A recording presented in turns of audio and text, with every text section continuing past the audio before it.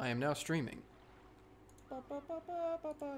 Welcome back, everyone, to Umineko. Sorry, there's a bee in my room. Let me get that out of here. Welcome back to Umineko no Naku no Koroni. Or no Naku Koroni. There's no in between the Naku and Koroni. True. We're back. It's a busy week, so we're a little flip-floppied. But that's okay. Probably. We're gonna get through it. Oh, let me mute myself while I test the stream audio. Okay. I have to pull up the Umineko OST anyway.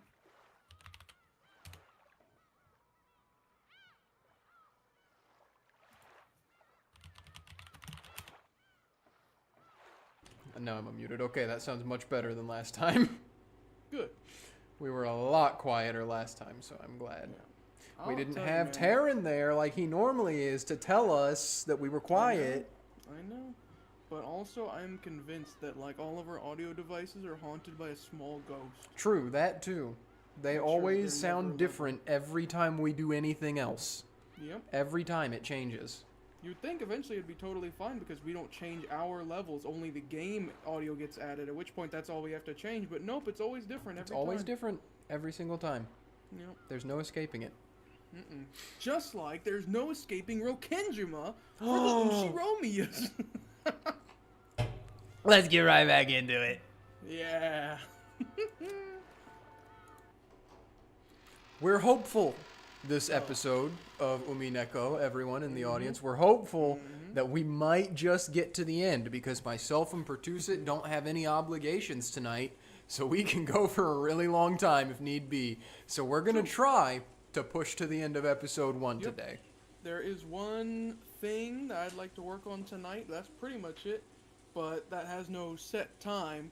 I'll go ahead and say it here, just because there's not really going to be hardly any other time to say it. Find Nat 1, or some of them partially at least a little bit, at 2024 OHHHHHKAY every single day. Yep. I'm one of those won't be there. Yeah. We just found out about it ourselves. We had submitted stuff a long time ago, but their whole thing just came out. You can find it on their Twitter, on their page, and on their Facebook. But we will be at OHHHHHKAY 2024. So come see us if you're a fan and you want to, and you're in the greater Ohio area. And I really hope that all of our international fans book plane tickets to come see us within the next 3 days. Hey, the airport is very close to the convention center. It is. This is true. Oh, just to see us. Yep. But with that announcement out of the way, let's get into the real meat of why we're here, right? Yeah. Last we ended, Eva and Hideyoshi had retreated to their room because Eva said something close to, "I don't want to see your face anymore," to Natsuhi, I believe. Yeah, after accusing her of murder. Yeah. But also she said it nicely because she said she was sure Natsuhi probably felt the same way. Yeah. So they're now in their guest room by themselves, cordoned off from everyone else. Still in the mansion, so it's not, it's not that bad, but it certainly isn't good. The guest room Eva and Hideyoshi moved into had originally been built to house guests before the guest house construction. Dang. Yeah. So until a few years ago, they had stayed in these rooms every family conference and were very familiar with them. This room was just like a room at a hotel, with a bedroom and a bathroom. So even though they were still shut in, it was far more comfortable than the parlor. Fair. Oh no, we have to be a married couple now. Not again. I thought that was over after what happened to Rudolph and the white-haired one. Yes, it's true you can relax more when you're alone with your family. Maybe it'd be better if everyone else also shut themselves in guest rooms and locked the doors. I agree. Natsuhi-san said that no one could leave the parlor, throwing her weight around. I'm sure no one will be able to talk back. She's always been treated so coldly. So now that Nissan's dead, she's getting excited about finally having so much power. Okay. It's such a shame that she was treated so coldly, right? Man, who would do that? I don't know. Seriously, how shameless can she be? Come now, don't say that. Natsuhi-san's doing pretty well. No need to jump on her like that. And about that receipt earlier, you went too far. Whoa, Hideyoshi standing up? Come on. If I hadn't said it there wouldn't be another good time to say it. Eva, sulking cutely Dang. and looking at the television, this middle-aged woman sulking cutely, sat alongside Hideyoshi, who was lying on the bed.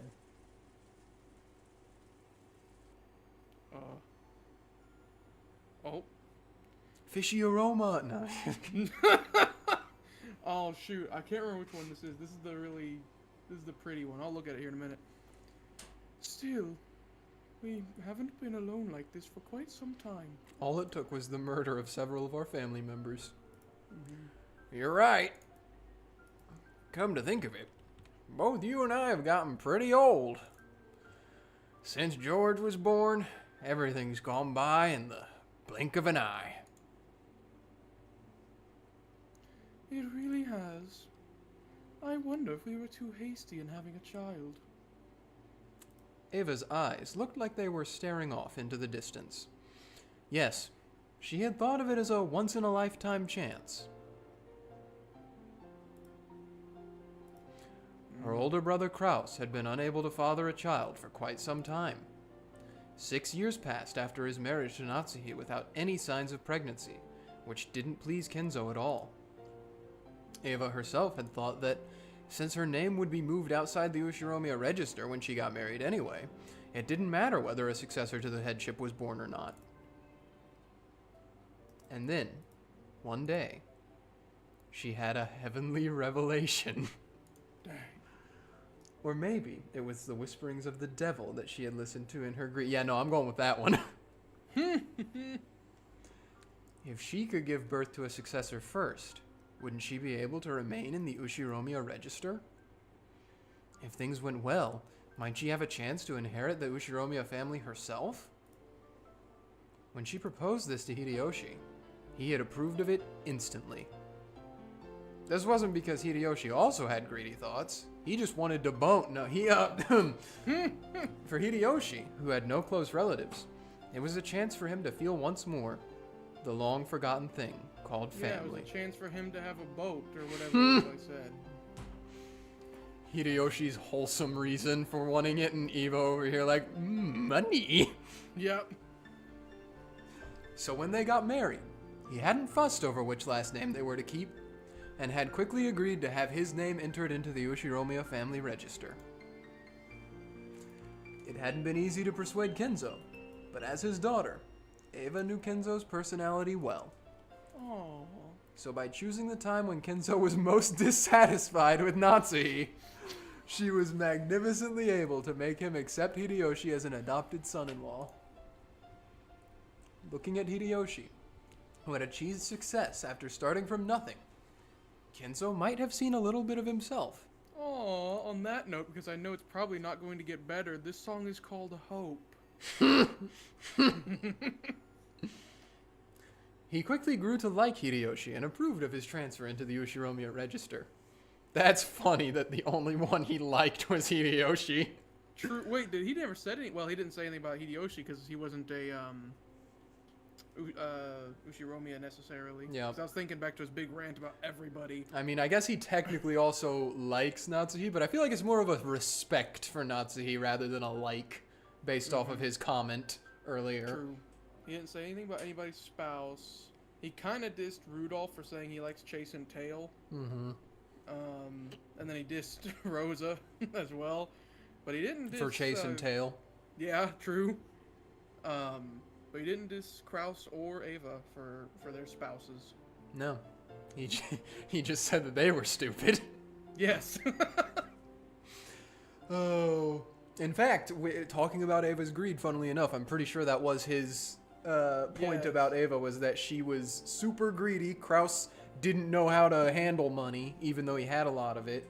Rudolph was a horn dog, and Rosa was also a horn dog, but in a different way.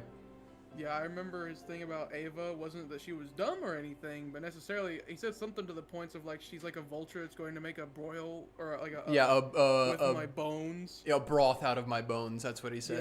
Yeah. Yeah. Dang. Anyways, George would eventually become the successor to the Ushiromiya family. They had raised him strictly with that purpose in mind. He had been worth their while and had grown into a fabulous young man who wouldn't disappoint no matter where he went. Except for that damn servant girl. That was why he had not been permitted to fall in love with a servant like Shannon. There it is. So when she learned that Shannon was dead and the engagement was now invalid, though part of her had still been shocked by the gruesome crime, part of her had also been relieved that her dear George wouldn't be stolen by some servant girl. Damn. Magical parent and a muggle, that just makes for a mudblood or a squib, dude. You can't do that.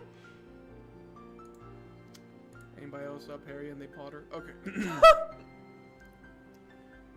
I have hated Kraus Nissan since long ago. He was so full of himself, always swaggering around.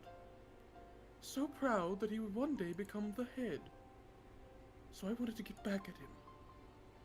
Was that just a childish emotion? But in the end, that emotion guided my entire life. If that had been all, then it would have been fine. But because of that emotion, I got you and George involved. I used you. Eva, don't blame yourself for that. Hideyoshi got up and held Eva's shoulder. Aww. She could feel a warm understanding from him.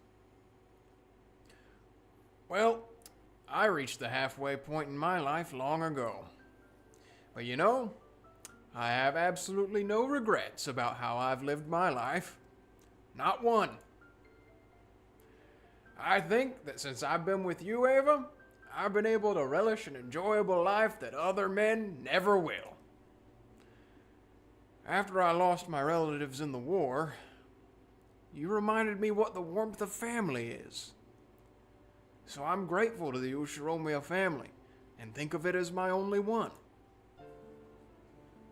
In this life I've led with you, not a single thing's been wasted. It's really been a fun life up till today. You're stacking so many red flags right now, Hideyoshi. But it's so sweet. It is, but he's just like, man, everything's been so great and wonderful. This Surely is nothing so bad will nice. happen. Thank you, darling. Eva hung her head, burying her face in Hideyoshi's chest. Probably, no one in the parlor could even imagine that this side of Eva existed. I still can't imagine it. I'm the one who should be thanking you. Until today, there hasn't been a single day I've regretted being with you. What did he mean by that? Until today? I'm gonna guess the murder. Me too. I'm so glad to have you by my side. George is already a fine adult. Even if I don't look out for him, he's a man who could do his job well on his own. I wonder. Around New Year's, do you want to go spend some time in the Maldives? Just us. No one else. No way. Aren't you always saying that you're so busy responding to New Year's cards that you don't even sleep? None of that's this New Year's. Oh, none of that this New Year's. I won't read New Year's cards. I'll just stay quiet and check to see if I've won the New Year's lottery. It'd sure be nice if I won a color TV this year. You could probably just buy one. No, remember, right now, more than anything else, they need a lot of money. But that wasn't color because TV. they don't have money. That was because their company's about to be bought out. Oops. No way. I don't waste time checking the lottery while in the Maldives. And none of that either. How does it sound? Just the two of us. Taking it easy like when we were newlyweds, just before George was born. Yes. In that case, fine. Shannon's slipping through. It's just, it makes sense Exactly. now. It makes so much Yeah, sense. right? Freud was right. I hear the Maldives are wonderful. An island with nothing on it, surrounded by beautiful coral reefs and cottages lined up over the water. Like when we were newlyweds, you say? Starting when? As soon as I've finished up some business. I won't know till I ask the travel agency, but probably before New Year's Eve. No way. Right now. I want to go right now. Eva nagged at his lips. Whoa. Sexual? Holy moly. In a Children, close yeah, your eyes. close your eyes, parents. Put your hands over your children's eyes and ears right now as I describe. Eva nagged at his lips in a peevish yet flirtatious manner. I'm gonna choose to believe, though it doesn't make sense she's doing that with like her fingers or fan. The only sounds that filled the room were the distant voice of the announcer on the news, which Hideyoshi had left on, and the obnoxious pounding of the rain against the window. I would say gentle, but you know, I'm not there. Fade to black, alright. Holy moly. I honestly didn't expect that scene would be that short. There was a knock on the door, and Genji-san entered. Madam, dinner has been prepared. Will you eat in here again? Yes. Have it brought here. Is Dr. Nanjo still in the kitchen? Yes. He has said he wishes to carefully deliberate over his next move. Do not worry. He is with the other servants. Genji-san's good enough at chess to be grandfather's opponent. I hear he's even better than Dr. Nanjo, right? That's right. Long ago he played against me, but he must have let me win. Maria, sounds like it'll be time to eat soon. But look at you. You've been watching TV all day long and you still haven't gotten bored. Wait till this guy finds out the YouTube shorts. I'm always watching TV, so I'm fine. Maria-chan sure is a TV kid. George is with me. Food's coming, so we have to clean up the table. Earlier, we had torn several pages out of Maria's notebook, and there was now a Torn them mess out? where everyone had been drawing together. Oh, okay. Blank Okay. pages. I thought it was her witch notebook, and everyone was like, "Get that out of here!" Like, Jessica began cleaning that up quickly. Still, everyone here really can draw. I'd never guessed. Genji, ask Eva-san and Hideyoshi-san whether they'd at least like to have dinner with us. Although they will probably turn us down. Certainly. First father, and now Eva-san. It's quite hard to gather everyone to the Ushiromiya dinner table. we'll ignore the other Ushiromios for now. Natsuhi felt her headache start throbbing again and lightly held her temples.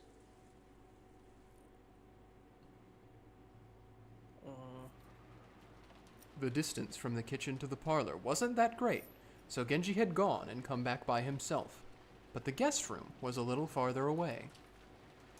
Natsuhi had warned him to avoid being alone whenever possible. And just now, Nanjo had also admonished him, saying it would be better if he held a little more concern for his safety. Kanon accompanied Genji, and the two of them went to visit Eva and Hideyoshi in their guest room. Genji knocked on the door. I gently opened the door. Eva-sama, Hideyoshi-sama, dinner has been prepared. He waited a short while for them to come out, but there was no response. Genji-sama, look at this. Canon pointed under the door.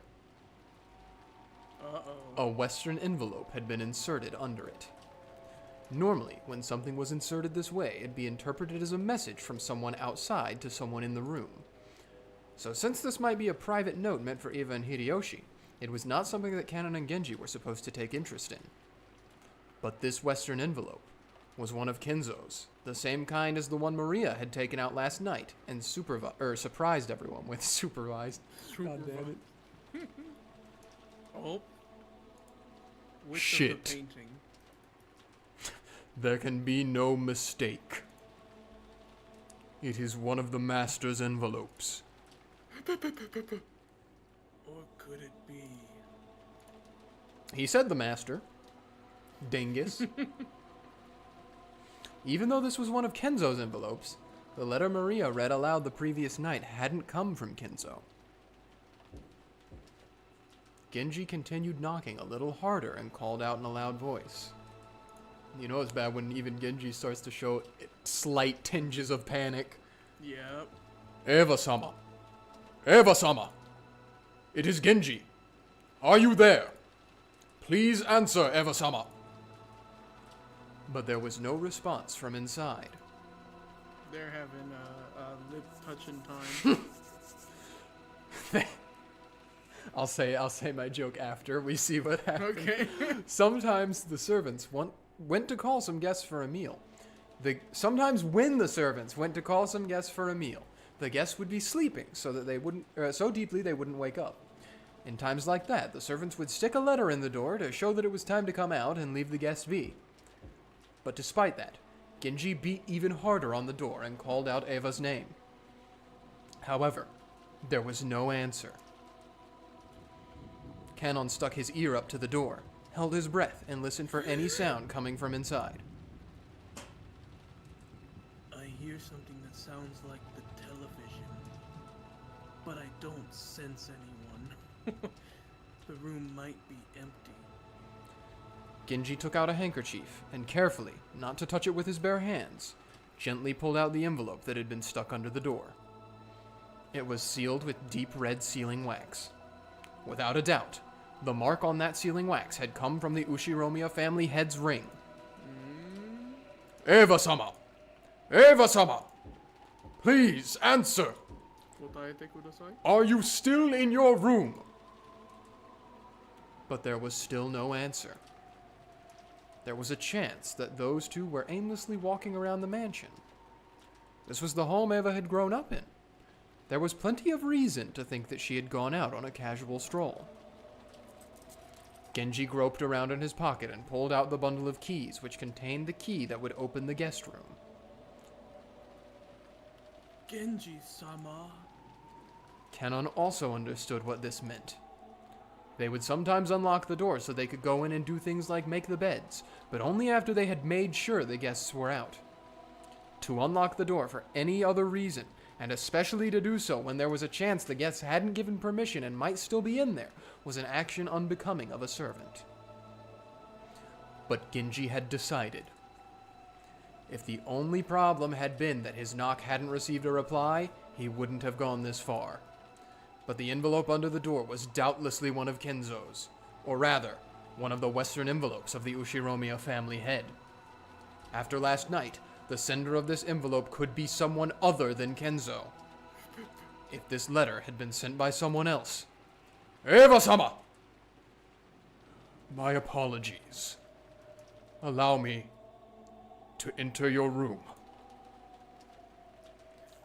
After giving that final notice, Genji stuck one of the keys from the bundle into the keyhole. There was the sound of the door unlocking, and after slowly turning the knob, he slowly started opening the door.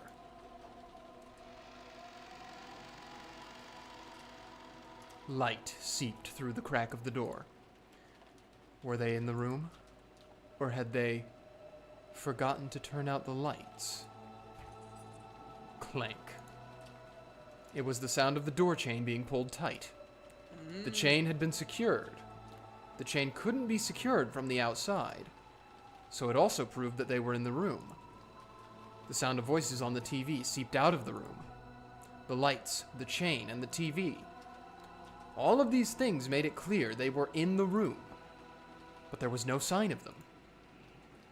Genji called to Eva once again through the crack of the door, but there was no answer.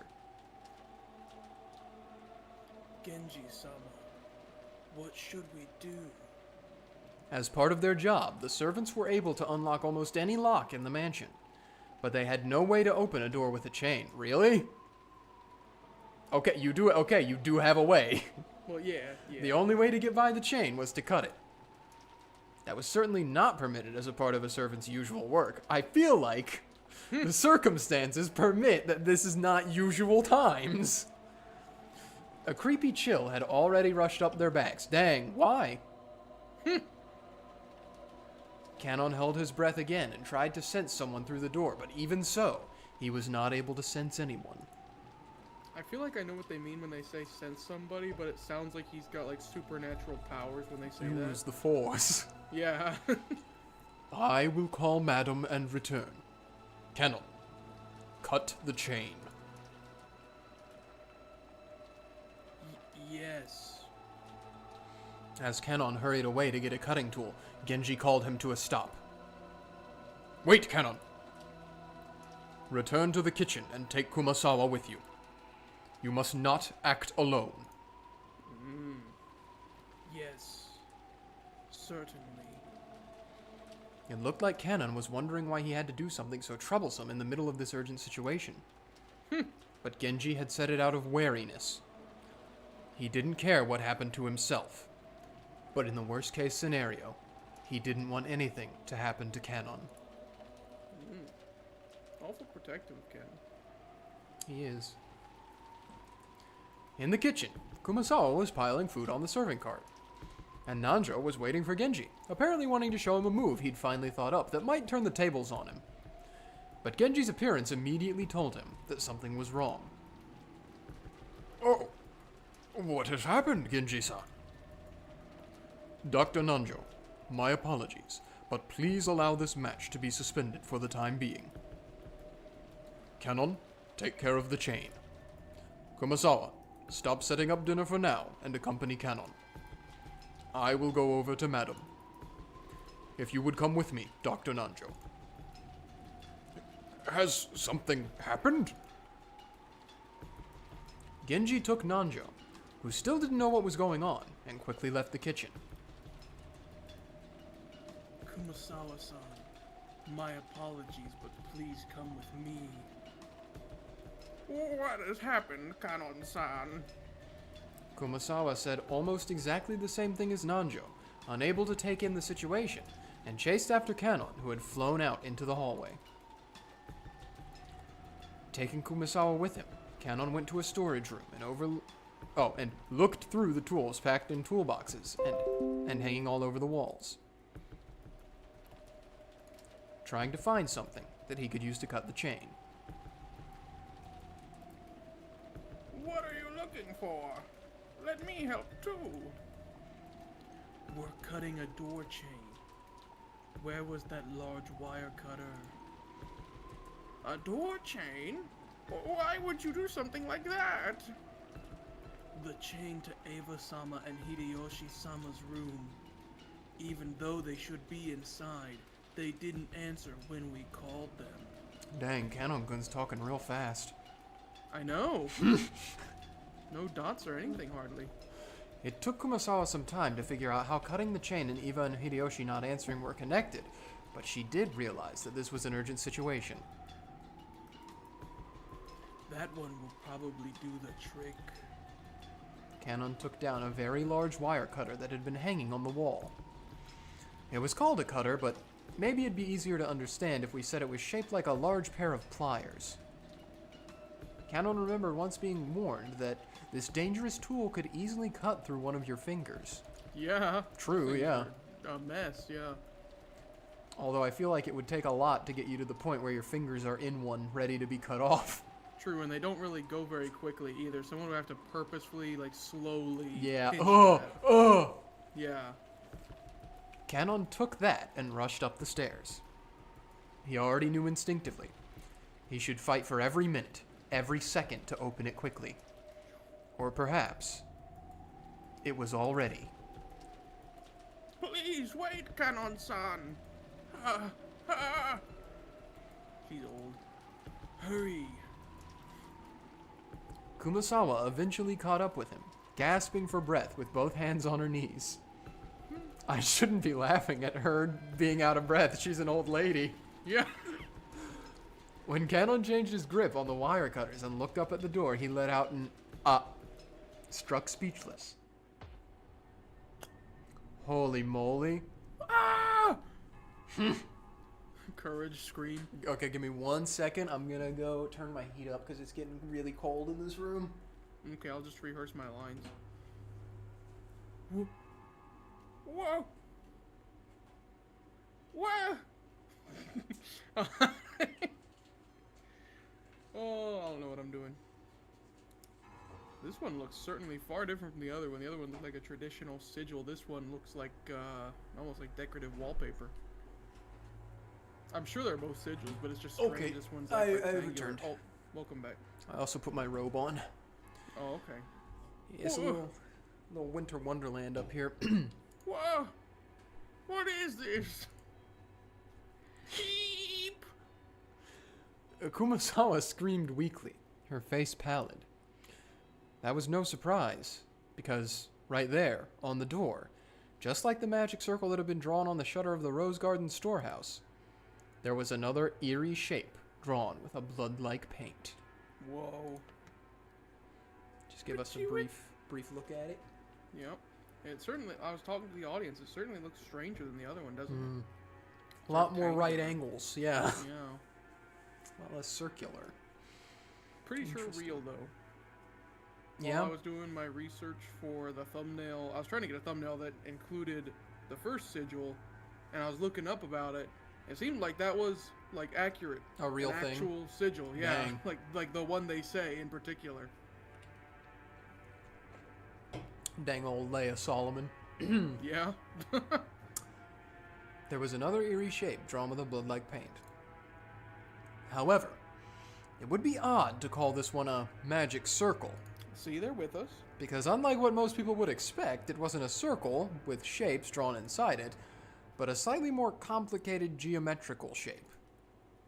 However, those strange characters filling in the gaps, which weren't from the alphabet, were the same kind as the ones in the magic circle on the shutter. But the thing that had Canon struck speechless wasn't how eerie the magic circle was. It was that something like this hadn't been there a short while ago. First, he had taken a trip back to the kitchen. Yep. After that, he'd gone to the storage room to grab a tool, and headed right back. Yeah. Put those together, and it couldn't have been more than 5 minutes. How could someone add something this creepy during that period of time?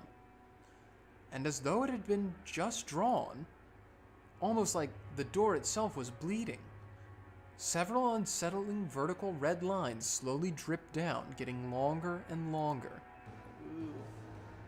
Eep. Eek. Kumasawa's knees gave way and she sank down on the spot. If Kumasawa hadn't done this first, then Canon surely would have wanted to. Beatrice Sama. Eek! It's the work of Beatrice Sama. How horrid! How horrid!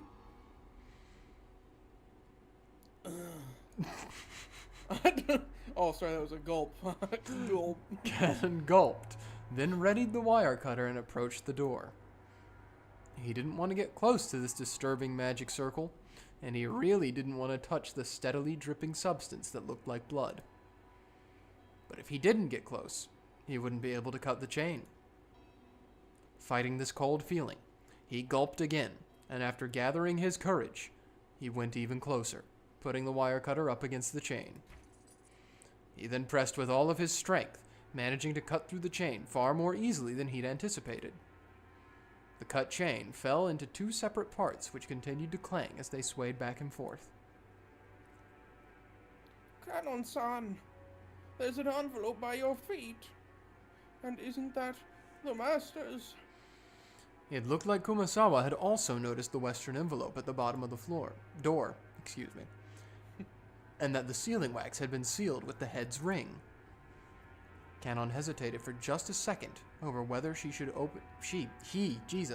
whether he should open the letter first or check inside the room. But he eventually decided on fulfilling his original purpose. Canon pulled a handkerchief out of his pocket. This was so that he wouldn't leave fingerprints on the door. If his worst fears were realized, the police would want to investigate this room too. He slowly pushed the door open. Gently open the door. He was able to more clearly hear the sound of the television, which had been seeping out faintly this whole time. Eva-sama? Eva was lying face up on the bed. On the bed with her shoes still on. Kumasawa, who had fearfully entered after Canon and who was hiding behind his back, screamed a short "Eek!" again when she saw Eva like that. Eva's shoes had been the first part of her that Canon had seen, so the oddness of wearing shoes in bed was the first thing to strike him. But when Eva's head shifted into his line of sight, Canon couldn't help but let out a short scream like Kumasawa. Right in the middle of Eva's forehead, something had been placed? Something was growing there? No. Oh. Right in the center of her forehead was an old-fashioned knife? Oh. That, or some weapon like it, was sticking out. What song? Oh, wow. Back to this one. At the base of where it was stuck in, blood dripped down, staining the sheets on the other side bright red. Kumasawa's knees gave way once more, and she sank down on the floor.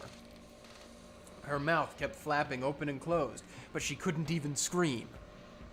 Eva was dead, with some kind of weapon sticking out of her forehead. Both eyes were open wide, and the image of the person who killed her must have been burned into them. But only the mouth capable of naming that person had been shut. The only mouth capable of naming that person had been shut for all eternity. Even though her forehead was the last place they wanted to look, they couldn't tear their eyes from it. Right there, the weapon was stuck into Eva's forehead, standing almost perfectly upright. And on the handle was a complicated design that you wouldn't expect to see on an ordinary weapon. That thing could be summed up with the word occult. It was a vulgar object with a design that might have been of some demon. What about Hideyoshi-sama? Hideyoshi-sama! Eva was on top of her bed, but the other bed was empty. Where was Hideyoshi? After taking a backwards glance at Kumasawa, still on her knees and stupefied, he checked the bathroom just in case. At the moment he opened the door, he was greeted by steam and the sound of the shower. The bathroom was of the same familiar style as most hotel bathrooms. When taking a shower, a waterproof curtain was used to keep water from flying out. That waterproof curtain was half open, and lying tumbled down in the bathtub was Hideyoshi, completely naked, with both eyes open. Dang, they're just giving us the image for Hideyoshi. They didn't give us one for Eva. Yeah, I guess I thought this one went a little harder. I don't know. And pointing right at Canon. Just like Eva, a weapon with a demon-like design was stuck into his forehead. Since his head had been under the shower's hot water this whole time, I don't know why I said by there. His face wasn't half covered and filthy with blood like Eva's had been. But the sight of him dead while still taking a shower was tragic enough. He's psychomaxing? Just then, they heard Natsuhi's voice coming from the hall. Uh-oh! She was probably coming with Genji. Again with this graffiti. What about this letter? What does it say inside? I don't know. I have not read it yet. We shouldn't touch it carelessly. The culprit's fingerprints might be left on it. We should hand it over to the police. They went out of their way to leave it here. I'm sure they wouldn't have left fingerprints. As Natsuhi said that, she picked up the envelope. And before checking its contents, she entered the room herself, where she found Eva, dead. Eva-san! Madam, Hideyoshi-sama is here too.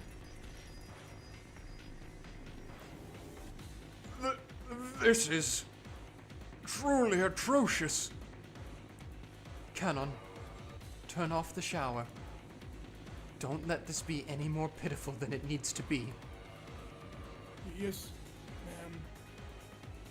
Canon gripped his handkerchief and twisted the valve, turning off the shower. In the bathtub, a small jar of body soap had fallen with its cap off. It really looked like he'd been attacked while taking a shower. There was still a small splash of blood clinging to the white bathtub, and the combination of red and white made a horrible contrast. Dr. Nanjo. I understand. No signs of post-mortem lividity. Rigor mortis hasn't begun either. It would seem, though, that an hour or so has passed since they were killed. But even so, how a weapon with such a short handle could do that to the skull? I cannot imagine. Nanjo checked their pulse and their pupils, making certain of their deaths once more. As Canon watched this business-like treatment, he thought, couldn't you tell at a glance that they're dead without doing all that? Nanjo thought about removing the weapon, but then decided it'd be better to preserve the scene and hand it over to the police, so he left it alone. But a close inspection of the base showed that it hadn't been a blade.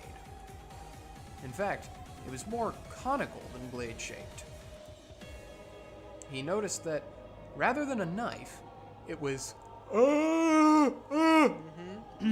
it was more like a short-handled spear, something with a shape better suited for thrusting than slicing.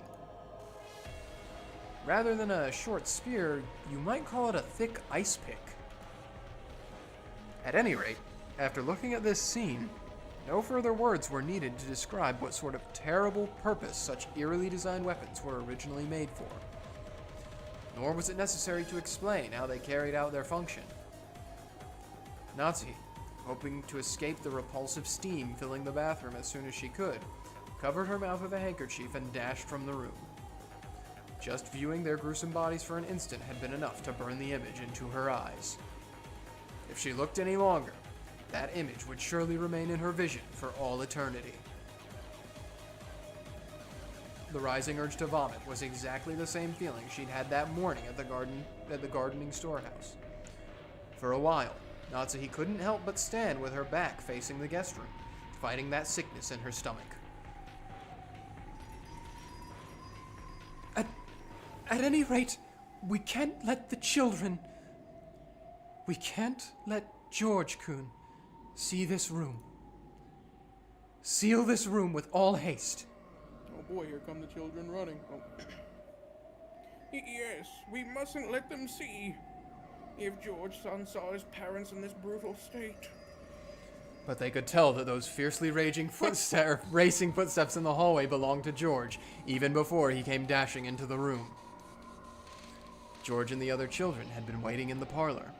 However, when they saw Genji speak to Natsuhi, when they saw her turn pale and fly out of the parlor, they'd felt a sense of foreboding. And when they saw a large group of people gathered around the guest room, they were sure of it. Oops. Father! Mother! What is this? Another magic circle?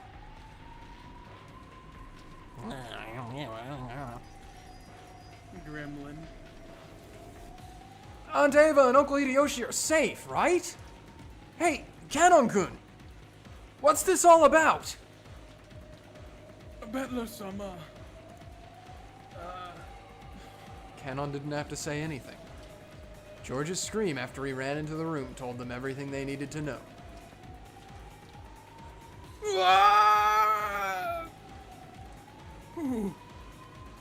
Who did this? I'll kill you, I'll kill you! George-kun. Ganbate. True. Natsuhi touched George's shoulder with her hand, but he violently shook her off. George fell over beside Eva and buried his face in the bed in front of his mother's face, wailing. He then pounded on the bed with his fist over and over again.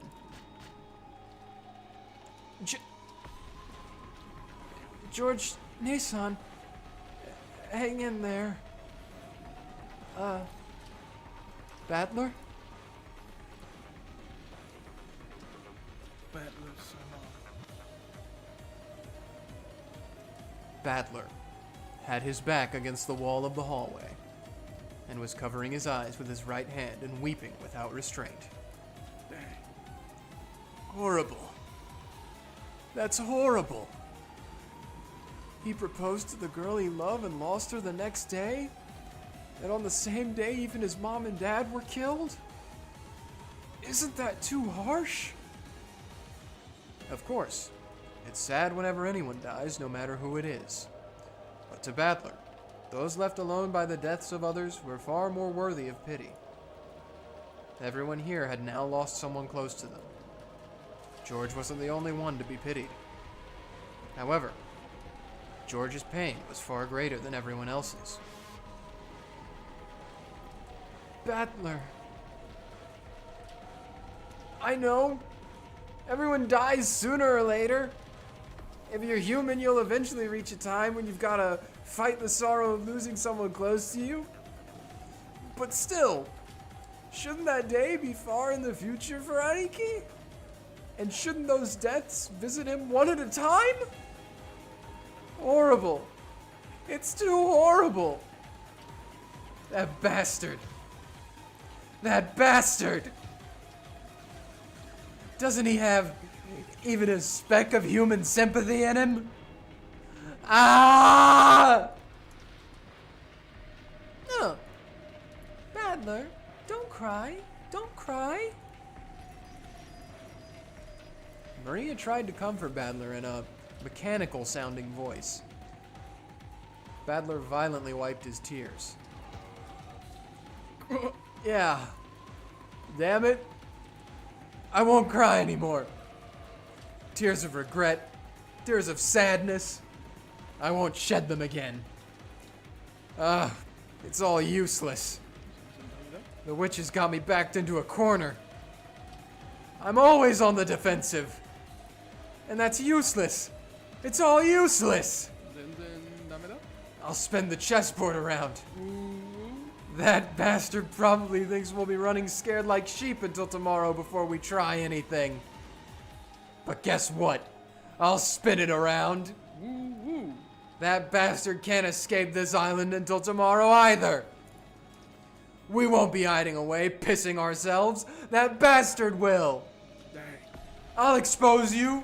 You'll see. By tomorrow? No, screw tomorrow. Tonight. Before tonight's over, I'll be gripping you by the collar. Oh, we're fading to dark, really, on this? Okay. Chewy. That was Golden Slaughter, all in lowercase and all one word, brought to you by the Umineko OST. At any rate, we'll lock this room and leave everything as it is until the police come. No objections, I take it? Natsuhi announced it as though she didn't care whether they agreed or not. If anyone had a right to object, it would have been George, but he looked as though he'd shed enough tears. George nodded slightly, still facing away from the others. And when he stood up, everyone else agreed too. Natsuhi still hadn't opened that western envelope of the family head that she picked up.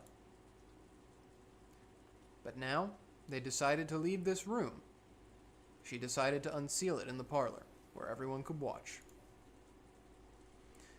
As soon as they walked out into the hallway to head back to the parlor, some of them immediately felt something out of place, or maybe sensed something strange. Ooh. Stinks? Did you notice it too, Maria?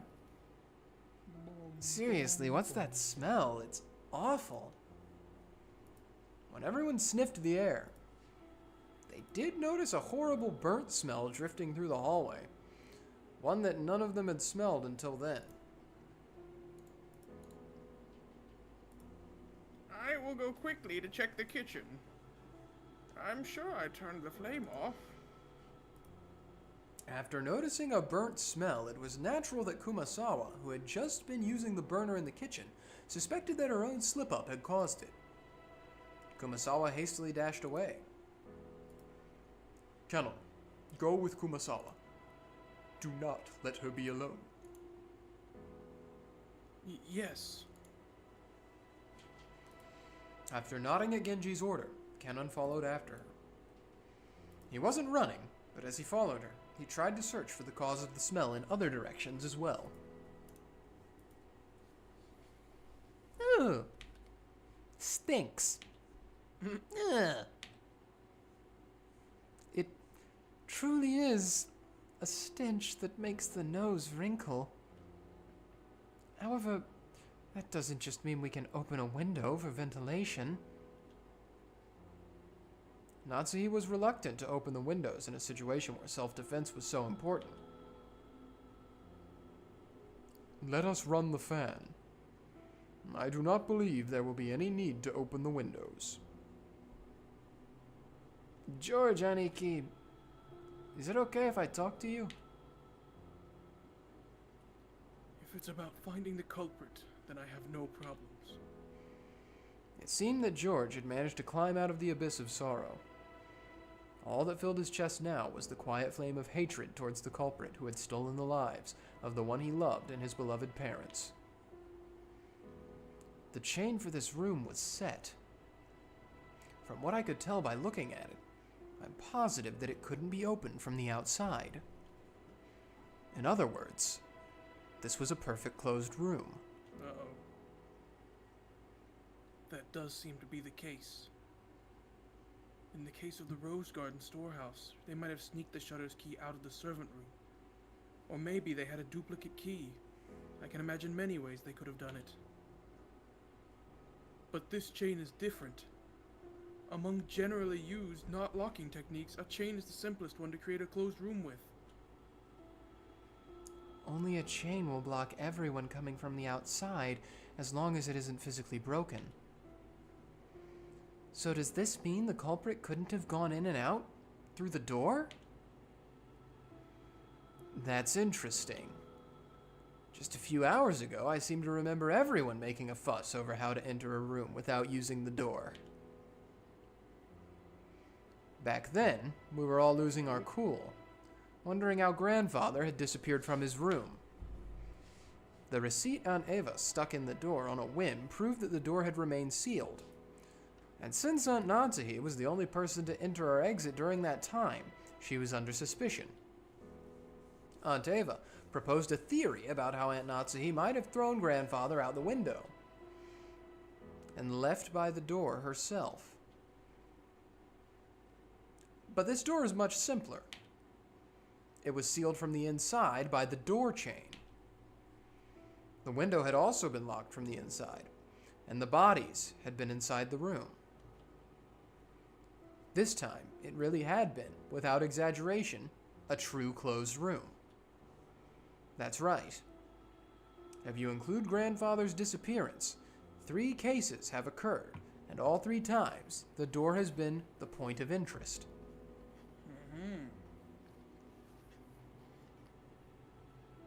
The first was the shutter. There was a key in the servants' room, and if we just assume someone knew about that, this can't really be called a closed room. The next was the door sealed by the receipt. However, Aunt Natsuhi entered that room, so if grandfather had left through the window or been thrown out, she wouldn't have been able to lock the window before escaping. Or, like my theory, grandfather could have hidden until the receipt was gone and left the room later. Basically, this door can be defeated with a handful of desperate tricks. In that sense, you really can't call this one a closed room either. And now we have the door sealed with the door chain. Finally, we have to give up. The window, the door, everything had been locked. It was a perfect closed room. The first hadn't been a closed room because everyone could be suspected. The second hadn't been a closed room because Aunt Natsuhi could be suspected. But this time, no one can be suspected. This was a perfect closed room because the door chain formed a seal that blocked everyone equally well. In that case, did the culprit carry out the crime without entering the room? With some method from outside the room? Good point. Even though the chain makes it impossible to open it wide enough for a person to fit through, you can open it a small crack. Did the culprit knock on the door to make them peer out before attacking them? Wait, am I missing something? Yeah, you are. If Aunt Eva's body had been lying right next to the door, then it might have been possible.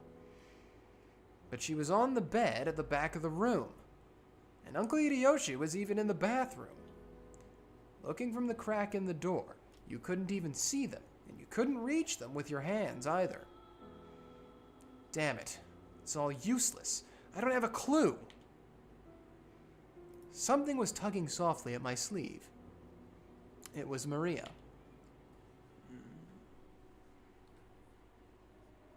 Ooh.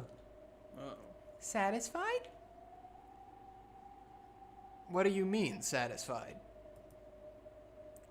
Dang, here she goes again. Battler, since you didn't want to suspect any of your relatives, you made a wish, saying you wanted the culprit to be Beatrice, right? Well, Beatrice granted that wish. Just as you asked, she did something that was completely impossible for a human to make you believe in the witch. And now you're complaining? How selfish. Ouch! I tapped Maria, who was laughing unpleasantly, on the head with my fist. Sure, thanks for granting that wish. That just now was to thank you, and also to teach you to stop laughing when it's inappropriate. More importantly, tell me. There was another mysterious scribble on the door to Aunt Eva and Uncle Hideyoshi's room. Was that another magic circle? That one had a really memorable and characteristic design, so I'd hope you'd at least know what it was. Ouch. I don't know, which is why I'm letting you take the credit. Quit whining and explain. You sure are violent, Battler. I won't tell you if you're too mean, get it? Ouch! Ugh. I'll say it! Stop hitting me! That's the first magic circle of the moon. What does it mean? What is this magic circle's effect? What does the Hebrew writing mean? The words are from the Old Testament, Psalms 107, verse 16. For he has broken the gates of brass and cuts through bars of iron. This magic circle has two effects. First, it can open a door regardless of which method has been used to lock it. That sure is convenient. So you're saying they're trying to make it look like they're a witch because this closed room has a door that can't be opened without relying on magic? And the other effect? When you're blocked by unopenable doors in all directions, it opens a door. By using it in a difficult situation, it gives you a solution you haven't even thought of until then. Generally speaking, you receive the powers of observation and discernment, inspiration and intuition. Beatrice is trying to provoke you, since there's no way lowly humans like Battler could figure out how this door was opened. Ouch. Okay, good work, so shut up. Dang. Sounds great. I'll accept this challenge from the witch. Maria-chan. Things like witches and demons don't exist in this world. Wow, New George. Someone killed father and mother. I don't know whether that was someone I know or not. But either way, it was definitely a human. Yeah, but how? How did they reach those two through that crack in the door? It couldn't have been more than 10 centimeters wide. At any rate, I can hardly stand this stench. What in the world could it be? It's funny that Natsuhi was just standing there listening to the kids the whole time. Yeah, she had nothing to add on that Natsuhi one. was like, yeah, no, they're spot on, yep. I'm with it, you know? Kanon and Kumasawa, who had gone on ahead, realized the smell wasn't coming from the kitchen even before they arrived there. That's because they noticed an even thicker wave of stench rising from the stairs leading to the basement. I thought of what you said last night, god dang it. When it said thicker wave of stench. Yeah, I know. Rising up from the stairs leading to the basement, which they passed on their way to the kitchen. The boiler room. I wonder if there's something wrong with the boiler again. Those stairs led to the underground boiler room. The mansion's boiler was old and in poor condition. Both of them had witnessed problems with the boiler on several occasions, but they had never smelled the boiler belching out a stench like this before. Okay, alright. While we're at this juncture, at the perfect slam, Yeah. it seems that the discussion of Eva and Hideyoshi's murder has come to a pause, Yeah. or a stop or a pause. So let's entertain real quick Okay. your devil's advocate. Boom. I'm battler pilled on this one. Yeah. Murderer in the room before they got in there. They go in the room. Murderer kills them. Hid when everyone else came in there. Everyone leaves. They didn't look around when they went in there. They just saw Eva and Hideyoshi and they were like, we can't do anything. We gotta wait for the police, and left. All right. Simple enough. I wonder if you're right. And because they're like, oh, we can't do anything, we gotta wait for the police, that gives the murderer the perfect opportunity to then get up, go out the window, because they're not gonna go back in to check the window and leave and not be in the room anymore. We'll see. Remember that devil's advocate, and we'll see if it holds true in further or future episodes. Okay. Dang. What is this song? Sorry, I'm so obsessed with Footy this aroma? strange. Yeah, it sounds like every PlayStation 2 adventure game island level. True. Anyway, what was that sound? Oh gosh. The thing they heard from the basement was definitely the sound of a door closing. Kumasawa had phrased it as a question, but she already knew it couldn't be anything else. Kumasawa was so surprised at that sound that her knees gave way yet again and she cowered. After all, at that very moment, no one could have been in the boiler room. I need an emoji of that Canon face. Canon Pog? Even a few seconds ago, everyone had been crowded together around Eva and Hideyoshi's room. So who caused the sound of a door closing just now?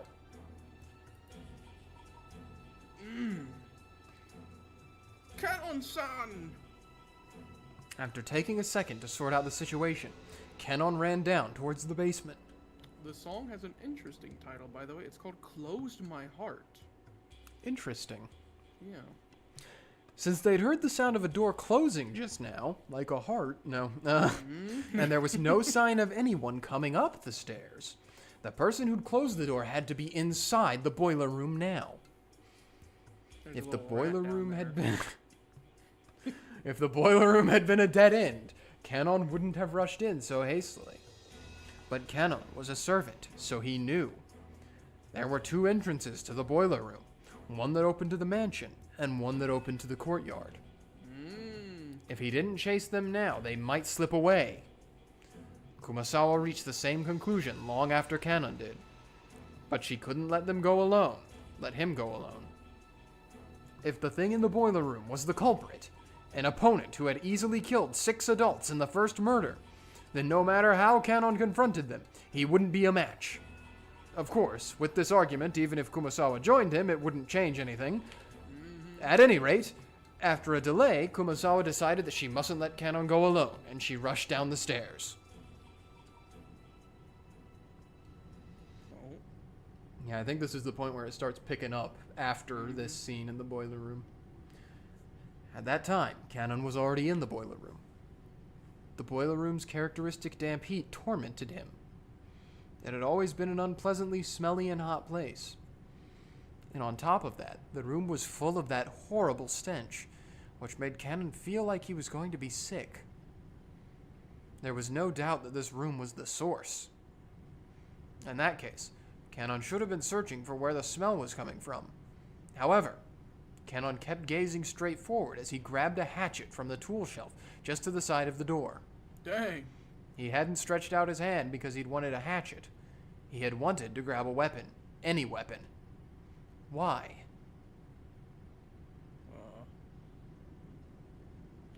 Thoughts. Kenon gazed into the darkness where the naked light bulb couldn't pierce. Then, he answered.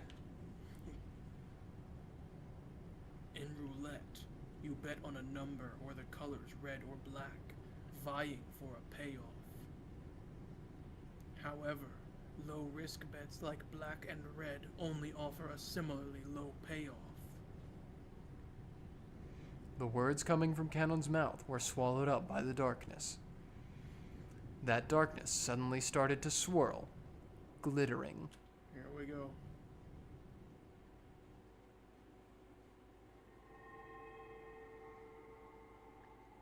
She's here. Wow. Oh gosh, that's actually kind of creepy. It is, right? It was such a fantastical scene. Imagine, if you're watching at home right now, I want you to put yourself in this situation. You're alone in a basement with a room that is dimly lit by a single light bulb. And it's People have been hot, murdered. and it stinks, and 8 people have been murdered. And you see several glowing butterflies light up the darkness in a part of the room that is not lit.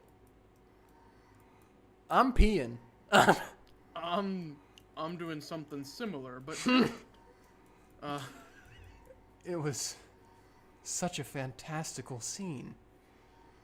Golden sparkling butterflies that hid in the shadows all over the boiler room flapped their wings, twinkling beautifully, and gathered in the darkness, disappearing. Kenon continued speaking, directing his words at the darkness as it swallowed the butterflies up. But as the butterflies gathered in the darkness, they, perhaps, probably, no, they certainly laugh. But Kenon continued to speak without faltering in the slightest. however, if you bet on something with a lower probability, your payoff increases proportional to the risk.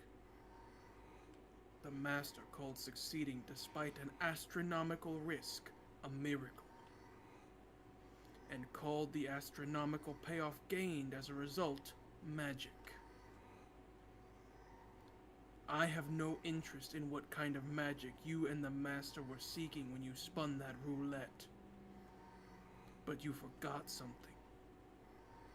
You forgot that in roulette, there's a pocket that's neither black nor red. That's right. Orange. Oh. I don't think Canon knows how roulette works.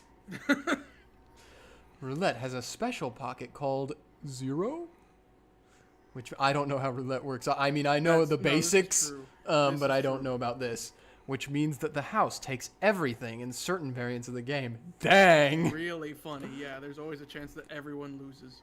This means that all of the coins bet on the table will be swept up, just as though everyone has forfeit. I set my heart on just one thing. I decided that if Shannon were to be killed and I was left alive, I'd sacrifice this life of mine and bring this roulette of yours to ruin. This isn't one of the Master's rules, and it certainly isn't one of yours. I made this rule myself. Dang, but you furniture. I'm not furniture anymore. Holy! Swear it wasn't planned. I swear. I'm the zero on your roulette. Canon's face twisted with humiliation. It was clear that his defiance against his own weakness was being ridiculed somehow.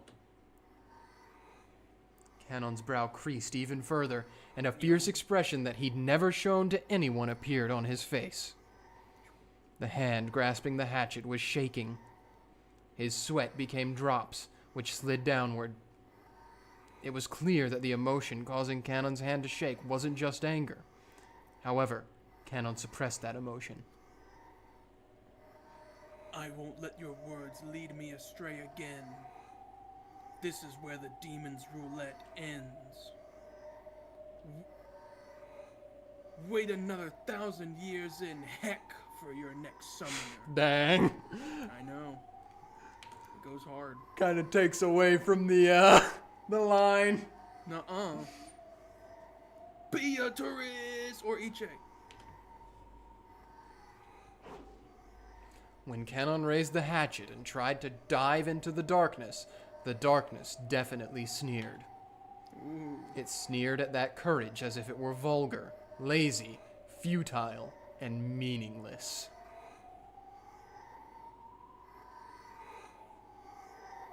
How did they get this sound bite? Tin can. It's terrifying. Oh my gosh. I think that one actually was a tin can. Hey, that was the first laugh. Ah. Oh. Canon, his hatchet still held aloft. Couldn't take another step after that. With a clang, the hatchet that he'd been grasping fell and rolled on the floor. And following that, with a pair of thuds, Canon's knees hit. Left, then right. That hand, which looked like it was trying to catch the sky now that the hatchet had been dropped, gradually lowered, landing on his chest. Then, the other hand did the same.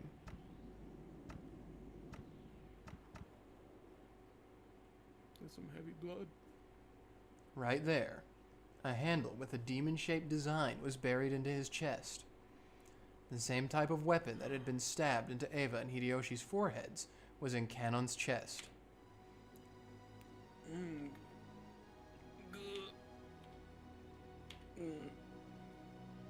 Canon was curled up in anguish, fresh blood dribbling from the corner of his mouth. This is the first time we've been present for one of the deaths. Yeah. It was makeup too extreme for Canon's white skin. Dang. Makeup.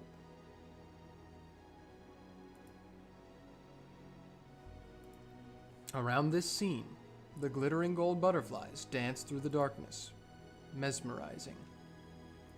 It was a beautiful, beautiful dance, a funeral march of tribute, ridicule, and contempt for a single boy's self-sacrifice. Canon had already been prepared for his own death. But although he could do nothing but accept the death he had received, he attempted one last measure of resistance. He grasped the handle of the weapon sticking into his chest with both hands, and gritting his teeth with an acute, unearthly pain, he pulled it out.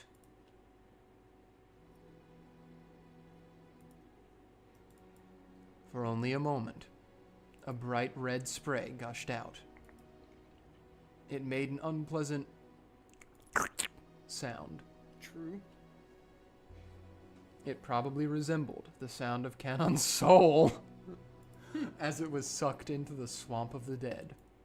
Dang. Oh, you know what the name of that song was I was playing, or is playing? I do not. Requiem.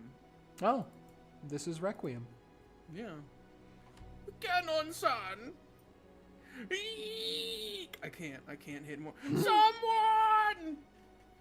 Eek! Kumasawa screamed at the incomprehensible sight in front of her. Canon was lying in a pool of blood. Kumasawa's heart was a complete mess. Ah, what a horrible fate. He wouldn't have been killed if I had been with him. No, he probably would have been. Yeah. Ah, what incredible luck. If I had been with him, I might have been killed too. As she screamed, her expression was filled with complete confusion, and all the muscles in her face were pulled up, almost as though she was smiling while crying. So I'm taking it that the ball didn't land in 0 for the roulette? I don't think it landed in 0, no. Okay, alright. Very low chance, very low chance. Yeah, it wasn't going to happen, No. probably. But no one could have made fun of an expression like this. I probably could have. Oh! Yeah. What is it, Kumasawa? Answer me, Kumasawa! The first one to dash in was Natsuhi, holding the rifle. Battler and Genji dashed in after her. Normally, they probably would have started discussing the origin of that violent stench filling the boiler room. But after they saw Canon, who was lying on the ground as if he were drowning in an ocean of his own blood, the stench wasn't important anymore. Canon! Answer me! Genji, bring Dr. Nanjo here! Natsuhi realized that even though Canon was on the verge of death, he was still conscious, so she sent Genji to get the doctor. Natsuhi, holding the rifle aloft, faced the darkness in the center of the boiler room and shouted, "Who is hiding over there? Come out quietly! If you don't come out from there, I'll shoot without mercy! We need light! And Natsuhi, let's light them up!" Dang! Battler, thinking quickly, took a large flashlight from the tool shelf along the door and used its light to cut through the darkness.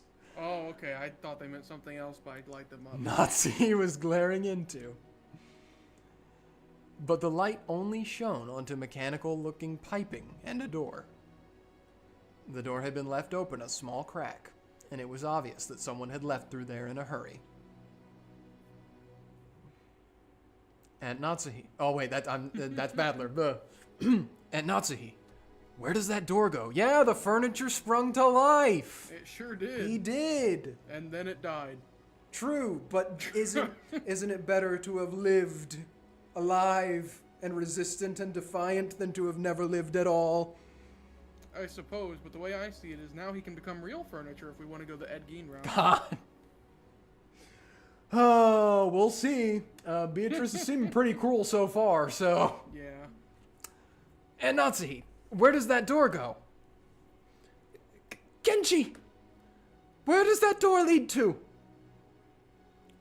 The courtyard. Like hell I'd let you get away, you damn bastard! Battler let out a war cry as he slammed into the door. Cool air from outside suddenly rushed in. There were some thin, rough stairs leading up. Battler ran up them, shouting, "Wait, Battler-kun! It's dangerous to be on your own right now!" Natsuhi was also rushing up the stairs, chasing after Battler. Dang, in a dress and heels? Yeah. They were in the courtyard. The courtyard of the mansion had been built strictly for lighting purposes, so it wasn't a very elegant place. Dang. Because it was surrounded on all sides, the air was calm and completely undisturbed, even though they could hear the sound of strong winds. There was only gentle, sorrowful rain. As he ran through the cold and scattered raindrops, dashing up the stairs into the courtyard, Battler looked in every direction. Of course, the odds of him finding a suspicious silhouette just standing around nonchalantly were pretty much zero. But so were Cannon's chances of winning the roulette with a 0. He might win it this time. He's due to win. That's how statistics works, I think. Battler spun, looking all around. He turned again and again. He kept spinning until he almost lost his sense of direction. He prayed that he would see the culprit somewhere in this scenery. But there was no chance. All he saw as he spun was more and more of the mansion's heartless walls and windows. Furthermore, there were 2 entrances into the mansion from the courtyard, and neither of them were locked. Because the courtyard couldn't be entered from outside the mansion, the doors had been built without locks. He didn't know which one they had left through. He had to give up. Battler pounded the wall with his fist, swearing. Battler-kun! You mustn't run ahead by yourself! Battler-kun? Battler pressed his forehead against the wall, which he scratched at with his fingernails as he cried. Damn it! Damn it! Damn it! Aunt Eva and Uncle Hideyoshi! And now Cannon-kun? You killed a full 6 people! And that wasn't enough? So you had to kill 3 more? Are you kidding me? Are you fucking kidding me? Dang. Woohoo. Aunt Eva and Uncle Hideyoshi were always kind and fun. I just met Cannon yesterday, but I'm sure I'd have gotten along fine with him. Why do you kill them? Why? Why? You know, when people die, they don't come back to life again, right? They aren't gonna quickly sprout up again like bamboo shoots. Why'd you kill them? Why? Why? Ah!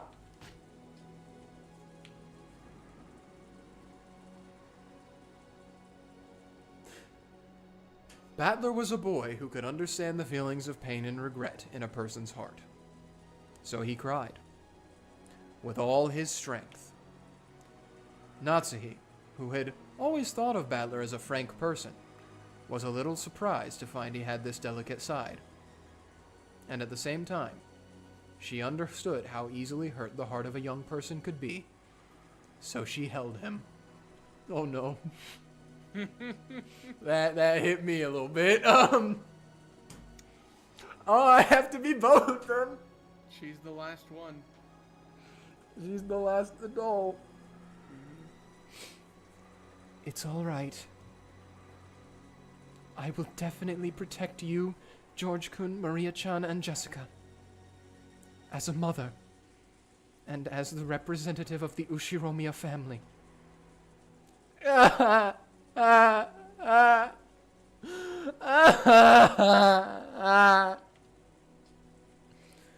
Battler, after sobbing into Natsuhi's chest for a while, wiped his tears with a bitter smile, as though he had been like that the whole time, and tried to appear as though he cried more than enough already. Anyway, let's go back down for now. Protecting ourselves is a higher priority than finding the culprit. Tomorrow, the boat will arrive. After that happens, the police will come, and everything should be brought to light. There's no way the culprit can escape this island, no matter how much they struggle. That's right. When the police come, when the seagulls cry, the crime will be solved. But, for some reason, Battler felt a slight sense of uneasiness, as if the seagulls would never cry again. Dang. That couldn't be true. When the typhoon passes, surely the lively seagulls will return to the harbor again.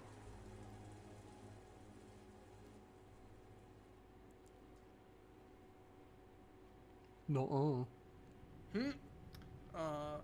I'll say really quickly, I think I'm gonna lose this round because I only have 2 lives left. You have like 7. I think you're cheating. What? I got Kumasawa and George. You still have 7 people left. That is really funny. Let me think. Yeah, no, yeah.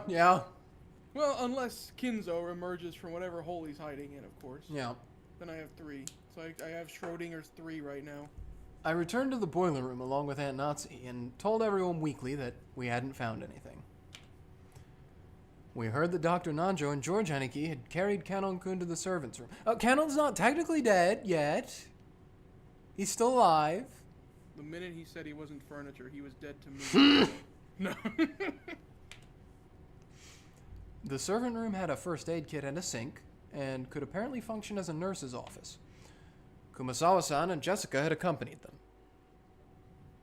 Stains from Kanon-kun's blood remained on the floor.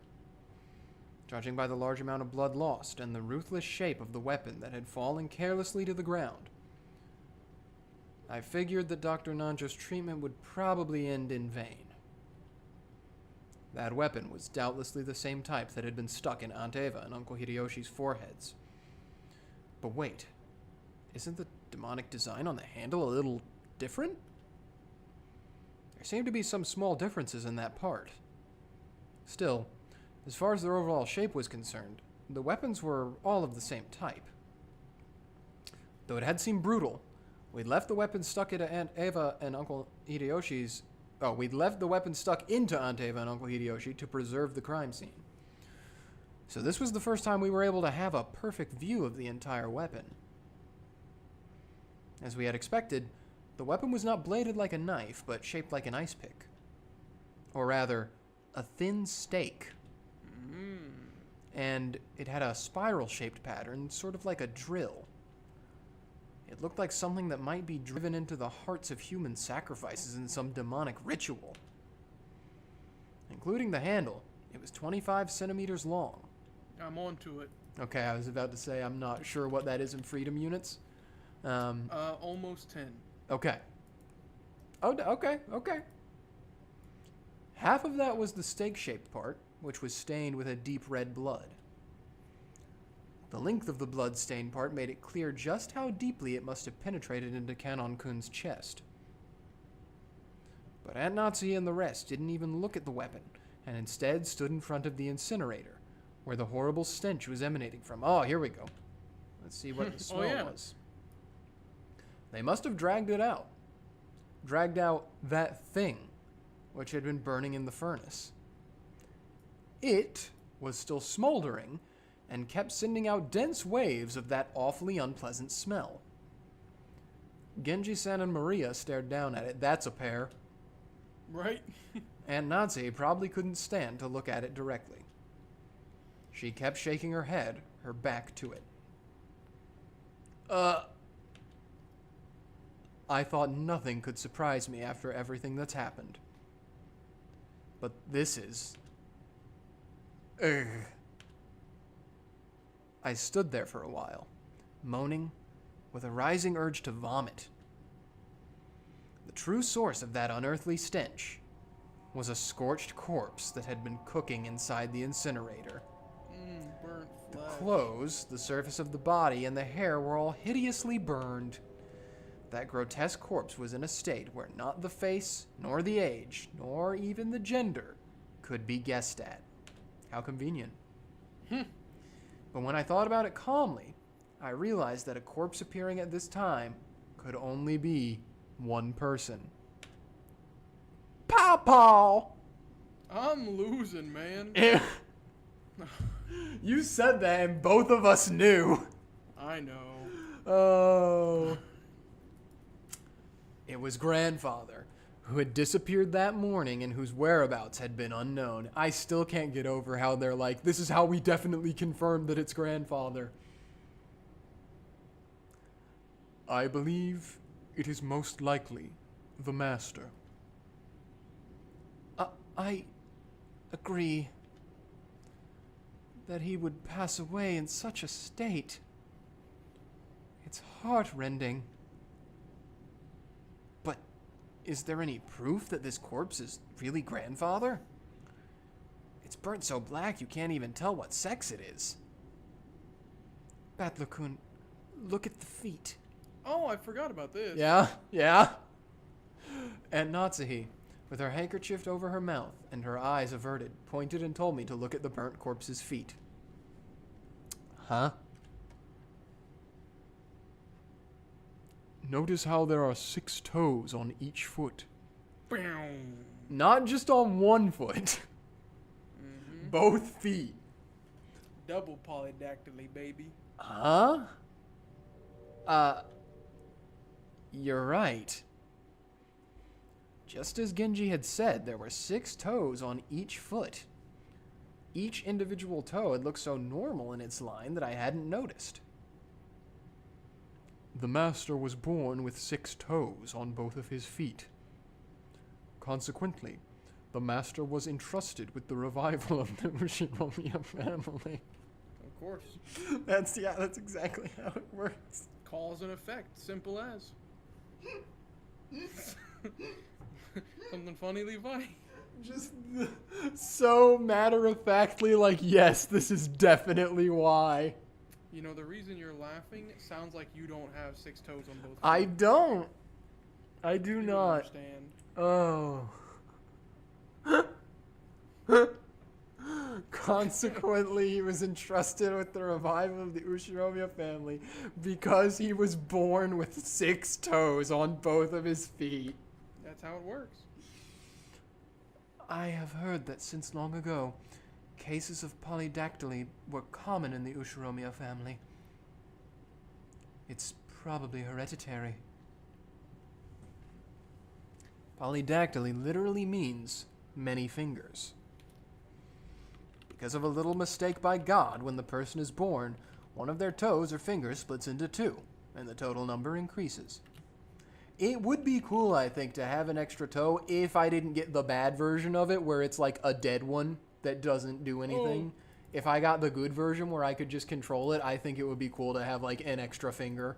No, I'm good. I had several skin tags and I hated those. They weren't quite the same thing, but I still hated them. But a big deal isn't usually made of polydactyly in the world at large. That's because it isn't a disease, just something people are born with. So while they are still babies, at about the time they turn 1 year old, they can be taken into the hospital and given surgery to make them normal. Normal. Even a child with polydactyly can be treated before they become aware, so they might not even remember it themselves. By the way, it seems that there's a possibility for this to occur in 1 out of every 2,000 babies. Dang. That's larger than I thought. Yeah. So even though it's not usually seen, it isn't that rare at all. Speaking of which, I think Uncle Hideyoshi mentioned something to me long ago. Something about how even Toyotomi Hideyoshi, the man who unified Japan at the end of the Sengoku period, had 6 fingers on one hand. See? It is great man theory. Mm-hmm. Dang, that's how it works. You just have to be born with extra digits. That's how you know Or you're gonna pretend do to have one. Prosthesis. Mm-hmm. According to Aunt Natsuhi, among the many Ushinomiya family heads, the ones most praised for their wisdom all had polydactyly. What is this dang great man theory they're doing right now with the extra fingers and toes? That's where they keep the wisdom. It's like wisdom teeth. My wisdom teeth hurt me. I had to get them cut out. Mine hurt me. I live with it so I can be wise. Me, when the wise option is probably getting them cut out. Because of that, when Grandfather was born, his relatives were all excited at the thought that he might become another wise leader. And when the leading relatives all died in the Great Kanto earthquake, it was apparently argued that Grandfather should be the one to restore the family because of the auspicious sign of his birth. Yeah. If Grandfather hadn't disliked his position as the head so much, this sixth toe probably would have been pretty lucky for him. Come to think of it, I've heard about some country where it's believed people with polydactyly should be treated as gods and revered. Where? Mexico. I'm gonna be honest, I was trying to think of just like a state in the United States, and my first instinct gut reaction was to say Mexico. Every country on the earth belongs to America. Exactly. I don't know what happened there. The wires got crossed. It was gonna be funnier if I said something like Oklahoma, but oh well. This is besides the point, really? But it's fairly common in mystery novels for... the point being the toes, not the death. Okay. Yeah. It's fairly common in mystery novels for a corpse to be burned to hide its identity. But I guess that in Grandfather's case, just toasting him wouldn't be enough. What a description. And Grandfather's body was not simply burnt. It was wet, too. It was just like Aunt Eva and Uncle Hideyoshi, and the thing that had been stabbed into Kenon-kun's chest. One of those demon's ice picks was stuck into his forehead. The head's ring is not on his finger. So the letter last night was telling the truth. Father would probably be horribly disappointed. Natsuhi-san let her head droop and closed her eyes tightly. Alright, what do we got in those tips? Oh yeah, let's take a look finally. What about the wop wop wop wop wop wop sound effect? Ah, That's not black. dead Kenzo. Buried in the incinerator, not buried, burned in the incinerator, with a weapon resembling an ice pick sticking out of his forehead. The old sorcerer's wish vanished before it could be granted. He always knew that this was one possible result of his risky gamble.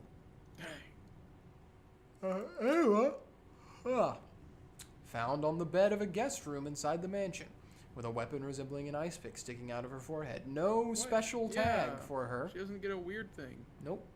Oh well. Oh. Found in the bathroom of the same guest room that Eva was found in. Like Eva, there was a weapon resembling an ice pick sticking out of his forehead. You can't see either of them by looking through the gap of the door while the chain is set. You can't see them, so you can't reach them. Haze. How could a human possibly kill them? Additional fodder for the Maria wrote this theory. Yep. And then Why does Kenon. she not have... Actually, Kenon's not gone yet. Is he updated though?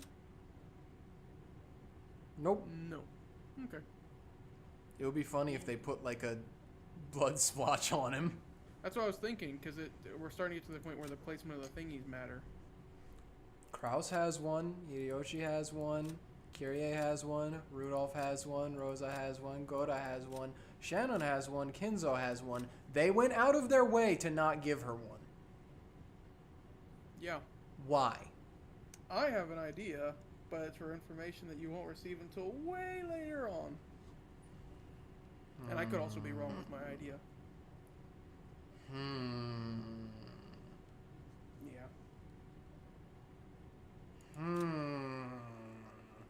Yeah.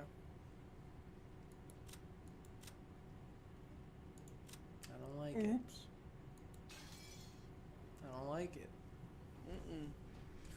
This room had also become a vital crime scene for us to hand over to the police.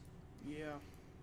It was decided that we would leave Grandfather's corpse here and lock the room, sealing it. I'll seal it! It isn't clear when Grandfather's corpse started burning in the incinerator. Since, according to Genji, the strength of the flames hadn't been that strong, the body must have started burning a long time ago. perhaps around the time he went missing at the beginning of the day. So that stench could slowly creep out of the furnace and fill the room bit by bit, eventually pouring up and out and climbing up the staircase. Putting aside whether he was rare or well done, Grandfather had been brought out, killed, and burned. Perhaps not in that order, even though he had started out locked away in the closed room created by his auto lock. There's probably no doubting this. Probably. However, according to Genji-san, the boiler room is usually locked. The possibility that someone outside our group had snuck in and committed the crime was overwhelmingly high. And there was also a good chance that this person was walking around with something like a master key. After all, the doors and windows throughout the mansion had been checked. But despite that, the culprit was able to strut around the mansion freely. Kenzo body double. This one's not real Kenzo, it's fake Kenzo. Does this crime confirm that a 19th person exists? I mean, I don't think this one does, but I think the Eva Hideyoshi one did. Yeah? Because it was a closed room that unless someone was already in there that wouldn't have been, well, I guess it could have been Kenzo in there. Alright, never mind. There's still that contradiction since they're trying to tout their existence without ever showing themselves once. Along with Kyrie-san's chessboard theory, I've been using this contradiction to deny the existence of a 19th person. By spinning the chessboard around once more. The very fact this crime makes it perfectly obvious that a 19th person exists means that the existence of a 19th person is even less plausible. What if they just like toying with you, buddy? What if they are doing all this on purpose and don't care if you see? As long as that 19th person doesn't show themselves in front of us. If the culprit could get Grandfather out through the door sealed by the receipt, if they could kill Aunt Eva and Uncle Hideyoshi from the other side of a door sealed by a chain, then could they possibly go so far as to create a fictional 19th person through strange tricks and devices? If we still want to believe that the culprit is among the 18, then the list of suspects has grown very short. And not because we have evidence, but rather because we're all being killed very rapidly. The four of us kids, and Natsuhi, Genji-san, Kumasawa Ba-chan, and Dr. Nanjo. One of these people has to be the culprit. I think it's Goda's ghost. He would. Oh, sorry, taking a sippy. I'm also gonna need. Gotta keep my throat hydrated. I'm reading a lot. Wait, we can't be sure of that. Just a second ago, we started doubting whether the corpse here was actually Grandfather's, right? It's someone else with double polydactyly. Yeah. Maybe we can think of the other bodies in the same way. True, that's a much better line of thought to go down. For example, the first 6 all had their faces horribly smashed. Some of the bodies had kept enough of their faces for us to confirm who they were, but that old bastard, for example, had lost his entire face, as though the whole thing had been neatly peeled off. We only figured out which body was which by their clothes and surroundings. Did the culprit prepare a fake body beforehand and alter it to make it look like they died even though they were actually hiding somewhere after committing the crime? It may sound ridiculous, but it wouldn't be an impossible trick to pull off. It's too early to give in to this 19th person. No, this witch. Whew. Bars.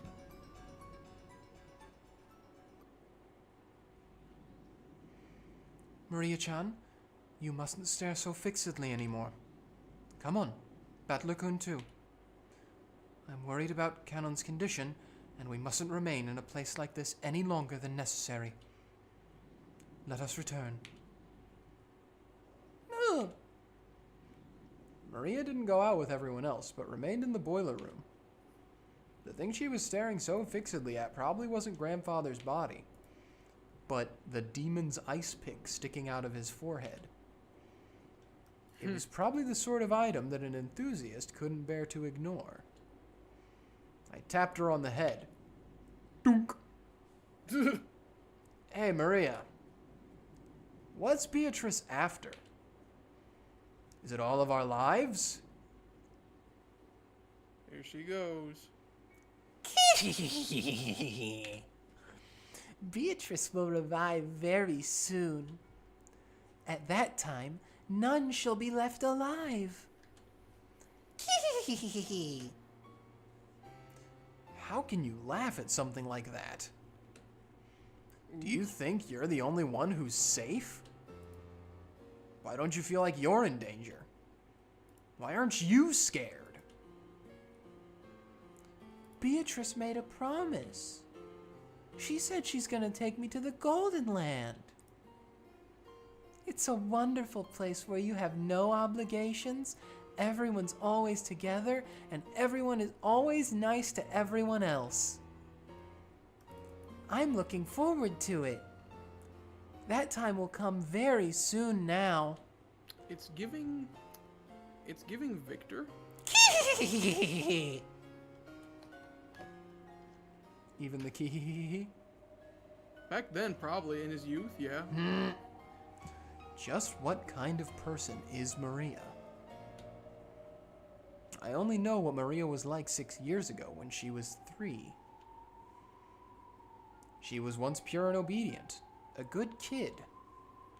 This new Maria 6 years later and the Maria I knew didn't seem to fit together. Just who is she, this witch who calls herself Maria? To Maria, who obstinately believes in the witch, this series of unsolvable crimes is proof that the witch actually exists. Every time something occurs that would be difficult for a human, it becomes a little harder for the rest of us to not believe in Beatrice. It must be an intense pleasure for Maria to see her relatives, who once firmly denied the witch's existence, start acknowledging the witch's existence one by one. Is that why she's in high spirits? Maria, let me ask this one more time. You'll probably answer the same anyway, but I'll ask just once more. Yesterday, you were given a letter in the rose garden. Who gave it to you? Ooh. Like I said, Beatrice. Battler still doesn't believe. Ooh. Maria only repeated what she had already said. Yeah. Maria met with the 19th person, the witch. Was that really a 19th person? Or did one of the 18 just get her to say that? All that's certain is that Maria has been with the rest of us constantly, has always had an alibi, and hasn't done anything suspicious. She's simply overjoyed at being made Beatrice's messenger, and certainly isn't the 19th person. Supposedly. That's right. I wonder what's written in the letter we picked up in Aunt Eva and Uncle Hideyoshi's room. Aunt Natsuhi should still have it with her. Elbozos. Go! I'll get my vindication for this last section when we start chapter 2 and you have to do George and Shannon for 2 hours. You think you will. You think you'll get your vindication. I will simply go mute. By a radioactive incident.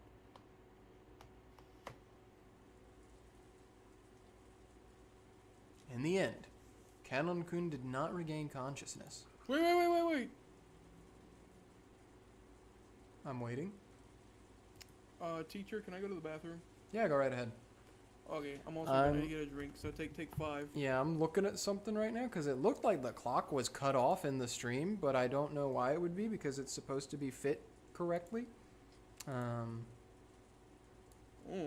I'll take care of that stuff. You entertain the audience. Bye, audience. I'll be Okay. back. Well, gang, how do we think this has gotten... I mean, Pertusit, like I said... Oh, sorry, you can see me moving around the visual novel. But Pertusit out here knows how everything happened. But I'm over here in the complete dark right now. I got nothing. And, like... I mean, I know we briefly talked about it way back when. I like to just think that the witch is real, right? Because that's the easy option. But at the same time, it seems very clear that the witch is real, based off of the events that are happening in the game. But for what purpose, then, would we be playing devil's advocate so hard and trying... There's like two mysteries here. There's the mystery of why is Pertusit trying to get me to solve all of these things, when in the end, if it all is just magic, it wouldn't matter. Which means that it does matter for some reason. And that's another reason that we can try to figure out together. But it'll just be our little secret, you and me, audience. We're gonna try to get to the bottom of this. Why would it be important to need to solve the murders from a standpoint of it not being magic? And I did have my theory about, you know, the closed room one with it being someone in the room, but how the heck do we even figure out the... I mean, we saw Canon die, and that pretty much seemed like magic, right? I have returned. You can keep popping off, though. Oh, okay. I was just explaining how, like, I was getting a little bit for once into more of the it's magic and not devil's advocating. And now that we have actually seen Canon die, we've gotten a little bit of what seemed to be magic in that moment, but only we saw it. And perhaps we're not even a reliable narrator. Who knows? Exactly. Who is we? All right. Okay. In the end, Canon-kun did not regain consciousness. Now I am 2 to 6. Even though Dr. Nanjo and the rest did all they could to heal him. Of course, there was very little that could be done on an island like this without medicine or proper facilities. Sorry, that was a yawn. Oh. However, I thought Canon... you were making fun of him with a seal sound? He could However... not be healed. Skill issue, seal issue. However, Canon was the only human ever to confront the culprit. Convenient. Mm-hmm. If only he could give us some kind of clue. Mm-hmm. However, at the time they carried Canon away, it was already too late. Dun dun dun. My sincere apologies. Without proper facilities, there was nothing I could do about such a serious wound.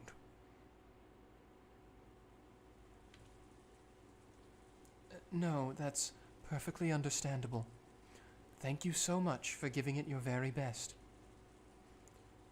Dr. Nanjo's shirt had been sprayed with a violent spurt of blood, so it was easy to imagine the devotion with which he had tried to save Canon's life, up until the last second. Jessica was crouched in the corridor, crying softly. She had probably been taking care of Canon-kun until the moment of his death. George Aniki tried to approach her with words of comfort, but when Jessica pushed him away, he stopped, dropped, and rolled. He stopped trying to comfort her and walked away. That was pretty much what it said. If only I hadn't let Canon-san go alone. Oh. Do not let that bother you. If you had been with him, you would probably have been attacked as well. He foolishly rushed on ahead and paid for his mistake. How can you say it like that? Canon-kun spotted the culprit and bravely stood up to them. If only Kumasawa-san had gone with him, the culprit might have hesitated and chosen to run away. Emotion-filled words that I never thought I'd hear coming from Jessica's mouth tumbled out. Kumasawa, looking truly sorry, could do nothing but hang her head.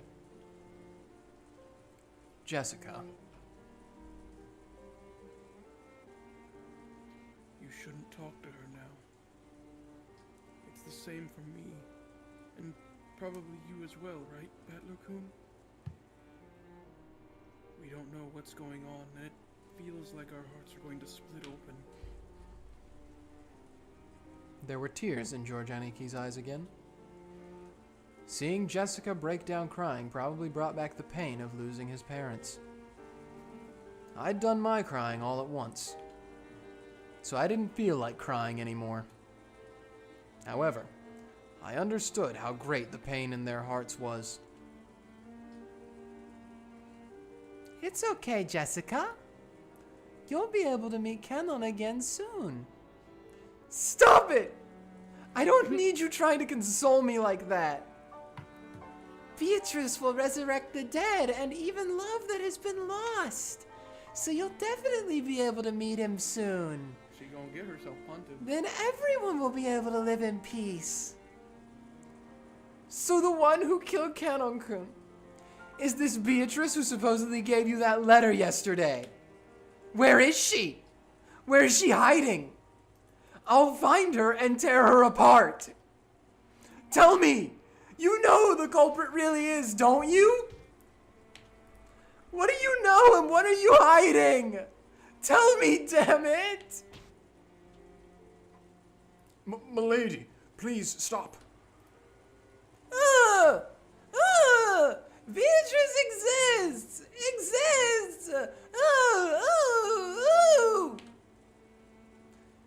Damn it, let go of me, Genji-san. Maria knows who the culprit is. And she's hiding their identity even though she knows. She must be telling them what we're doing, guiding them as they kill us. Jessica, be silent. Jessica grabbed at Maria. Genji tried to stop her, but Jessica could not be calmed. The next thing I heard was the sound of Aunt Natsuhi slapping Jessica's face. After that, only Jessica's sorrowful sobbing voice resounded throughout the hall. Maria-chan, I know there's no way you're the culprit. You've been with us since the beginning, and there was no time for you to communicate with any culprit. So I want you to tell me something. This Beatrice, who handed you the letter yesterday, who was she?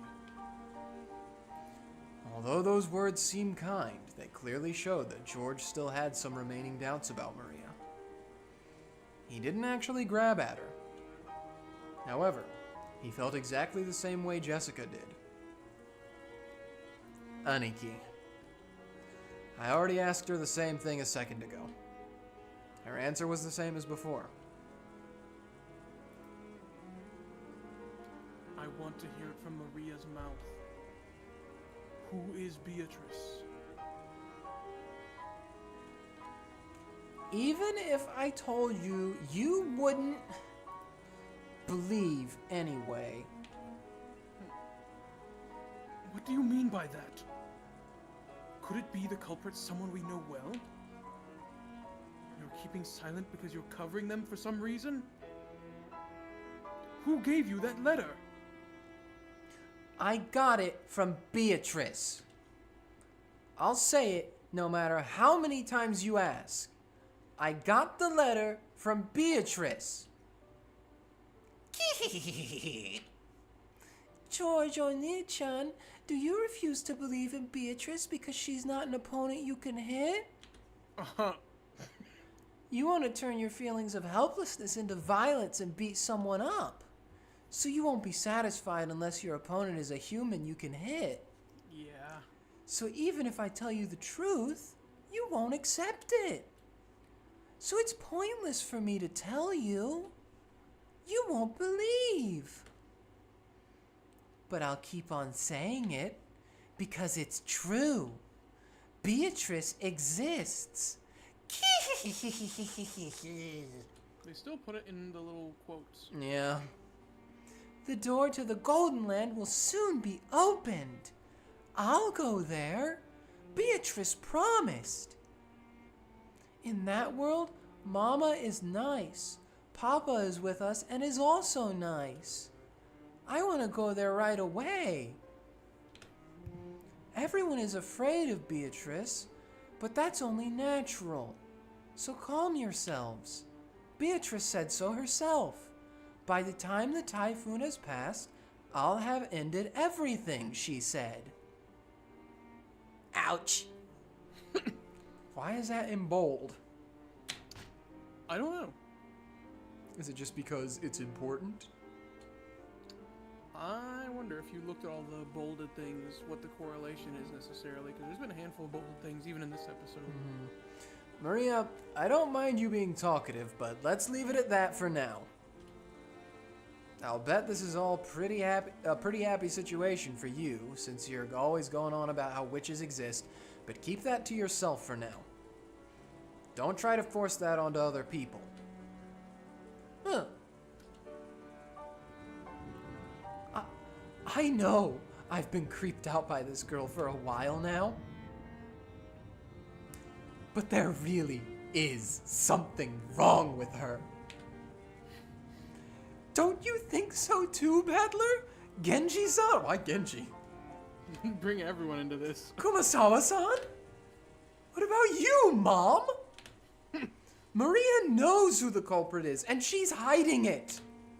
Okay, maybe she hasn't done anything directly, but she's definitely working with the criminal. That's right, she's a spy. We can't let her stay with us any longer. The short one. Maria-chan, you must realize there are times when indiscreet discussion is best avoided. If you keep adding oil to the fire, even I will get very angry. Yeah. That face, she just looks so disgusted and it's so funny. Yeah. Aunt Natsuhi glared at Maria with frightening eyes. Maria was used to Aunt Rosa's loud style of scolding, but she apparently hadn't built up a resistance to Aunt Natsuhi's quiet sort of scolding. She shrugged and kept her mouth shut. A desolate feeling filled the room. It felt as though things would just get more complicated if anyone spoke. Yeah. How many people have already died? 10? Yeah. 6 people in Dad's group. After that, both Aunt Eva and Uncle Hideyoshi, Kanon-kun, and Grandfather. There were a whole 18 people on this island. Were, supposedly. And 10 of those people have been killed. That's more than half of us. And right now, there's absolutely no proof that the remaining 8 people will be safe.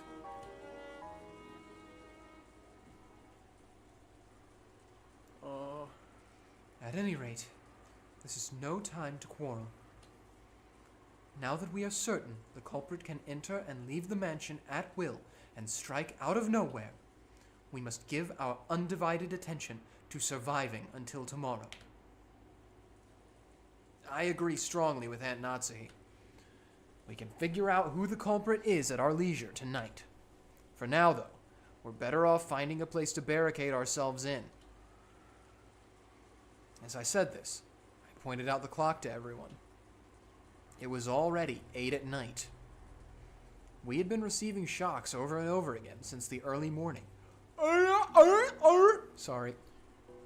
Wow. That time was on purpose. Okay. And our bodies and minds were both completely tired out.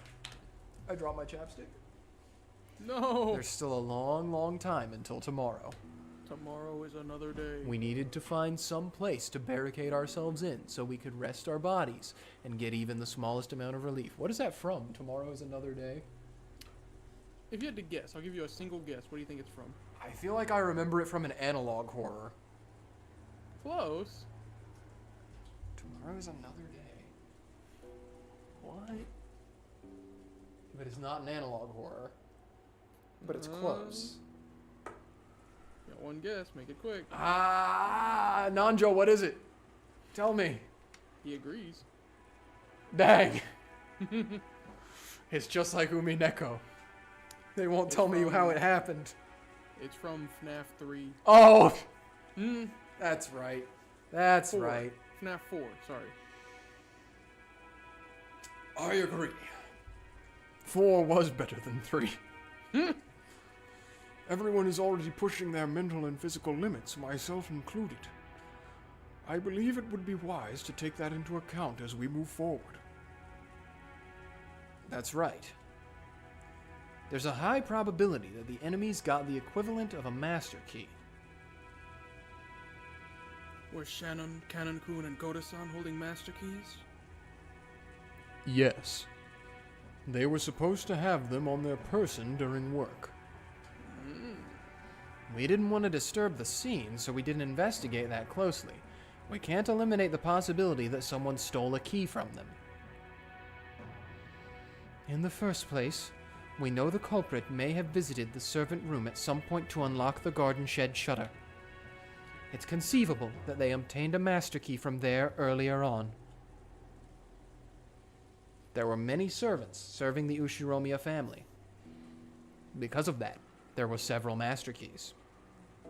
Furthermore, every time one employee started or finished working, the keys were passed between servants. And we had to acknowledge that this had probably gotten a bit sloppy at times in the past. Even if they borrowed a bundle of keys from the pockets of one of the murdered servants, is there any safe place that even those keys couldn't open? There is one. Because of the nature of our job, we have been entrusted with keys to all of the rooms. All of them in the mansion and in the guest house. So in other words, no matter where we hole up and lock ourselves in, it'd just be pointless. Fine. Who cares about locking up? If you're gonna come, bring it on, damn it. I'll beat you at your own game. What? The enemy won't approach us from the front. I don't know about the first 6, but if we look at what happened to my parents and Canon-kun, and even grandfather, the enemy has only gone after isolated people. They don't have the power to assault all of us openly in a secure room. That's right. It's just like Aniki says. And maybe Aunt Natsuhi's rifle can serve as a deterrent to stop them from attacking. I hope that is so, but...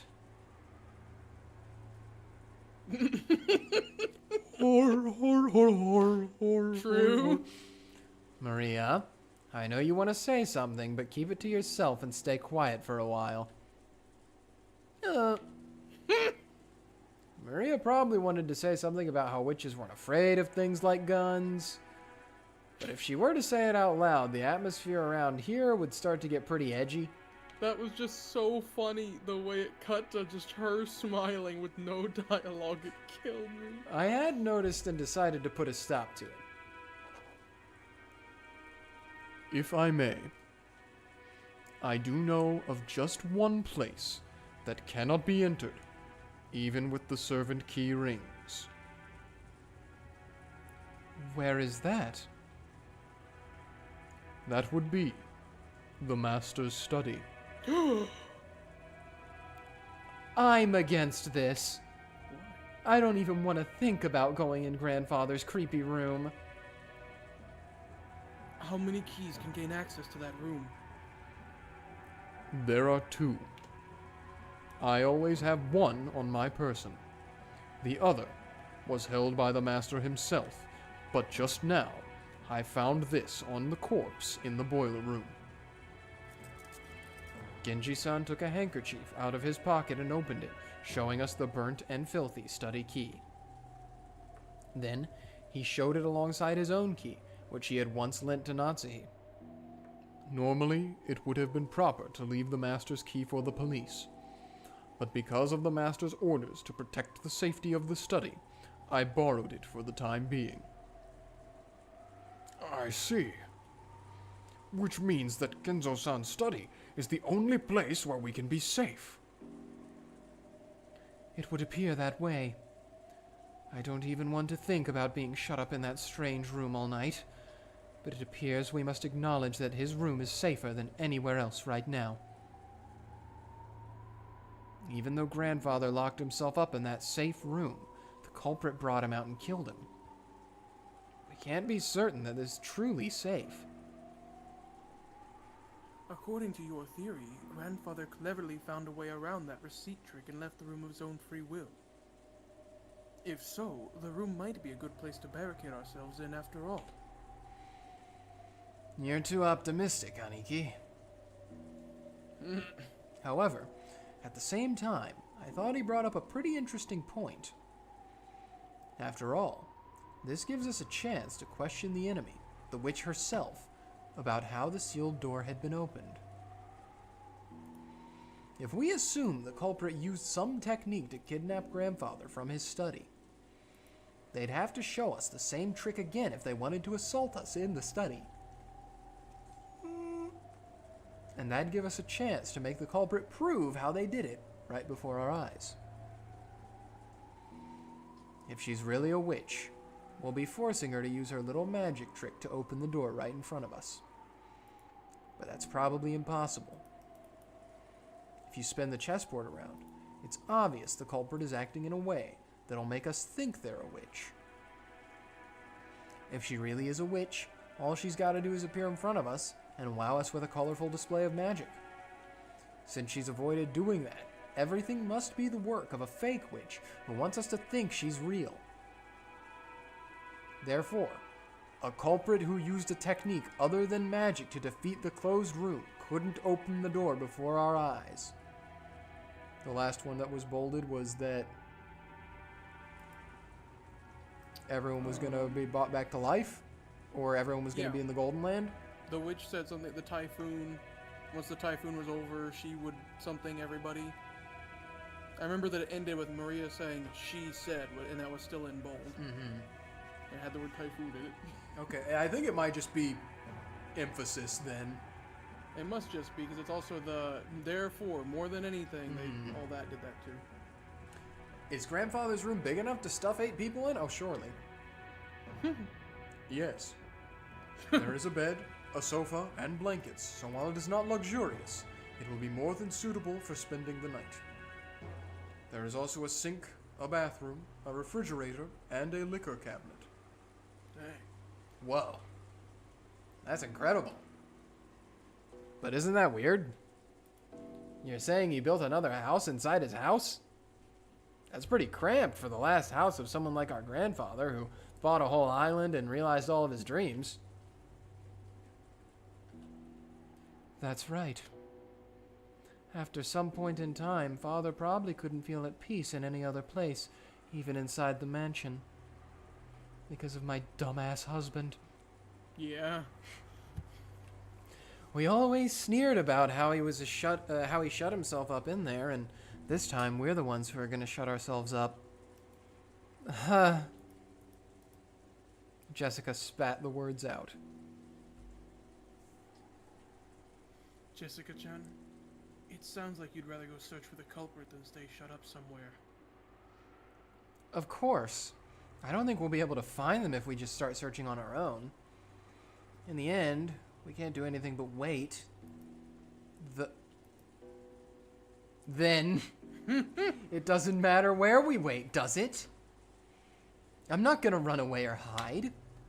Why don't we just take it easy in the parlor watching TV or something while we wait for this Beatrice-sama to appear? It's perfectly fine if she doesn't appear. There's no need for us to be the ones who expose the culprit. Well said. We shouldn't take needless risks before the police arrive. Thank you, Dr. Nanjo. I think we should move to Father's study. True, we have no proof that it's safe, since Father was taken out of there. However, I can't deny the possibility that, as Battler-kun reasoned, Grandfather left the study of his own accord and was attacked outside. A while back, I proposed that strange theory as a stopgap measure. But just as Aunt Eva said, even though that trick would be possible, I couldn't explain what motive could have made Grandfather sneak out of his own study in such a troublesome way. He hates all of you? Plus, Grandfather couldn't even have used that trick unless he knew that the receipt was wedged in the door. Aunt Eva hadn't pointed out that last part, but it's clear how absurd the theory was.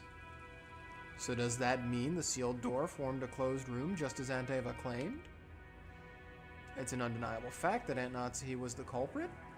Is it an undeniable fact that Aunt Natsuhi was the culprit? Or did Eva for a moment forget that she lied about the receipt being there and there never was a receipt there? Maybe.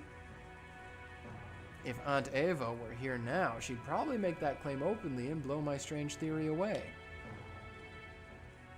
But anyway, I had to admit that a room with both a bed and a toilet that all 8 people could be shut up in, and with only 2 keys, both of which were gathered here, had to be the safest place in the mansion right now. At the very least, I figured this would be better than just staying shut up in the parlor and hoping nothing would go wrong. But wait, have we been safe only because we've been shut up in the parlor? What if leaving that room and moving to an unexplored location is actually more dangerous? Oh, it's useless. It's useless. It's all useless. My flimsy head is about to break out in a fever. If I keep spinning the chessboard around, right and wrong will keep switching places over and over, and I won't be able to believe anything. When it seems like the culprit of the is one of the 18, I want to believe in Beatrice. Oops. I accidentally opened a little thingy. A little thingy. Ah! A little menu. I pressed a button on my keyboard on accident. Because I was beating my fist when I was talking as Battler. He's getting into character. Folks, you won't get this anywhere else, I don't think. I've been doing it for a while. This is just the first time an accident has happened because of it. I will admit, if I had a face cam on, it would expose me so hard. I start wanting to find the culprit amid the 18. If that keeps spinning around forever, in the end, my thoughts won't have taken one step from where they started.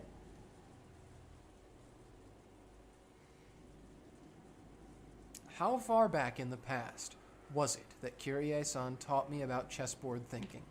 A day. That concept of examining the situation by spinning it around and thinking from the enemy's side, I seem to remember being so interested by it back then. I used it to guide all my thinking. By the way, Kyrie-san... What? Kyrie-san was Dad's co-worker back then. I never dreamed that she'd someday be added to our family. Okay. Didn't There we go. Kyrie-san tell me something once? No. She sure did, bud. I get the feeling she once said that while this chessboard thinking was one way to look at things, it certainly wasn't all powerful, and it wouldn't be good to rely on it too much. Oh God, what was her voice? You got this. Chessboard thinking is my own interpretation of something called game theory. Too soon. No way! Which I read about in a book long ago. It's a very interesting subject, so you should tackle it yourself when you get into college, Battler-kun. I really want... Oh, that's Battler. Fuck. I really want to try it! If I could study and perfect my chessboard thinking, it'd be fun to be able to read into any opponent's moves, wouldn't it? This did not happen earlier, right? This wasn't something that happened between the two of them? No, not in our real time, no. But you can't believe in it blindly. Game theory Come on. is a you very got deep this. and complicated subject. Oh, You can need do it. me a wife like this. Chessboard thinking is just my interpretation that skims the surface of game theory. In order to thoroughly read your opponent's moves like you're imagining, you need to study your opponent. Additionally, while chessboard theory is convenient and practical, it isn't perfect. It has many weak points despite its convenience. Weak points? yes. Chessboard thinking is found... Calm down. Is founded upon game theory. It wouldn't be getting me so bad if he didn't just announce that he was retiring. Yeah. When you thoroughly investigate game theory, it boils down to math. Do you know what the weak point of math is? It's noise. In math, when you write 1 plus 1 equals 2, that process will always result in 1 plus 1 equals 2 no matter how many billions of years pass. Nothing more, nothing less. That's because there's absolutely no noise mixed in. But for example, unlike math, the Japanese language has noise mixed in. Kanji are a good example. Old kanji and new kanji are slightly different, which represents an introduction of noise created by the changes between time periods. Isn't history the same? There are dozens of policies that seem foolish in the modern era, but were meaningful at some point in the past. Because the rules of chess are fixed, when a pair of experts are discussing one particular layout, it's possible they could reach the same conclusions, whether they're from 100 years in the past or 100 years in the future. Not true at all. Chess has changed several times over history. Nuh-uh. The queen used to not exist. But she's right there right now, and this picture's in black and white. It happened in like the 800s. However, if the rules of chess had gone through massive changes over time, it's possible that a discussion about the same layout would have changed as well. That's right. Events in the world of humans are normally full of noise. Aren't human emotions that way? Even if the exact same thing occurs more than once, there's no guarantee that humans will always act in a predictable fashion.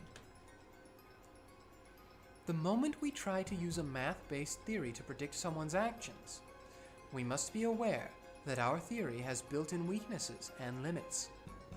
Simply put, chessboard thinking is extremely weak against noise and fickleness, as well as mistakes or incorrect knowledge. That's what I've been saying this entire time. What if the murderer is just a jackass? What if they're just mean? What if they're just fickle and don't like you? What if they made a mistake and you're not, and you're thinking they're a perfect murderer? That's right. Kyrie-san definitely said that.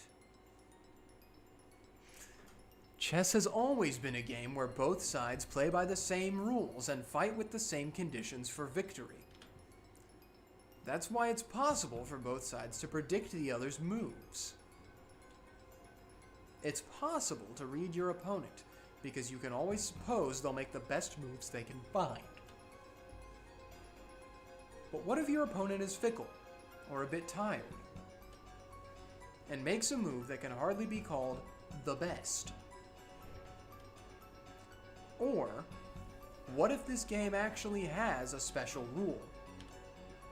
Some unknown thing that only the enemy knows about and can use.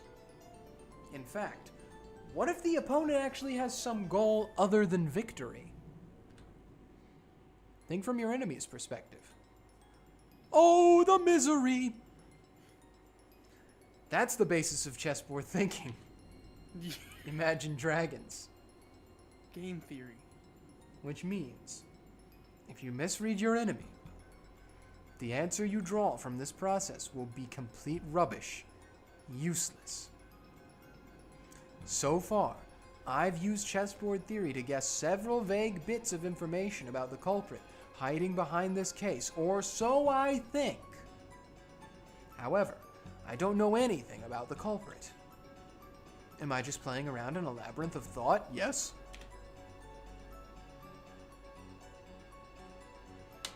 If Kyrie-san were here at a time like this, she'd probably be able to notice something with her much, much sharper thinking ability.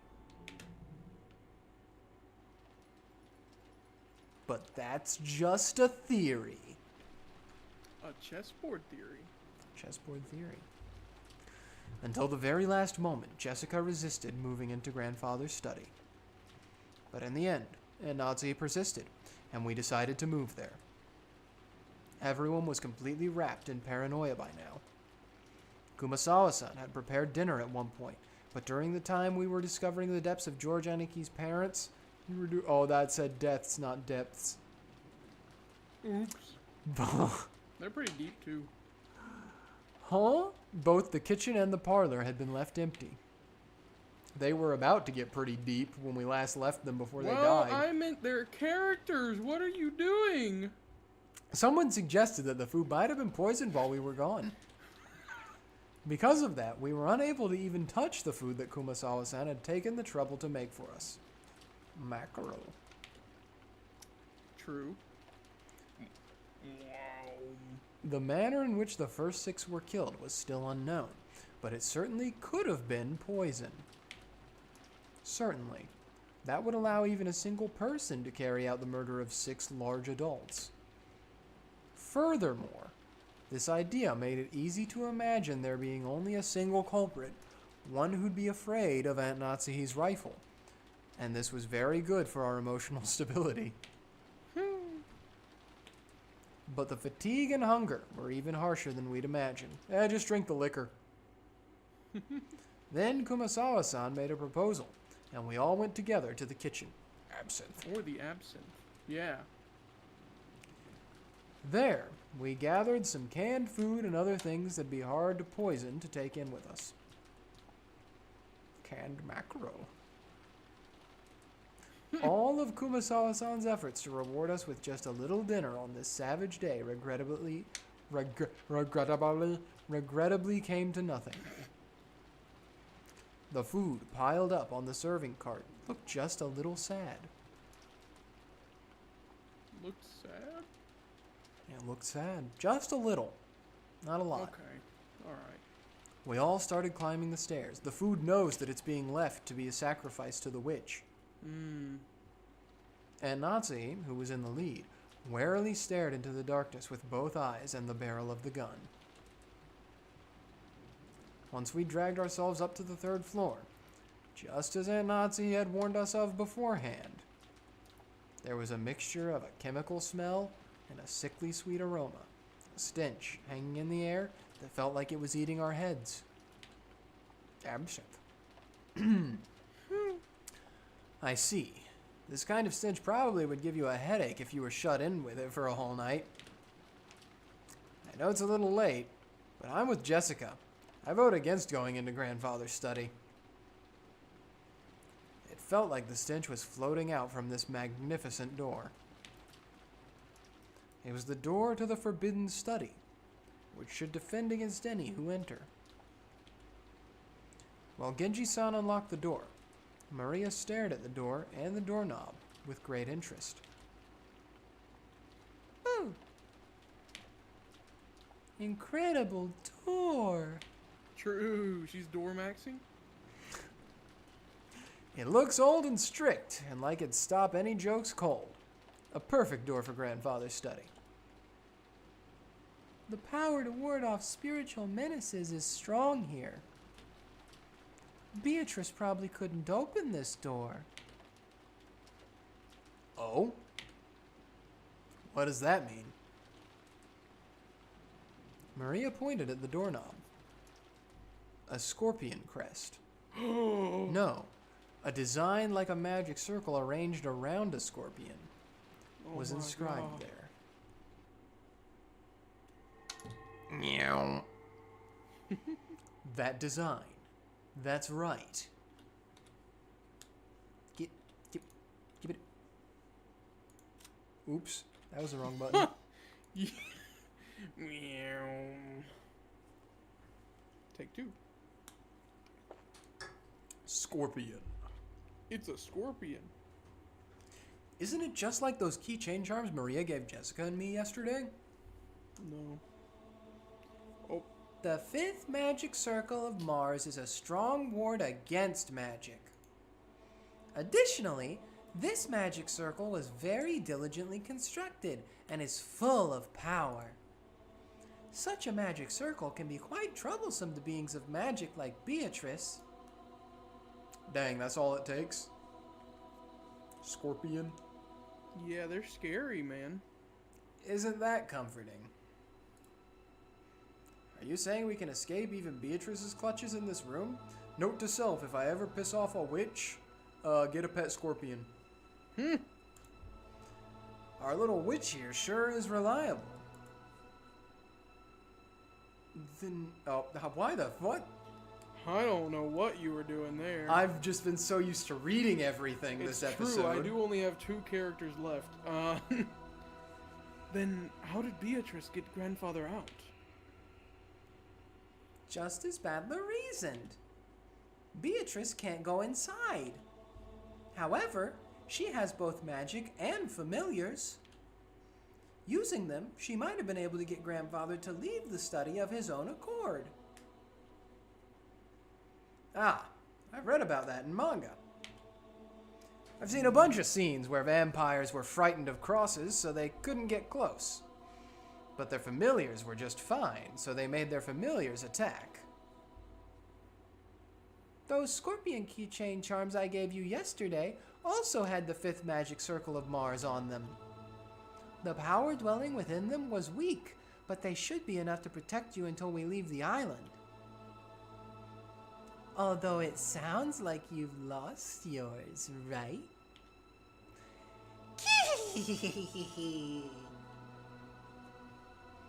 Scorpion keychain charms?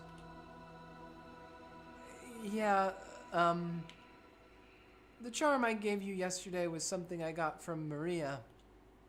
I heard it would repel magic if you put it on your doorknob, and at the time I thought maybe it'd be better if you had it. Is that so? I thought it was an odd thing for you to be carrying around. Aunt Natsuhi put that on her doorknob? Yes. Last night, after hearing about it from Jessica, I hung it from the doorknob on the inside of my door.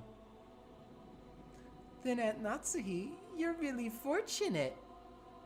If you did that, Beatrice probably couldn't even lay a finger on you yesterday. I think Beatrice must have been really annoyed. I'm starting to feel it in my throat. My throat's getting a little warm. Yeah. Beatrice? Annoyed? Couldn't lay one finger? Not one. Natsuhi thought back on that eerie scribble she'd seen that morning, as though someone had been tearing at the outside of her door with blood-soaked hands, and gasped in surprise. Could it be that this witch who called herself Beatrice tried to enter through the door to Natsuhi's own room? But the magic-repelling charm had been hanging from the inside, so she couldn't break through the door. So she was annoyed. So she scratched at it?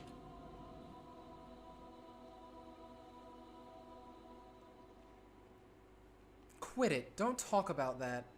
Witches don't exist. The culprit does. And they're a human just like us. If you need proof, why don't we dice her up and see if her blood's red? Damn it. Damn it. How could you do that to Kanon-kun?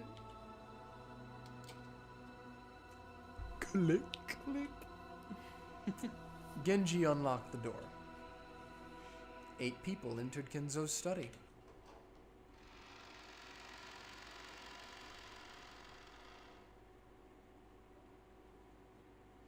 Grandfather's study. I'd heard rumors about it beforehand, so I wasn't that shocked. He had done nothing more than fortify it thoroughly with his occult hobbies. If Grandfather's hobby had been chasing after pop idols, these walls might be buried beneath idol posters. Okay. Even if I didn't understand it, I did realize that this room was a bundle of all his pastimes. Even so, I couldn't help but remain dumbfounded by the smell of his creepy medicine and the sweet stench that seemed to melt my head.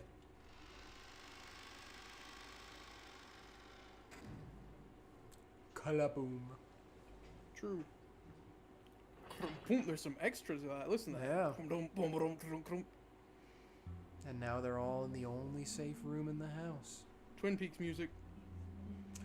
When the door was closed, it automatically made a clunk. I see. So this is the auto lock that's activated whenever the door is closed. And there were only 2 keys that could open this door from the outside, both of which were in this room. In other words, it had become a closed room. The shutter, the receipt, the chain, and now the auto lock. This 4th door had the most magnificent lock yet, and this was doubtlessly a closed room. Just to make absolutely sure that the room was secure, we checked all over for ways in or out. Wouldn't that be funny if they found a secret passage now? Yeah. The window was tightly locked.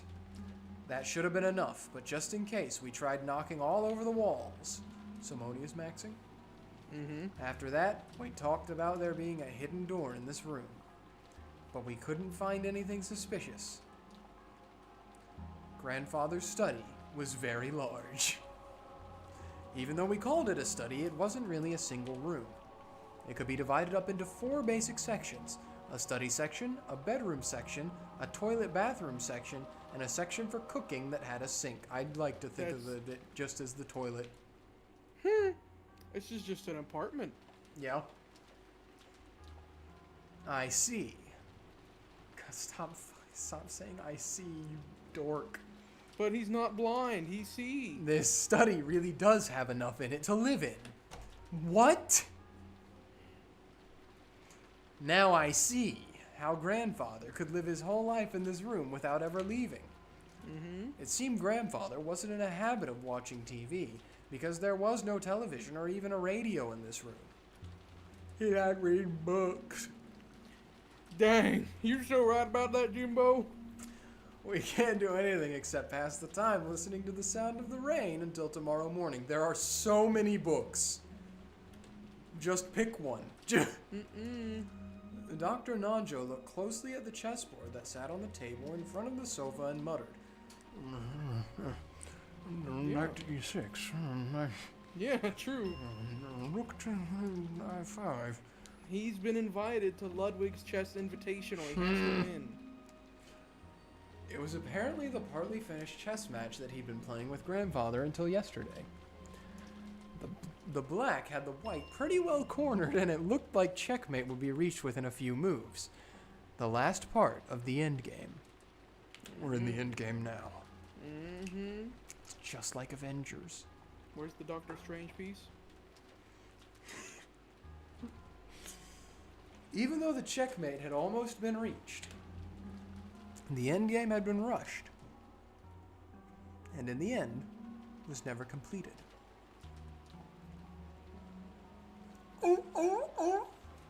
Dang, man.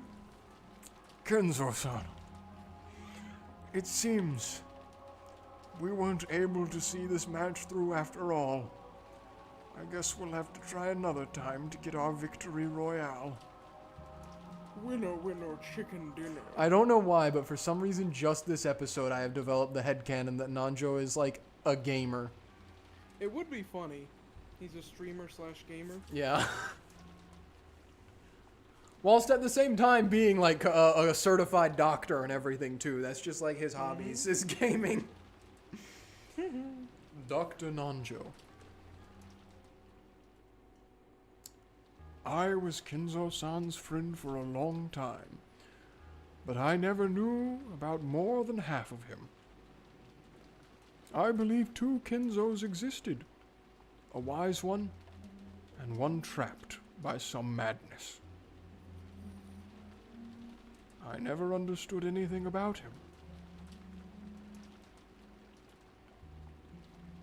Especially when it came to Beatrice-sama, it would seem like his personality changed. In the direction of Kumasawa-san's upward gaze, a portrait of Beatrice could be seen. It wasn't massive like the one hanging in the entrance hall, but small, made for this room. Grandfather had probably spent every day in this room, and so much of his time talking to the witch in that portrait. Yeah. Who was Beatrice to Grandfather in the first place? Right now, you couldn't just explain it away by saying it was a story made by the parents to frighten children away from wandering into the forest. Yeah. While eating the canned food we'd brought from the kitchen, we talked together about who Beatrice was. Whether the culprit was Beatrice herself, or someone pretending to be her. Whether they were a witch or a human. That was besides the point. The woman in this portrait was strongly related to the roots and background of this case. You couldn't talk about this case without talking about her. She alone? Above all heavens and earth? That's right. Mom, you picked up the culprit's letter in Aunt Eva's room, right? It was actually right outside. Yes. I still haven't opened it. Let's give it a try. Aunt Natsuhi took out that western envelope. Genji-san pulled a paper knife out of the drawer in the study desk and handed it to her. While watching her open it, George Aniki grimaced slightly. From McDonald's? Yes. After all, it was a letter that left at the site where his parents had been murdered. I just picture him like cringing so hard that his face morphs into grimace. This is where I watched my parents die, Battler. Yo, Grimace Shake! There was a good chance its contents would say something unbearable to Aniki. Aunt Natsuhi also seemed to realize that, so she glanced over the contents first without reading it aloud. Oh, gosh. I'm yawning so much. Yep. I didn't do it that time just for you. Thanks. So we were a little frightened that she might grimace after reading something shocking, but she just frowned unhappily. What does it say? There is one unpleasant sentence. It must be trying to provoke us. And Natsuhi, after deciding that the contents could be shown to the children, set it openly on the table. Everyone stared at it at the same time. Praise my name? What the hell? That's annoying. Huh. It's probably Beatrice declaring herself the victor. Dang. I can't do it. We're on YouTube. Well, actually, not just YouTube, but literally everywhere it says you're not allowed to say bad words anymore. That should be okay. I bet you were hoping another weird magic circle would show up. It wasn't a magic circle, but my expectations haven't been betrayed. What could it mean? I wonder if she wants to tout her own existence. That seems reasonable. With this letter, we know now that the author of last night's letter is the culprit. I think the identical envelope is more significant than what is written here. Without a doubt. This is the type of envelope and sealing wax that the master used.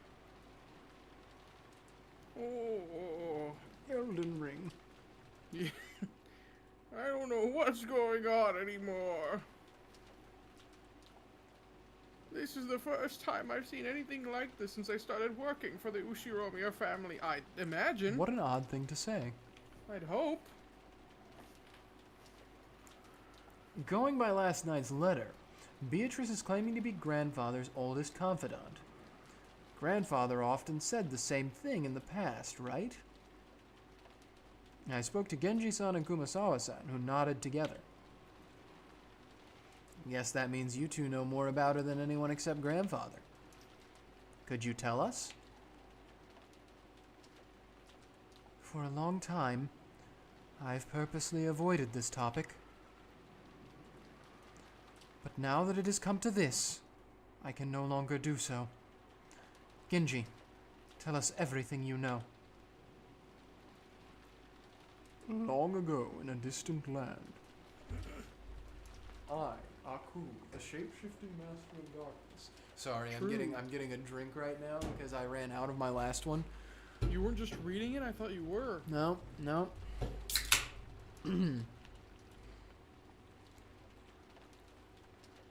Genji-san didn't answer.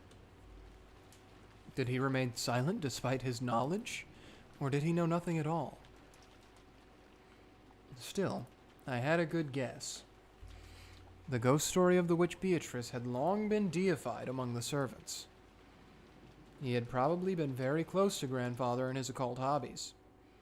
So there was a good chance that he'd been indoctrinated with even weirder things and had increasingly come to deify the witch.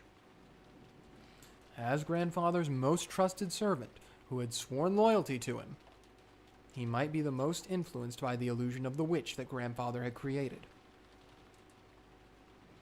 So there was only one reason for Genji-san to remain silent.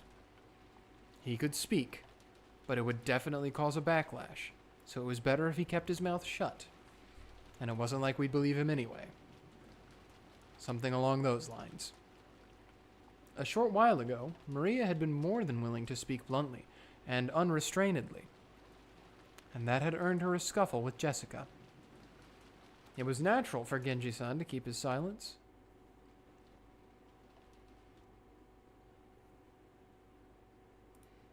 Was she Father's concubine? Ooh. His concubine. That could be possible. For ordinary poor people, polygamy isn't only viewed negatively from a moral perspective, it's also unmaintainable. It's also an unmaintainable financial situation. That's crazy. Not for normal poor people, Battler, for normal That's- people. For normal people across the That's board. Crazy. They said for normal poor people. Holy moly.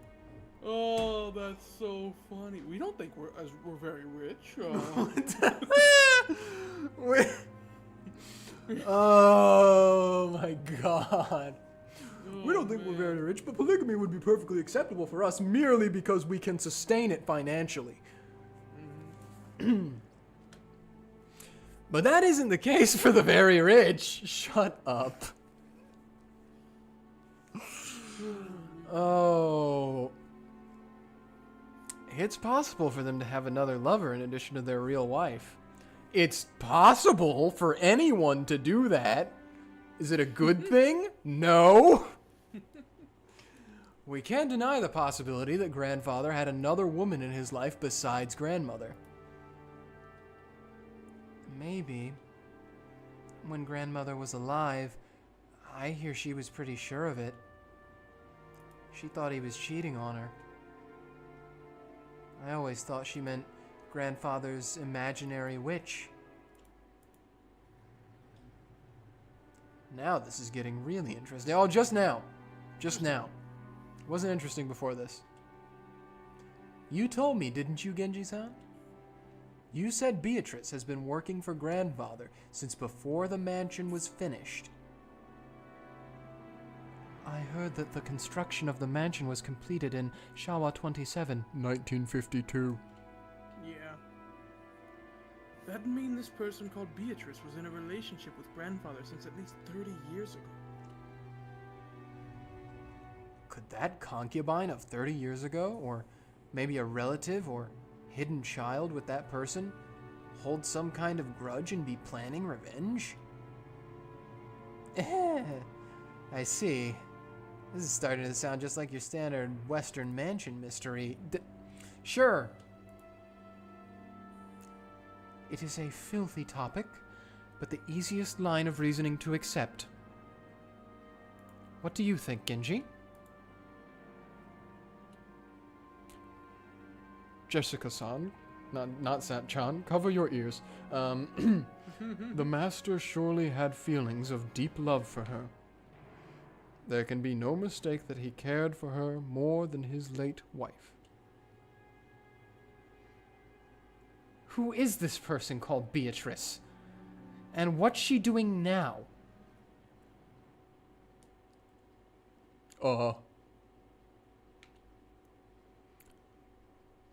I have heard that she passed away before the mansion was completed. It's Monster House. She's already dead? Yes. The master was deeply stricken by grief at her loss, and he devoted himself to the art of black magic as a means to revive her. The master loved Beatrice Sama from the bottom of his heart.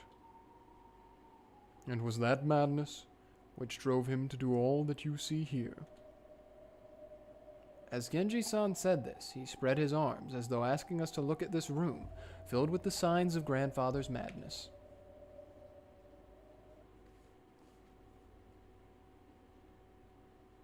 Happy, happy, happy. Chippy chippy choppa choppa. We were all at a loss for words. World End baby piano. Normally, black magic seems like it'd just be creepy, and it's really hard to imagine why someone might be so enraptured by it. Since Kinzo was just an eccentric who had restored the Ushiromiya family amidst his madness, nobody had tried to understand him.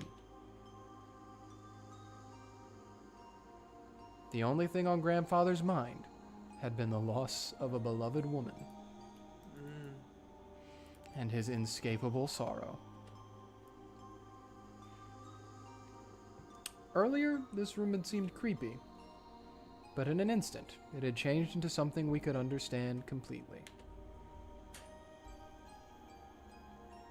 The creepy books, the magic circles, the medicine, all of it. It all existed simply because he wanted to revive the face of a single woman who had left this world over 30 years ago. Oh, he's Saint Germain. The master only told me about Beatrice Sama's story once, when he was very drunk. Although I have forgotten the details.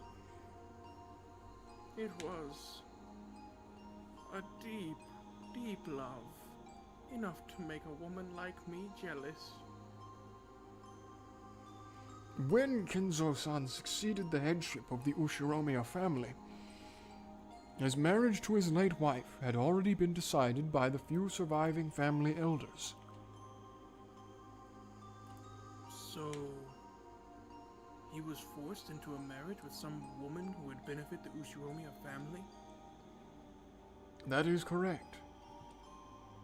Kinzo-san was installed as the head who would revive the family and had to bear the entirety of that heavy responsibility.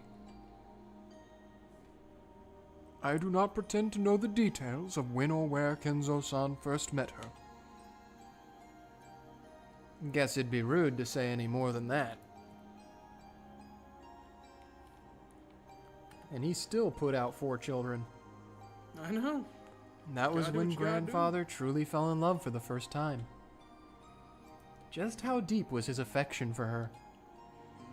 That was easy to see just by looking around us. This room was covered with piles upon piles of things having to do with black magic. And grandfather spent every day shut in here, immersed in his research and isolated from the outside world, never regretting 1 minute of it. You couldn't help but recognize the depths of grandfather's love for Beatrice. I had it all wrong, Genji-san. What do you mean by that? I've always thought that maybe you servants believe blindly in the witch because you were influenced by grandfather's creepy black magic hobby. But that's not how it was, right?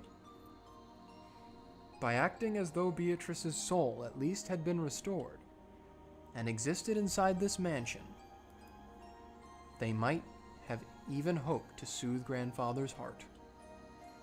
With closed eyes and the expression of one remembering something from the distant past, Genji had broken his long silence. In making that confession, he probably felt like he was betraying his one and only master in the most serious way, even though that person was already dead. Beatrice has revived as a witch, and she is in the mansion even now. Genji had said it, had believed it, had made people believe it, and would take that with him to the grave. This might have been the last service he could offer up to his master. The legend of the witch, the mysterious tale of Rokenjima that was still whispered of amongst the servants. Its true nature was a sad lie. Okay, but people are dead, though. People are still dead. You know what's more dead? Beatrice? Enzo's love life. No. It was an act of kindness towards grandfather, who had lost the person he loved above all else.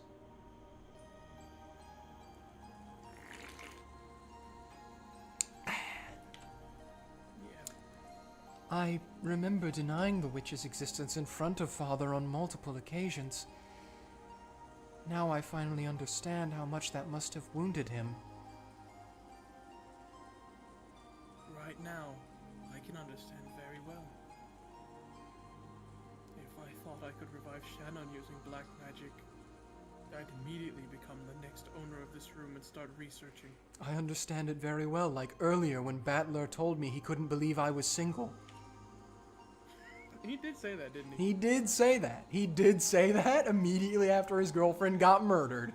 Yeah. That's Aniki. crazy. You trying to hit someone up? Another strand of tears dripped from George's eyes. Maybe his tears were infectious. Ew, cooties. Tears rose to Jessica's eyes too, and she sniffled. Oh no. Beatrice has said it. Very soon she will be able to revive people. You're not helping. You'll be able to meet them, she said. That wasn't in bold. She didn't say it. It was a lie. A lie will remain a lie.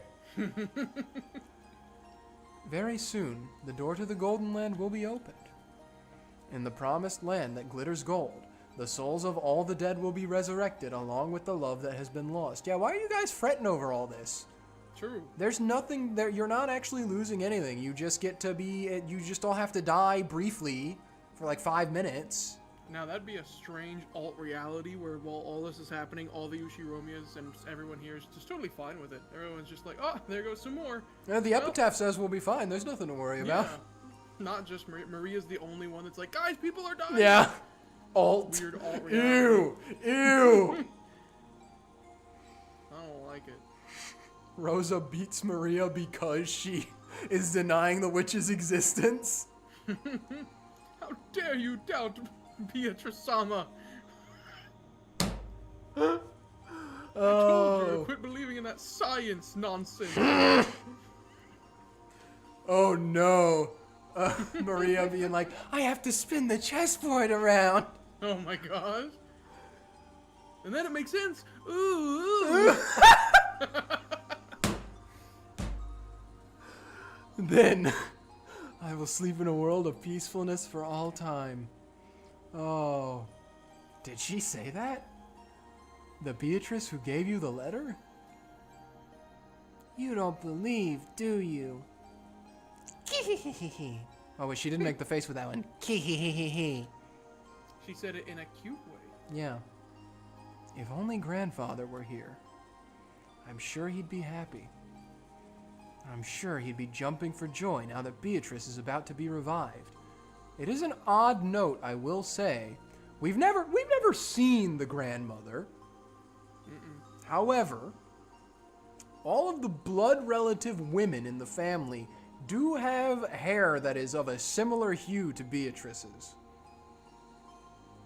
I suppose, yeah, it's all kind of derivative. All different, but derivative. Yeah. But we've Well, also the never rest of- seen Grandmama, so it could just be a coincidence. They also could have their hair dyed. We just don't know it. Every single one of them dyes their hair. We know for a fact Kyrie does. Oh, yeah. She's not a blood one, but still. Yeah. If only Grandfather were here, I'm sure he'd be happy. I'm sure he'd be jumping for joy now that Beatrice is about to be revived. In that case, I believe. If Grandfather gave up half of his life for this research, trying to resurrect the soul of the woman he loved and spending the rest of his life believing, I'll believe too. Battler. I need that emote. Maria. When you love a single woman for so long, the people around you catch on to it, and it becomes the truth. Maybe you could say they're just being polite for the sake of your feelings. But right here, now, I'd like to call that magic. It isn't just being polite. It really is magic. She's a witch. Hee. It looks like nobody can see Beatrice after all. Some time passed. As we listened to the sound of the rain and no longer cared that several people had been murdered because we had this revelation about Grandfather, we considered what kind of love and madness must have possessed the owner of this room as he spent half of his life here. Yeah. Oh. No glass. If you ask me as a woman, I'll ask you anything as a woman, then why Dang. I'd like to be understanding of Father's feelings of true love. It did leave Mother in an awkward position. I gotta thank God that Umineko's not popular because there aren't any cosplayers to be within a 500-mile radius of you.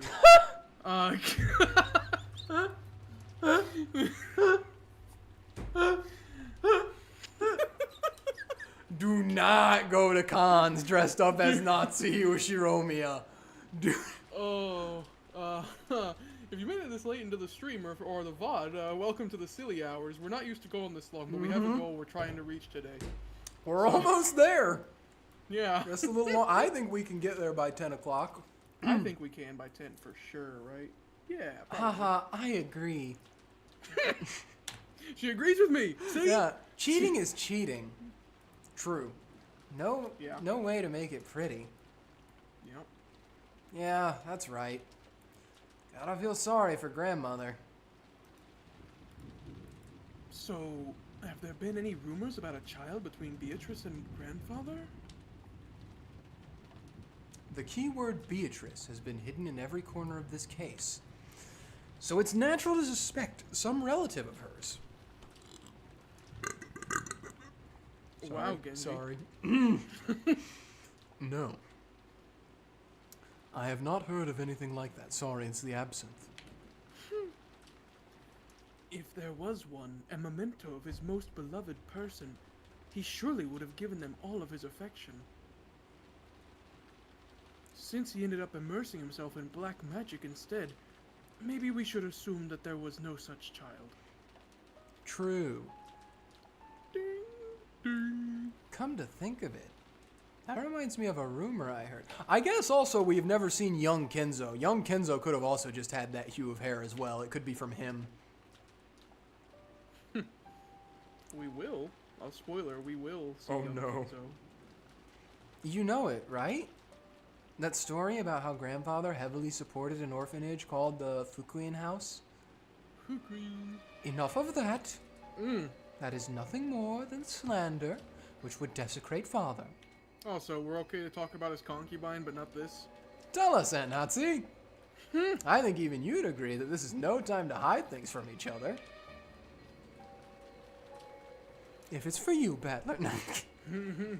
It's a worthless story. Father made massive donations to an orphanage and had the orphans employed as servants at the head family to give them some on-the-job experience.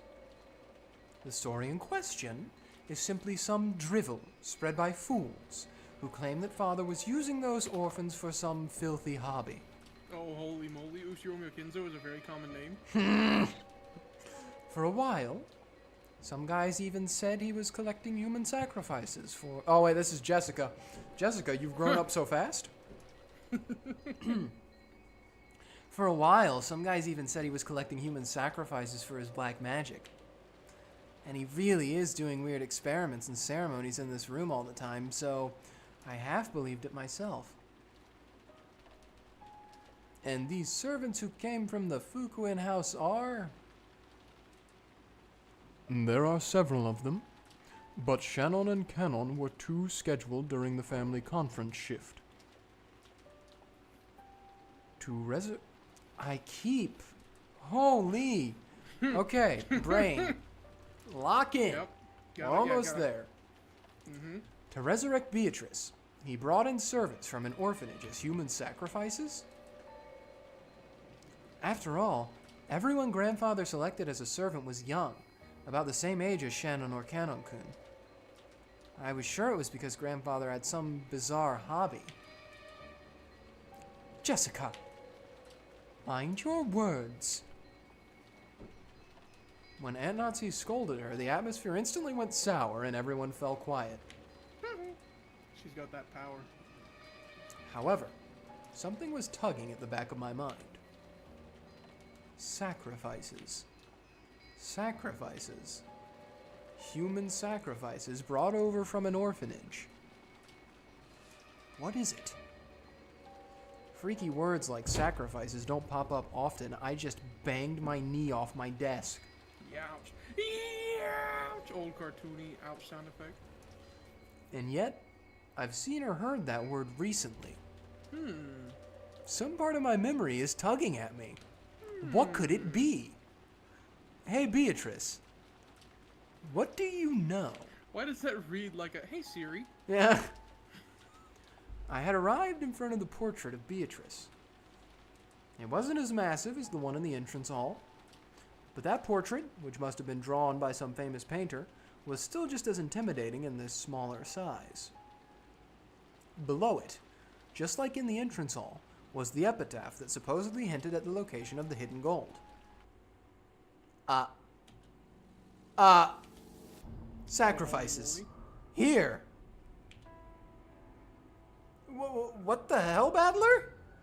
You're creeping me out. 6 sacrifices. Both of my eyes were as wide as plates. Everything's been predicted right there from the very beginning. No way. Song, quote unquote.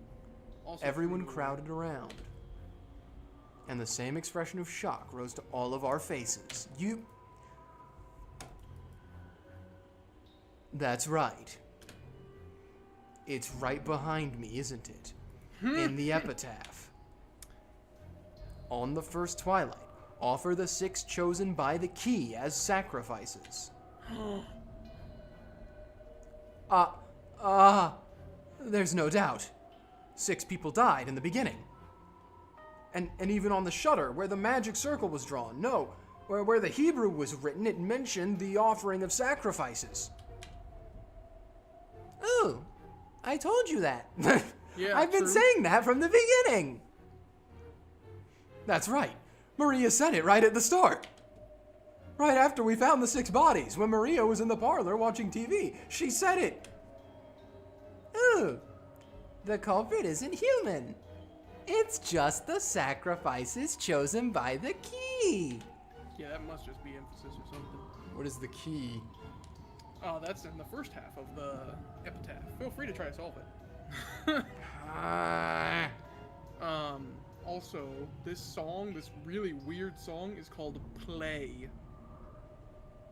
Play? Yeah, Play. So, that should make you feel good about this. This has nothing to do with the location of the hidden gold.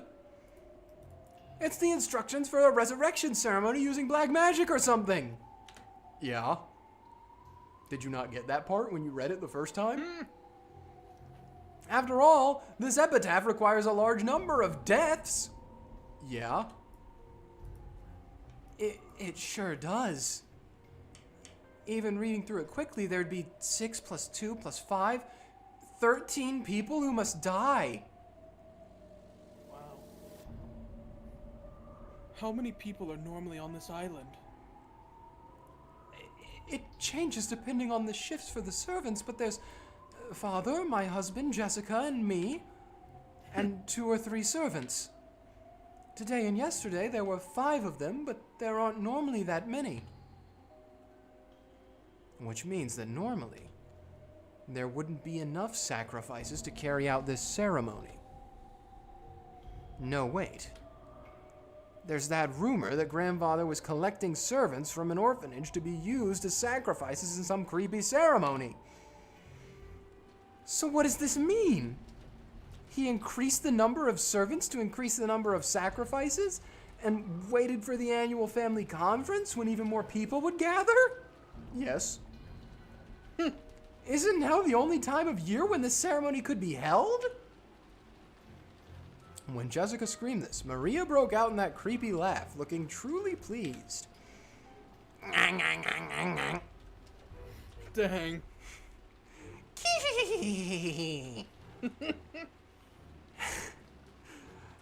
Haven't you ever heard of people making bets to test their fate? Like throwing a sandal and saying that if it lands right side up, tomorrow will be sunny. Wow. Or saying that tomorrow will be a good day if a coin lands heads up. There are many little superstitions like that. Sometimes when your luck is down and you get bored and you roll the dice and get 3 6s, you want to believe it's a portent of some miracle.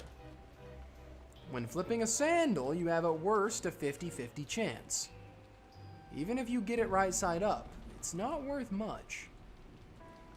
But if you carelessly roll 3 dice and they all come up 6, you might think it's a small miracle. Magic works the same way. You must pray earnestly for an extremely unlikely result. Like the Super Mario 64 speedrun. True, with the photon from Yeah. the sun. It's so extremely unlikely. It would that It should be was considered magic. A miracle. Yeah. Then the feelings from all those stored up prayers gain magical power and become incarnate. It happened when Kenzo and Nanjo were doing their Super Mario 64 speedrun. True. Do we know who did that speedrun? The magic that grandfather was trying to perform was probably like that. The key randomly selected sacrifices in a lottery. So, to reduce the chance that he himself was selected, he chose the day with the greatest number of people on the island to carry out the ceremony. Ridiculous!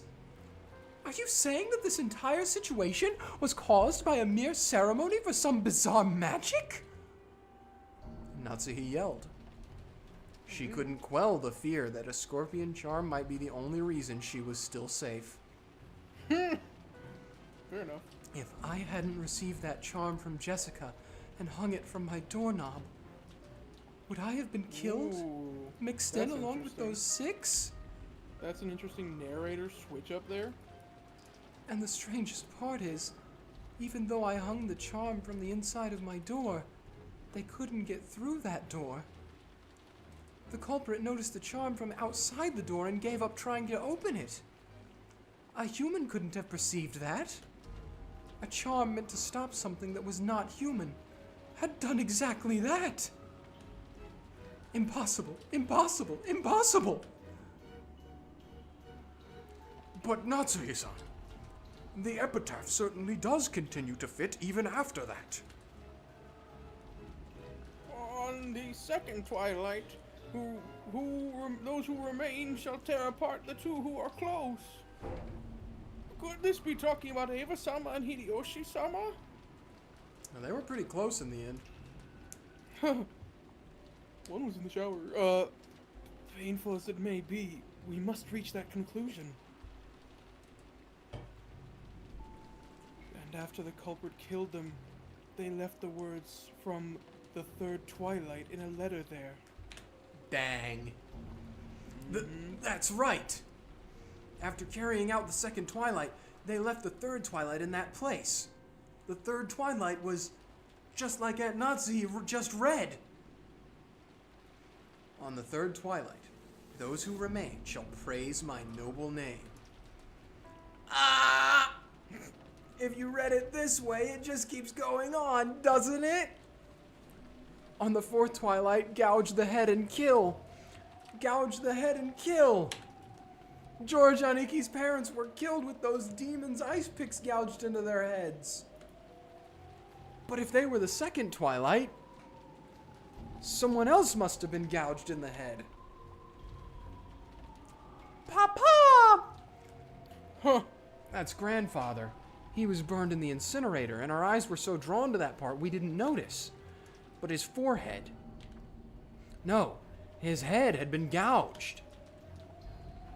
Grandfather was the victim of the fourth twilight? Then Kanon-kun was... On the fifth twilight, gouge the chest and kill. We thought Kanon-kun's case was an unexpected encounter with the culprit, but that's wrong. From the very beginning, they planned to lure someone out alone and drive something through their chest. If the culprit has followed the epitaph this far, does that mean 3 people still have to die? On the sixth twilight, gouge the stomach and kill. On the seventh twilight, gouge the knee and kill. On the eighth twilight, gouge the leg and kill. Yes. You could read it that way. Well, I wonder about that. After those 3 die, it reaches the ninth twilight. Take a look. Dang, we're getting it right up front and center. On the ninth twilight, the witch shall revive, and none shall be left alive. We're all gonna be killed by Beatrice. I don't get it. Wouldn't that mean everyone dies no matter how many people there are? What was grandfather after? Doesn't this mean the ceremony would kill him too, no matter what? It's okay if no one's left alive. On the 10th twilight, we finally arrive at the Golden Land. On the 10th twilight at Journey's End, you shall attain the power of the Golden Land's treasures once and for the last time. The witch shall praise the wise and bestow 4 treasures. Grandfather wasn't afraid of dying. Look at the second and third of the 4 treasures. One shall be the resurrection of all the dead souls. Exactly, there's nothing to worry about, guys. One shall be the resurrection of the love that was lost. You're gonna have a little sibling soon, George. So grandfather believed he would eventually be revived, even if he died partway through with his ceremony? Ridiculous! That's insane! When you die, it's over, right? The dead don't come back to life. Isn't that a miracle humanity's been chasing after for 1,000 years and still hasn't accomplished? Some people would disagree with you. So is this what it means? Something like you'll be able to meet them in the afterlife where they'll be restored? If what you're saying now is right, would that mean that grandfather, whose remaining life is slim and who's been driven mad by love, is committing suicide? No, a massive forced group suicide? Oh my gosh, they were right. They figured it out. Genji, is such a thing possible? I don't know. The master is a man who sometimes has the wisdom to see 1,000 years into the future. However, there are times when that appears to be nothing more than madness to commoners such as myself. Okay, should we take that for a yes? What do you say, Kumasawa-san?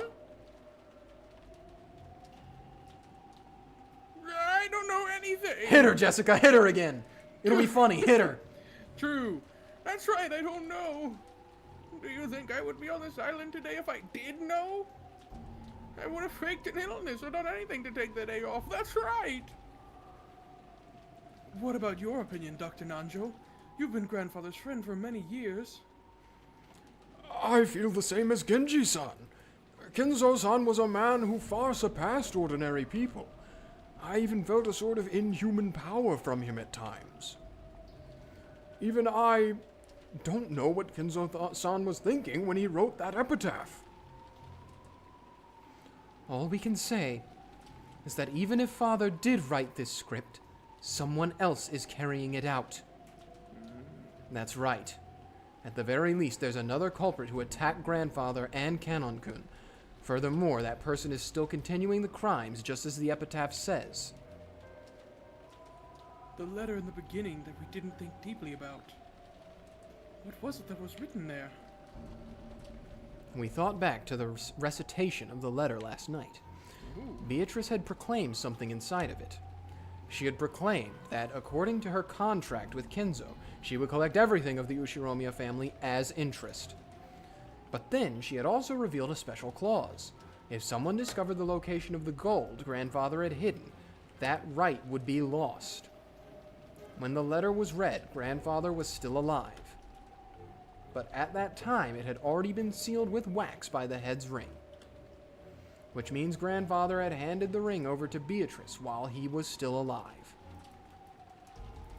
If we take a straightforward approach, maybe we should assume Beatrice is carrying out that strange contract with Grandfather, guaranteeing her that right.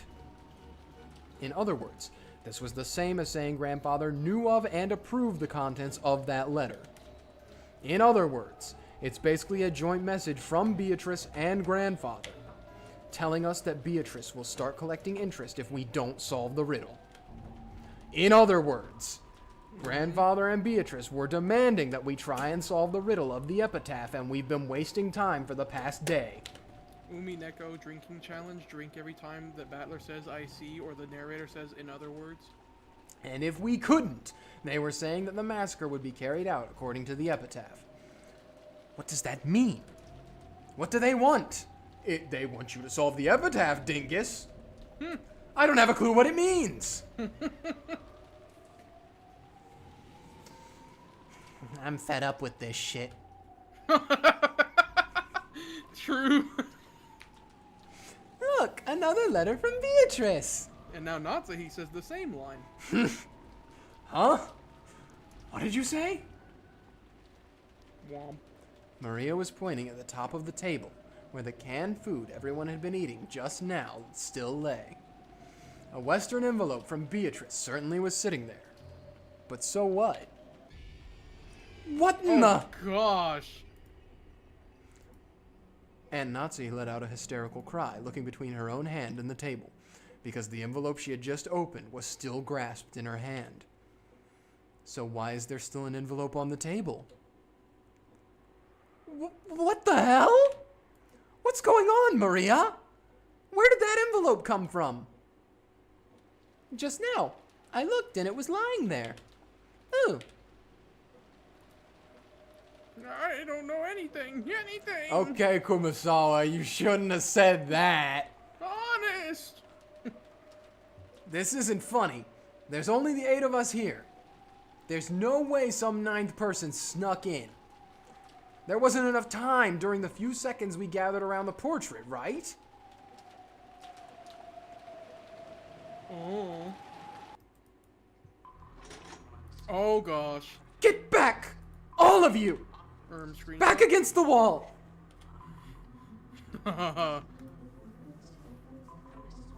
Oh, it's this song.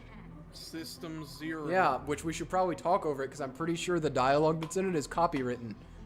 Oops. Alright, keep it going. I got my screenshot. I'm good. Okay. Back against the wall! And Natsuhi was pointing the rifle at Genji and the others, bellowing at them.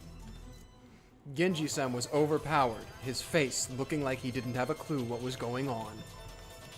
Of course, I felt the same. But a few moments late, I reached the same conclusion Aunt Natsuhi had. Until just a few seconds ago, there had been no letter like this on the table. And nobody entered this room. That means someone among us placed it there during the few seconds when everyone was looking away, preoccupied with the portrait. Battler-kun, open that envelope and read what's inside. Sure. I picked it up. It was still sealed with wax. Even without distributing its contents, I realized that this was an as-yet unopened envelope. An unknown envelope. Ooh, Without relying on a paper knife, I tore it open and pulled out the letter inside. dang. The contents were as follows. Are you enjoying the riddle of Kenzo-sama's epitaph?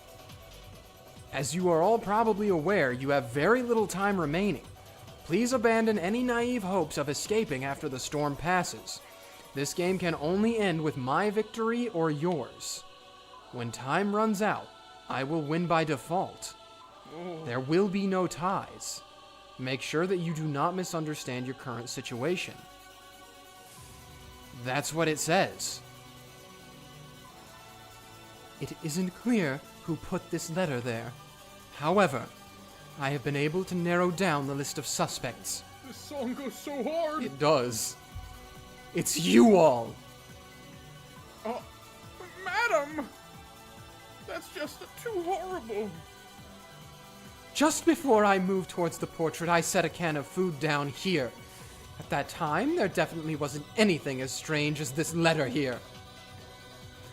And at that time, Jessica, George-kun, and Battler-kun were already in front of the portrait. And they didn't leave the spot in front of the portrait until the letter appeared. So the person who set that letter down is one of you four. Beatrice is here. Ooh. Oh, we aren't Beatrice. Beatrice exists. Here she goes again. Silence! Shoot the child! I don't know whether I should suspect one of you or all of you. But without a doubt, at least one among you is the culprit. Take no prisoners, kill them all, it's a good chance. That's right! There can't be a 19th person! There's no way witches exist! Even when Kanon-kun was killed, yeah, that could be explained if Kumasawa-san was the one who did it!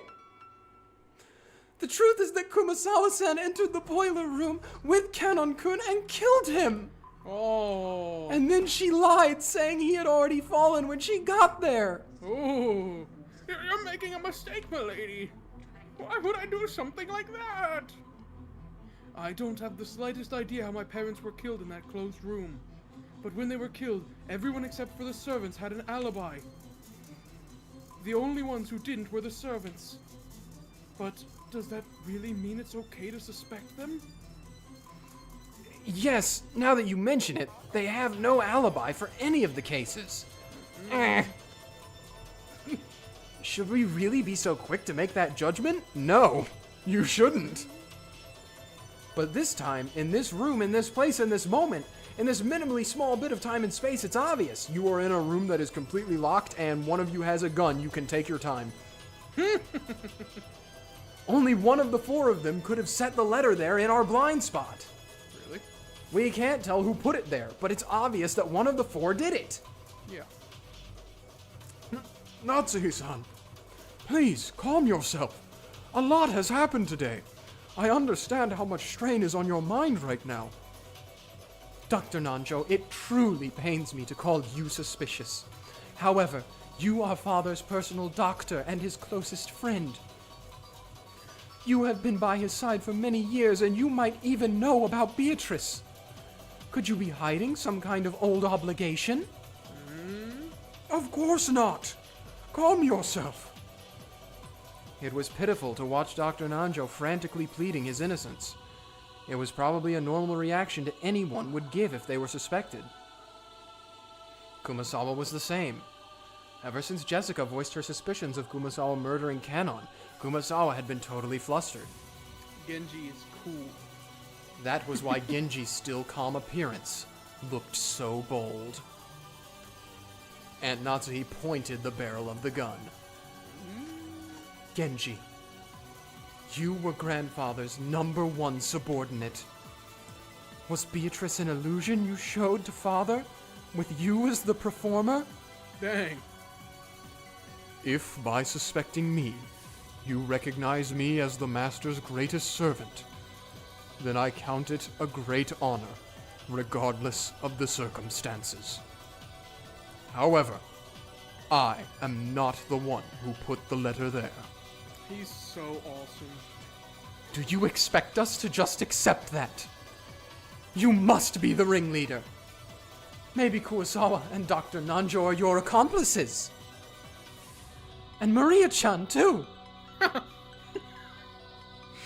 I'm fed up with this shit. True.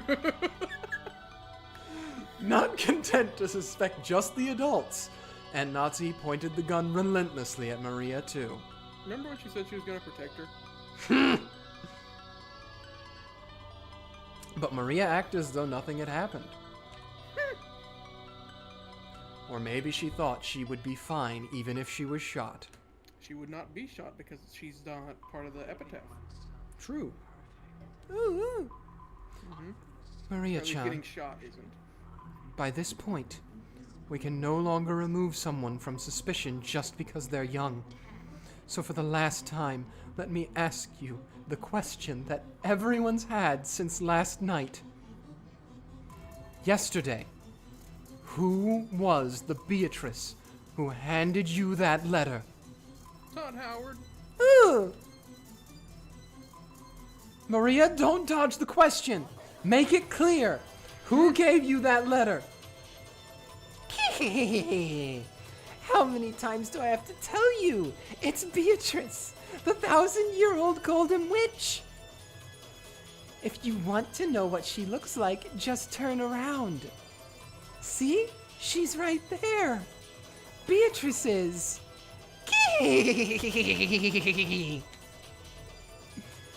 Don't mess with us, Maria!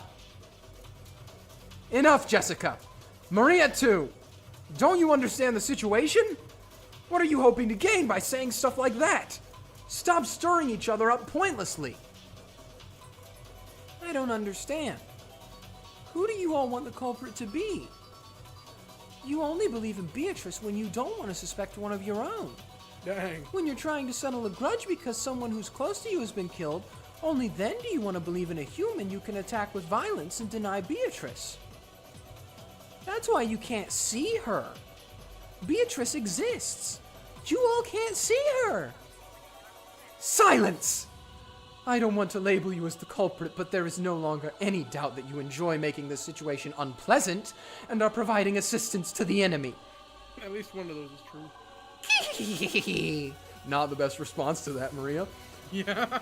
Then what will you do? Shoot me? I don't mind. Very soon the door to the Golden Land will be opened. Then all the dead will be resurrected. Right now, death is nothing to be afraid of. Oh my god. Oh, she's also a lot like Eva. What are you gonna do? Shoot me? Must run in the family. Yeah. Mom, she really is suspicious. We can't keep her with us. Shoot her! But Aunt Natsuhi, please calm down. There's no reason to shoot Maria. I disagree, George. Please remain composed. The letter was meant to provoke us, but it's nothing to be afraid of. Where we can't say the F word, but we can condone shooting Exactly. a child. Exactly. Even the culprit is scared of what will happen tomorrow. They're scared of the police. Right now, this island is free from the reach of the law, but that's only because it's isolated by this typhoon. Once the typhoon passes, the law will return. So you mustn't shoot. How can you stay so calm, George Nisan? One of these four is the culprit. No, maybe all four of them are working together. Yes, let's jump to conclusions, I think. How can you stay so calm when one of these four might be the culprit who killed your parents? Oh, I was moving my chair. Even I have the desire to find the culprit and kill them. But that would be simple barbarism. I will leave the judgment of crimes to the law. Chevrus No Maxim. matter how suspicious they are, you mustn't pull that trigger. I feel the same as George, Aniki. And Natsuhi, get a hold of yourself for a second. Anyway, it'd be bad to shoot. In times like this, I hear you should tilt your head back and say, "Stay cool," 3 times. I'm going to shoot you! No. True. Let me make this clear. Witches don't exist. Not on Rokenjima. Not in the Ushiromiya mansion.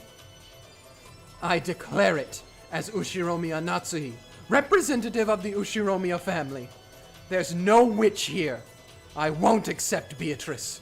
No matter what you're planning, I won't let you lay a finger on my daughter or the rest of them. That's my duty as a mother and as a representative to the family.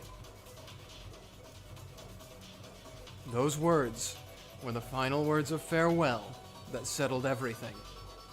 To protect her daughter, Aunt Natsuhi would regard any suspicious persons as an enemy. The only reason George, Aniki, and I were standing on this side was because, by coincidence, we had a clear alibi regarding the letter. If I hadn't approached the portrait, I would also be at the other end of that gun barrel, treated like a criminal. Yeah. But even though that part of me thought that, part of me was thinking that chasing all the suspicious people from this room would finally guarantee our safety. Genji-san and Kumasawa-san and Dr. Nanjo. All of them were on Grandfather's side. Maybe you could say that once Maria started blindly believing in Beatrice, she was also on Grandfather's side. That's right. They're all suspicious. But is this really okay? Man, this game of Among Us is getting intense. If we throw out all the suspicious ones in such a lawless way, will we still have the right to defy the lawlessness of the witch? Probably.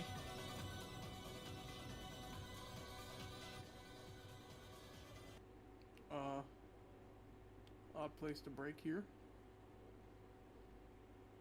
With the tension. And Natsuhi didn't tell them to leave with her own words. But with wordless pressure, she induced them to say that themselves. Because if Dr. Nanjo didn't say those words, this cold silence would surely continue forever. Calm yourself, Natsuhi-san. Still, I understand your feelings well. I myself feel like there's something wrong with my head after all of these strange, repeated incidents. So I understand why you want to suspect us. If you really have nothing to do with this, then my actions now would be beyond rude. However, please understand, just this once. Very well. Let's leave the room. What do you say, Genji-san? Shall we return to the parlor and continue our chess game? If that is what you wish, by all means.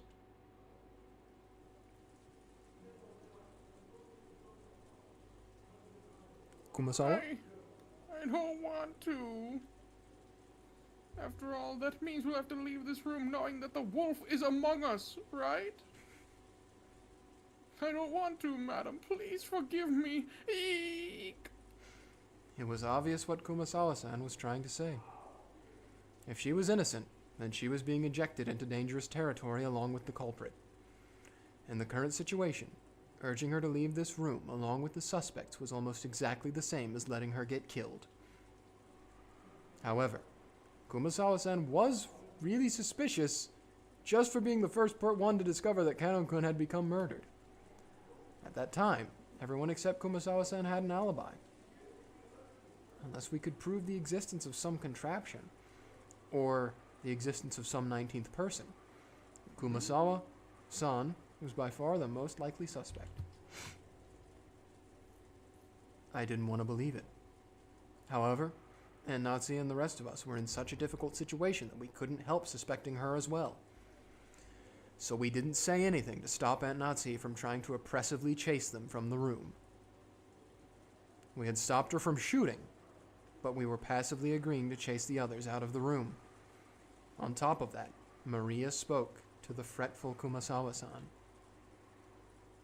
It's okay. Beatrice is kind to those who respect her. Oh, it's starting. I'm losing it a little bit. Yeah, but we're close. We're so close. You believe that Beatrice exists. So it'll definitely be okay. I'll watch TV in the parlor. Let's watch it together. It's so boring here without TV.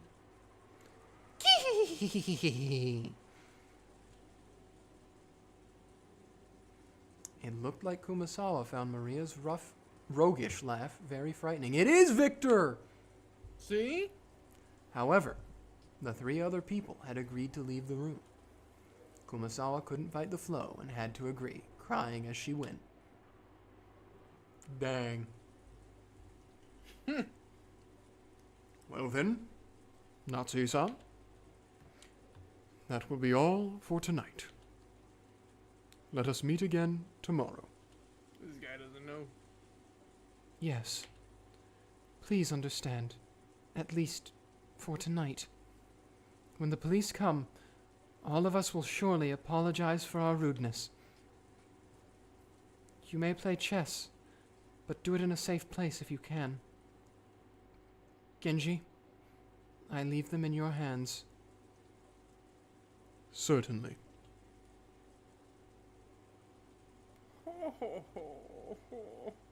It can't be helped, can it?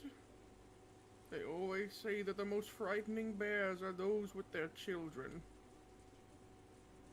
Genji, Kumasawa, my sincere apologies. Let us meet again tomorrow. Maria-chan too. Please forgive your cold aunt. Ooh, I forgive you. Ooh. Thanks. Madam, the keys to this room. I will hand both over to you. Genji-san pulled 2 golden keys from his pocket and handed them to Aunt Natsuhi. And I will also hand over my bundle of keys to the inside of the mansion. He took out a bundle of about 10 keys of various shapes and handed it over. To the servants, those keys were probably proof of their position. Being placed in charge of those keys meant that they were trusted, relied upon. When they were forced to return them, it meant they had lost that trust. Aww. Thinking about it this way, to Genji-san, who had worked here for a span of many years, there could be no greater shame. No. However, Genji-san's usual indifferent expression remained on his face. Genji, I had planned that after Father passed away, I would reward you for your many years of hard work and allow you to retire. To treat you like this makes me feel ashamed from the bottom of my heart. I have already received the Master's favor. Everything I have done until today has been in repayment for that. Please, do not worry over it. Based. True. Well then, shall we, everyone? Good night to you all. Ooh, good night. Good night to you too, Battler. Ooh. Maria, wait a sec. Knowledge of guilt made me call Maria back. I groped around in my pocket and took out that scorpion keychain. This repels magic, right? Wear it. Didn't you say you dropped it? Back then, I got ticked off and just bluffed that I'd lost it. There's no way I'd lose the precious charm you gave me. I'm fed up with... Maria silently took the charm. It was unbearable to say anything after that. Well then, everyone, good night to you. Any parting words from Kumasawa? No. We watched them leave, our expressions completely worn out, and we weren't even able to respond.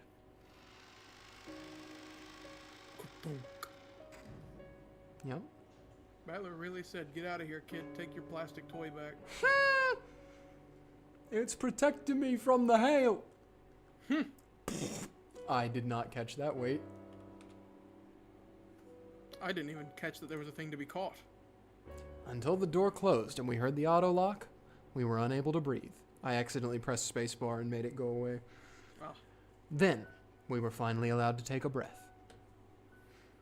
After that, I noticed that Beatrice's letter, which I had been gripping the whole time and which was soaked with my sweat, actually had 2 sheets. Dang. The paper had been tightly stuck together, so I'd mistakenly thought there was only one. There was no characters on the second sheet. The thing drawn there was a magic circle written with a red ink like blood. Just how every magic circle up until then had been different, this magic circle was one I'd never laid eyes on before. It's the Triforce! From Zelda! Yeah. Inside the circle, a large triangle and a small triangle were fit together in a simple design. But just as before, there was writing in Hebrew, and it seemed clear that it held some kind of meaning. I wanted to know what that could be, but we had just chased Maria, the only person who could understand the meaning of magic circles, out of the room. I thought of this magic circle as Beatrice's second message. What does this magic circle mean? Damn it. After chasing out all the suspicious people, all we had to do was stay barricaded here until morning and everything would probably be over. Once the typhoon is passed, when the seagulls cry, will everything be resolved? But the letter, which had unexpectedly appeared in the study, forced it to reject that naivete. It had made it very clear that if time ran out, it would mean the witch's victory. When time runs out, is the witch planning to take on the offensive? This time, is she planning to display some fearful magical power? Maybe something that could have been used to kill 6 adults at once? Wait, when is time supposed to run out anyways? I don't know anything. With this, we should finally be safe. Yeah. Finally. Definitely. Even as she said that, and Natsuhi couldn't stop gripping that rifle. There was no release in the tension of her expression. Poor Natsuhi. She's frigged up right now. Mm-hmm. Of course, none of us felt like breathing a sigh of relief. At least, not until we could hear the cry of the seagulls once more.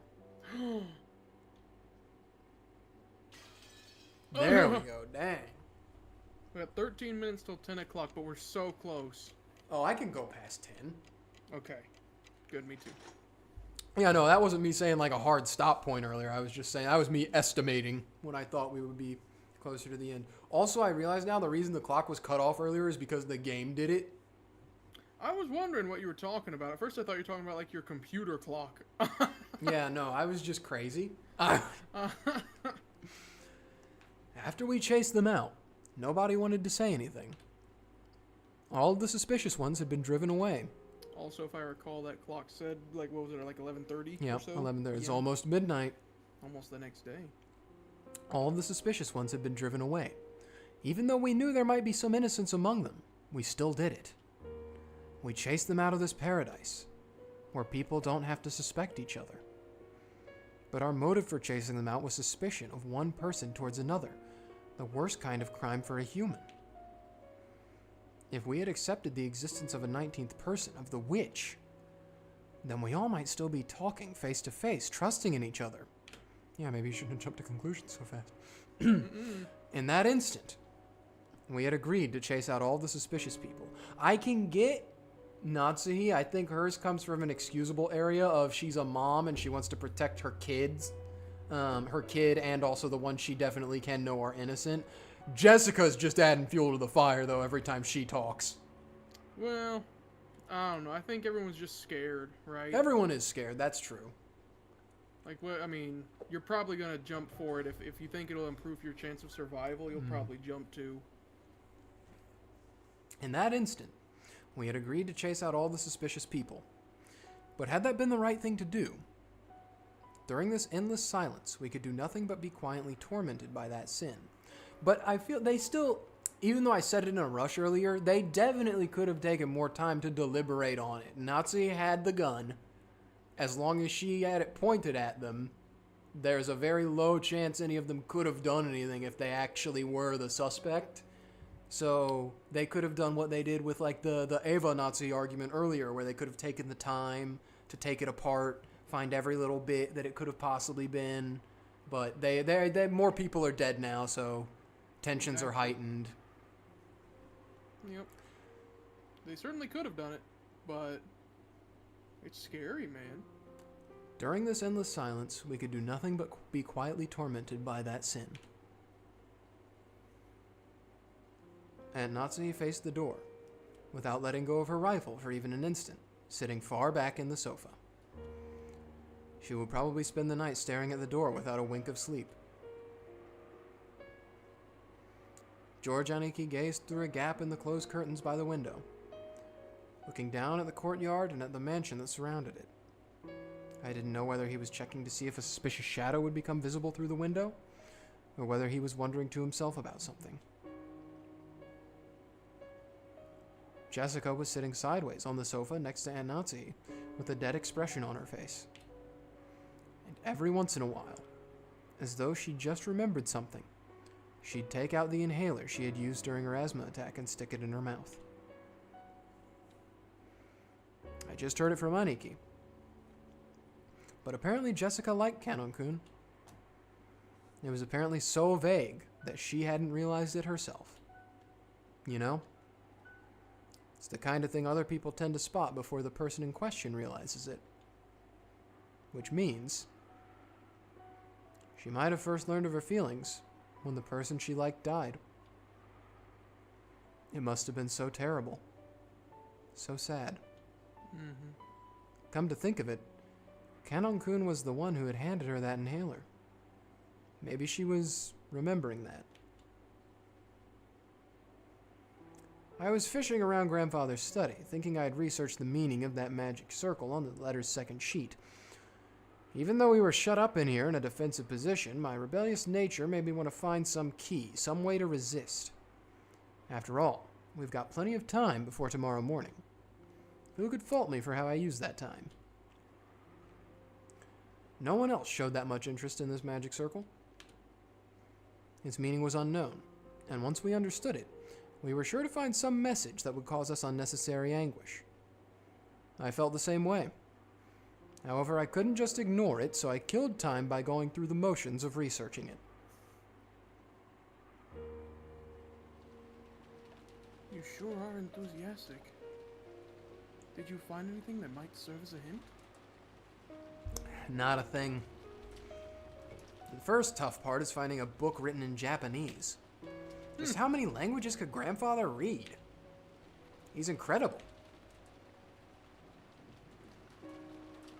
Aren't you tired, Battler-kun? You should take a rest while someone else stays awake. Aunt Natsuhi said she'd stay up all night for us, but there's no way her body can handle that. We should take turns sleeping. Then you sleep first, Aniki. I'll keep researching till I get sleepy. You mean that magic circle just now? No, quantum physics. Yeah. We've got plenty of time to kill.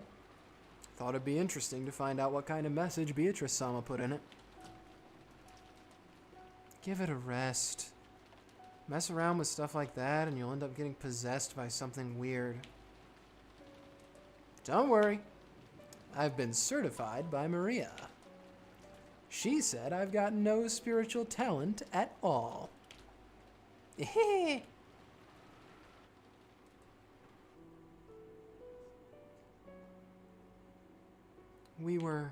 Were we? Too cruel to Maria? Jessica, you mustn't think that now. But Mom, if Maria wasn't involved and there's a culprit besides her, then she's obviously a soft target for the murderer. If she's killed because of this, then we've just left her to die. A gloomy silence settled once again. It looked like Jessica regretted letting her emotions take hold of her and snapping at Maria. She's always been like that. Always acting tough and regretting it later. I understand how you feel, but Maria was in close contact with the culprit, and she might have been siding with them, talking like that over and over to further confuse matters. I am relieved that we chased them out. It's pretty harsh, Aunt Natsuhi. Couldn't it just have been the nonsense of a 9-year-old girl? It probably wasn't very convincing to hear that coming from me. I myself thought Maria was creepy on several occasions, even doubting her true nature. And when Maria was chased out of this room, I couldn't deny I'd felt some relief. What was I saying again? If that's the case, then tomorrow we will apologize for what we did. I will take full responsibility for chasing them out of this room. This isn't something the rest of you have to worry about. I could feel a tragic determination in Aunt Natsuhi's words. To protect her own daughter, she had resolutely chased out the suspicious ones. And if, as a result, she had to watch the people who had unfortunately been suspected die, so be it. She was prepared to take full responsibility. Why does Maria have to keep saying stuff like that? She's bringing about her own ruin. I think the reason Maria-chan adores witches and magic so much might be Aunt Rosa. Aunt Rosa? What does she have to do with this? Didn't you realize it too, Battler-kun? Maria-chan's real father ran off somewhere a long time ago. Although Aunt Rosa tried to confuse the issue by saying he's on a foreign business trip. Talking about Rosa-san's family has become a kind of taboo in the Ushiromiya family. I think Aunt Rosa thought about remarrying. But I also believe Maria-chan may have become her shackles and made that quite difficult. After all, she sometimes got really emotional and hit Maria-chan. I agree with you there. It looked like Aunt Rosa was trying hard to like Maria. Which means that she didn't really like her. She might have thought of Maria as someone who stood in the way of her remarrying. I think that emotional rejection from her mother must have left some deep scars on her young heart. So she learned about this occult hobby from somewhere and immersed herself in it to bury the holes in her heart. Did you know? To Maria-chan, the image of a witch isn't negative at all. What? I know, shocking. Remember yesterday, at the beach, when she showed us her notebook? Yeah. It was full of all those fun-looking scribbles. Yesterday, when we were down by the beach, doubting the witch, Maria got all riled up and started explaining about witches. And not one of the pages had shown a scribble of an ugly witch. They were all brightly colored, beautiful, cute witches who looked like they were having fun. There was absolutely nothing sinister about them, like a boy might have imagined. They were beings adorned with beautiful dresses who could grant anyone's dreams with their mysterious magic and who made everyone happy. The sorrow of not being loved by her mother. Had Maria sought help from witches as beings who could give her happiness and save her? Someday, a witch would come, and using her wonderful magic, would bring Maria happiness. Even though she believed that, as she grew older, she had to face reality as her fleeting dreams were sliced to ribbons, one by one. If something claiming to be the Witch of Rokenjima appeared in front of a girl like that, whispering that she'd take Maria to the Golden Land, where Maria could be happy,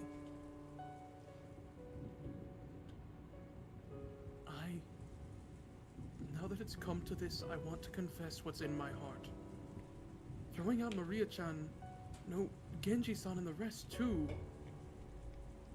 was probably the wrong thing to do, I think. It wasn't pleasant. Since Jessica had been the one to face them and slam them with words of rejection, her conscience must be tormenting her a lot right now. Then, how do you all explain that letter? No one could have said it there except the 4 people standing behind us. I made sure of that with my own eyes. If those 4 are innocent, how was that letter placed in a closed room with 8 people? That's right. When you put it that way, those 4 really do seem suspicious. But it's all useless. It's all useless. Useless? What is? Right. It might not be worth anything anymore, but let me spin the chessboard around again. Woo-woo. In other words, if one of those 4 really was the culprit, isn't that weird? See, this is what I'm talking about. That's right. Wasn't setting that letter openly on the table the same as confessing that one of them was the culprit? You're right, that's weird. If they were going to do it, you'd think they'd put it in the crack of the door, for example, to make it look like someone had slipped it in from outside. Of course, they should have known that they'd be suspected if they didn't make it look like the culprit was outside the room. Yeah, that's it exactly.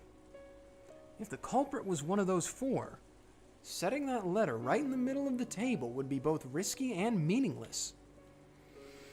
But putting aside whatever trick was used to set it there, if we assume that the culprit is someone other than those 4, in other words, someone who was outside the room, then they had a lot to gain from that letter. Enough, Battler-kun. It's meaningless to discuss such matters now. Natsuhi-san quickly guessed what I was getting at. No, maybe she had thought of it long before I had, and had simply held her tongue. If the culprit's outside the room, then they'd be totally stuck the moment we shut ourselves up in a closed room like this. That's right. It's the same as my theory about how Grandfather disappeared from this room, isn't it? That theory was that Grandfather left the room of his own accord. If the culprit used some tactic to lure him out, and Grandfather left of his own accord, then... Come to think of it, when we found the scorpion magic circle on the doorknob to the study, Maria said it herself. Beatrice couldn't get through this door, but she could induce someone to leave of their own accord. Which would mean we fell for the culprit's trap completely and sent out some new potential sacrifices. Oops. Genji and the rest aren't fools. When they try to protect themselves, they should find the next safest place after this room. They will definitely be able to hide themselves there. Aunt Natsuhi hadn't answered the question. Aunt Natsuhi herself had realized that if the culprit wasn't in our group back then, that letter would make sense as a trap. However, it wasn't worth the risk of calling back the people she had once thrown out. To Aunt Natsuhi right now, her greatest and only duty was to protect the children. By her thinking, in order to do that, a few sacrifices were unavoidable. Hey, Aunt Natsuhi, let me say something a little harsh, okay? At that time, what if, by coincidence, Jessica had also been standing behind you? Would you have chased Jessica from the room too? It's true that a lot of brutal things have happened. But as a mother, you thought you should protect your daughter no matter what. Because of that duty, you chased them out even though you knew that you'd eventually be held responsible for it. It's not like I'm condemning that. But,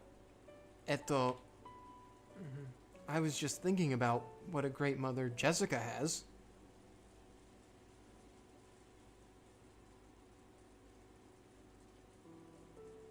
George-kun? Huh? Isn't he asleep? He was. That's He right. woke up just for this. Yeah. As far as I'm concerned, there's only one person I'm voicing so far, True. so I'm just so used to you, like, reading me to sleep right now. A nice That's bedtime right. story. You've been dealing with these incidents since morning, and you've been pulling all of us along this whole time without losing your composure. If you were all confused too, the rest of us would probably be in the culprit's grasp by now. So I think we all have to thank you. Omedetou? That's exactly what I was thinking of, too. Thank you. So, what you two are trying to say is that you want her to act as Maria's mother, too? Huh? Yeah, that's exactly what I'm saying. And Kumasawa. I think Nazi's with us on this one. I always thought of Maria as a real little sister and adored her, Little sister. and yet a few things happened and we got a little confused, and I've said a lot of mean things to her, hurting her. I don't think she's that hurt. Not nearly as bad as what her actual mother said. Yeah. Mom, please, let's stay together with Maria. No, everyone. There was no culprit among us. The culprit in this case is the witch Beatrice, okay? Dang, Maria really is spot on with the when it's someone, when you don't want it to be a family member, it's Beatrice. When you want to hurt someone, it's everyone here. Yep. So let's stop suspecting each other. Should have done that a day and a half ago.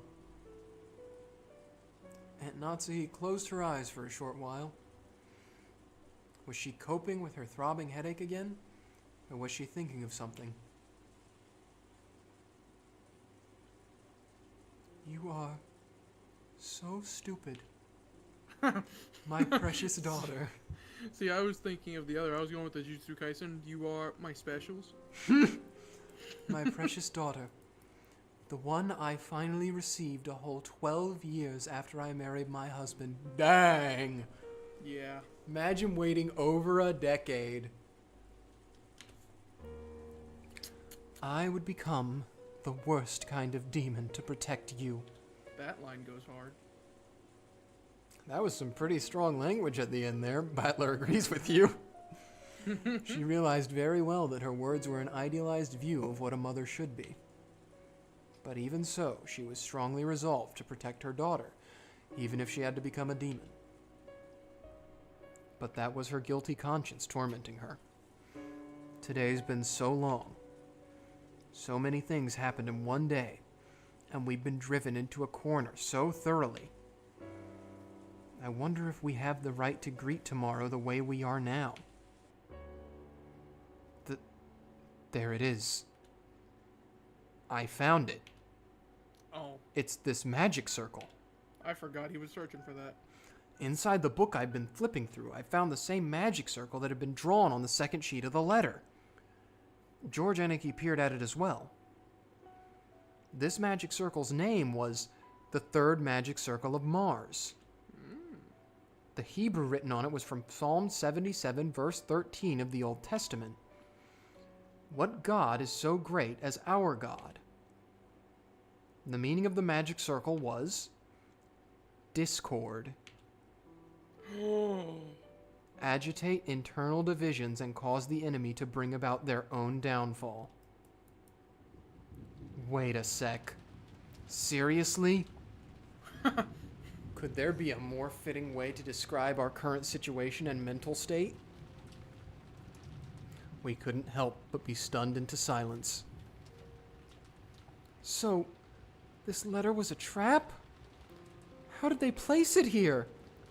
There wasn't anyone in this room except for the 8 of us, right?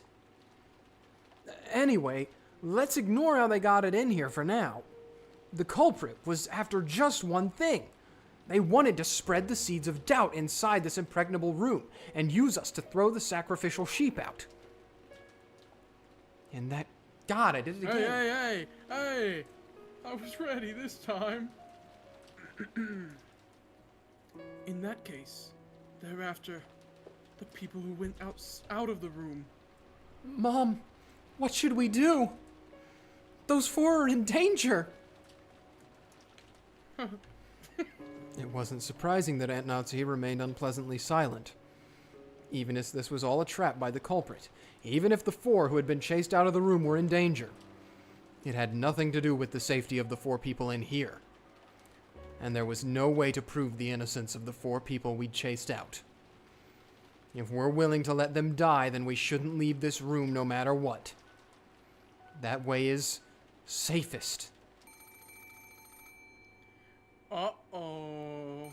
At that time, suddenly, the piercing sound of a phone rang through the room. It was the antique extension phone set on the table in Grandfather's study. Who didn't put their phone on silent? It had rung right after we started talking about the letter being a trap. It was natural we'd think of it as an SOS from the ones we'd chased out. But then Aunt Natsuhi spoke. Why a phone call? The phone should be broken down and unusable. That doesn't matter. If that's Maria calling for help. If the problem with the phones was the culprit's work in the first place, then this call is probably... With that one sentence, the ring of the phone, which had once sounded like a scream for help, now started to sound like a ghastly lure from some unknown person. Aunt Natsuhi hesitated over whether to pick up the receiver. Let's pick it up, Aunt Natsuhi. I heard you. Yeah. The phones might have been fixed for some reason. It could still be an urgent call for Maria-chan and the rest. That's right. And if it actually is a call from the culprit, bring it on. Why don't we listen to what they've got to say? It's just a phone call. No matter what they babble through the receiver, it's not like it's gonna hurt you. If you don't pick it up, then I will. I will take it. Hello? I stretched out my hand to take the receiver, but Aunt Natsuhi grabbed it before I could reach. We all held our breath, trying to figure out who the person on the other end of the phone was. Is this a turn-on dialogue moment? Soon. But for a while, Aunt Natsuhi kept saying hello. A silent phone call? There's no way Maria and the others would do something so creepy. Which means... could this phone call possibly really be? Natsuhi stopped repeating hello and strained her ears. I believe this part happens normally, but when we... next scene, we'll probably need it on or want it on. Because she thought she heard something far away on the other end of the receiver. What was that? Huh? Is someone...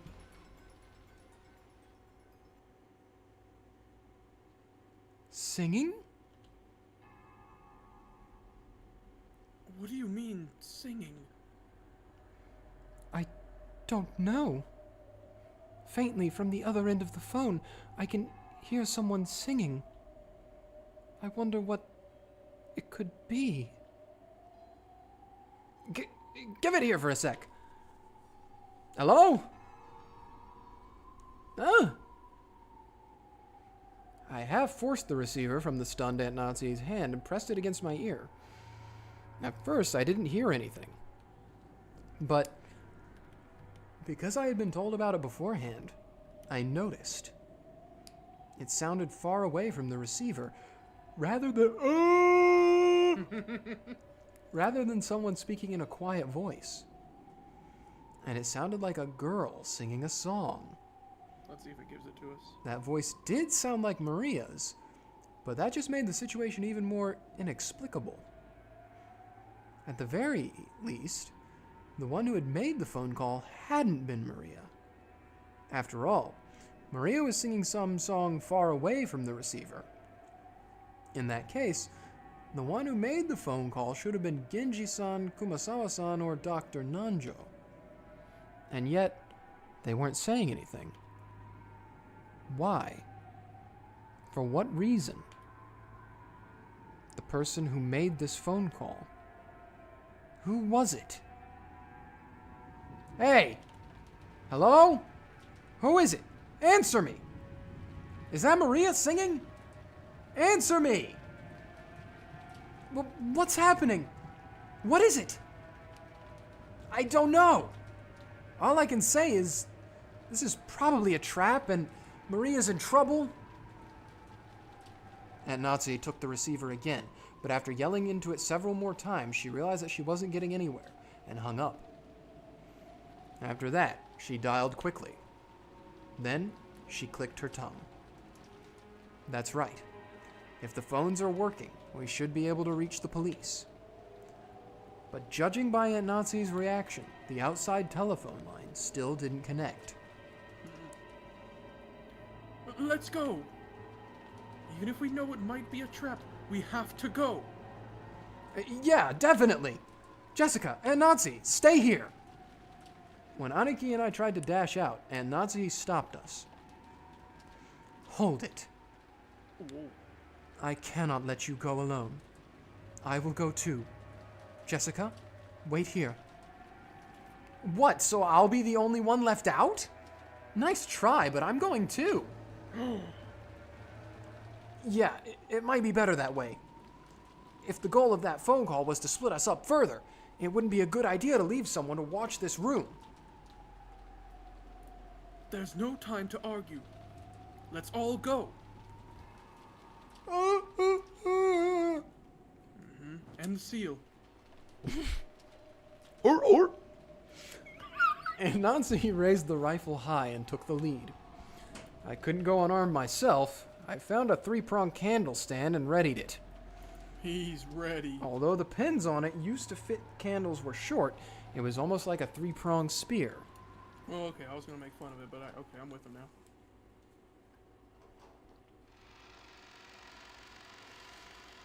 They exited. Then, the 4 of us left the study.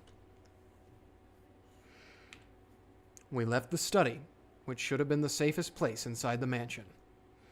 By doing this, we had been lured out, even though we had barricaded ourselves in a safe, closed room. Perhaps we were doing exactly the same thing Grandfather had done when he disappeared from that room. Maria! Ooh, Where are you? Answer me! weird music. I listened closely, but didn't hear anything. The mansion was vast, and since the passing typhoon was making its last stand, the sound of the rain was even noisier than before. Sorry, I was double checking. That's the same theme as the Canon theme, Close My Heart. Maria-chan said she wanted to watch TV in the parlor, right? Let's try going downstairs. That's right. Let's try there. Everyone, be mindful of your surroundings. Yeah! Thanks for your contribution, Badler. True. With Aunt Natsuhi in the center, her rifle readied and her finger on the trigger, we moved in a group, our backs together, checking our surroundings in all directions. It was just as though the magic of the magic circle designed to spread discord had worked. We had split up, and furthermore had been dragged out into dangerous territory. In other words, even now, we were doing just what the culprit wanted us to do. This was a separate world where it wouldn't be odd for anything to suddenly occur. And Natsuhi nervously pointed the barrel of the gun at every dark spot and shadow. It felt like that motion was out of fear rather than caution. But the rifle she held in her hand should have been a trump card that the culprit feared. You know, I've been thinking. It wouldn't be impossible to stick one of those ice picks into someone's chest like in Kanankun's case. But splitting the skull and sticking them into the forehead, like in my parents' case, wouldn't be that easy. You think the culprit had that kind of animal strength? They probably had some kind of weapon, a device that can shoot or pound in those ice picks. The handle is too short to be driven in that deeply by a human strength alone. Either way, they have enough force to break through a skull. I hear Kanon's wound reached as far as his lungs. If you happen to see your opponent, don't go forwards. You mustn't move away from my back. Just how sinister and frightening was the weapon that could shoot those creepy ice picks? And could I do anything to combat it with just this candle stand in my hand? In the first murder, the culprit probably assaulted all 4 of our parents at once as they discussed the inheritance problem in the dining hall. And there were 4 of us here now. Apparently, I wasn't the only person thinking this. George Aniki, Jessica, and of course, Aunt Natsuhi were stretching their senses to the utmost limit in the highest and worst state of tension, slowly advancing one step, then another. What have we done? Because of the seeds of doubt spread by that one letter, we threw Maria and the rest into the middle of this terrifying world.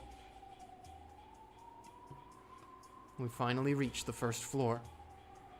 The parlor was just across the hall. When we listened carefully, we could hear it faintly.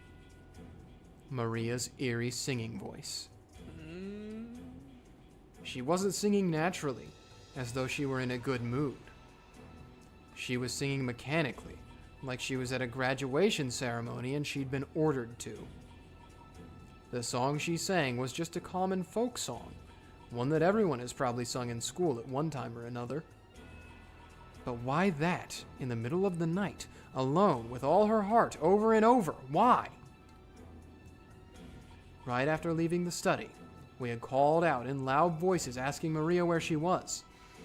But this time, no one said even a single word. We hid our breath and the sound of our footsteps, and intensely focused on our surroundings to the point of being completely high-strung. We stepped forward. It's OST. Yeah, it is.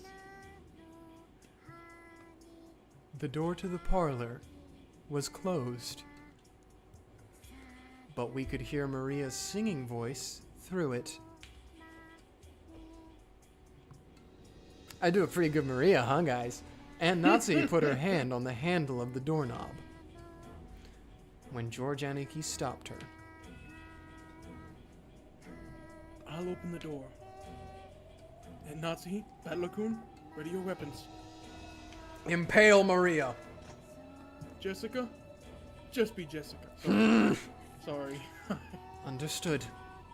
Take care. They might attack as soon as we open it.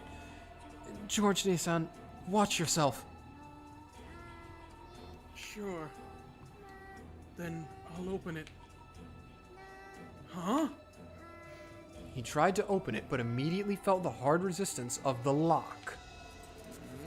And Natsuhi took the bundle of keys from her pocket and gave them to George. There were about 10 keys, and none of us had a clue which was which. Because of this, George had to fumble around loudly and test several of the keys. Since we had hidden our footsteps, preparing to make a surprise attack on the room, this felt almost fatal. The whole time, we could hear Maria's voice from the parlor, singing the same song over and over. It was like a broken, crazy cassette tape. We've been in that room almost constantly since morning. All the frightening things had occurred outside that room that had left us with the impression that only this room was safe. That baseless impression was quickly falling apart. It's open. Thank you. George-kun, Jessica, move behind me. Aunt Natsuhi, let's jump in at the same time and split up in different directions. If we just stand around after opening the door, those ice picks might fly right through the center. I agree. Ready? No. I really wish I could say no. I readied myself. If they're gonna be throwing ice picks, I'll whack them with this candle stand. Whack his peak. Go! Aunt Natsuhi and I rammed into the door before flying into the parlor. quickly splitting up left and right, and searching the parlor for someone who might be waiting for us. But what our eyes landed upon was an incredibly strange sight.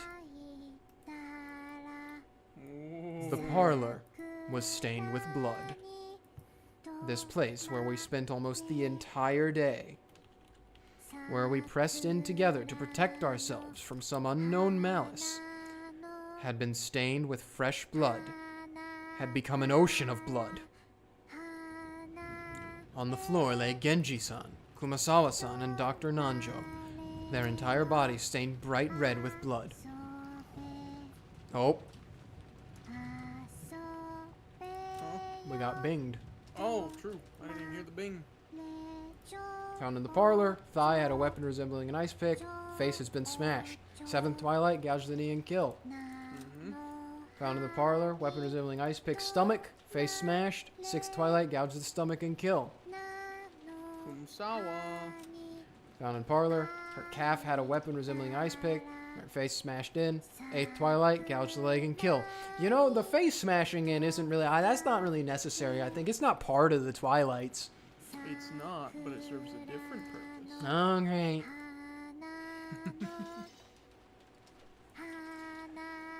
Oh. But the only way we could identify them was by their clothes. That was because... that's right. This is how the whole tragedy started. Their faces. Just like our smashed up parents in the shed, you couldn't tell where their eyes stopped and their noses began. It was as though they'd rudely plunged their faces into tomato pot pies, all squished up. Ooh-ah! True. Maria still be going crazy. And that wasn't all. Their bodies had other wounds. It was those So ominous. demon ice picks. They were in Genji-san's stomach, Dr. Nanjo's thigh. No, his knee? That's right, of course it's his knee. In the epitaph, the sixth twilight was the stomach, and on the seventh twilight, the knee was gouged. So after seeing one of them struck near Kumasawa Bachan's calf, I couldn't help masochistically laughing. Ah, that's right! On the sixth twilight, gouge the stomach and kill. On the seventh twilight, gouge the knee and kill. On the eighth twilight, gouge the leg and kill. Ah, now, even the eighth twilight is over. And the next one, the ninth twilight, what was it again? Maria was there. Gonna pan over. Screenshot time. Get him while it's hot. Yeah. Oh no, I just hit the Windows key. I got one, so I can send it to you. Okay, good, cool. She was facing the wall in the inner part of the room, standing stock still, completely alone. She faced away from this horrible scene, standing by the wall, singing her song over and over. There was nothing else in the room. Just the corpses of the three who had been brutally killed, and the phone receiver which was still off its hook, proving that this was the room the call had come from. Just that and Maria, her back to this scene as she kept on singing while facing the wall. We couldn't even scream at this bizarre scene. We could only stare, shocked, with our mouths hanging loosely open. Maria?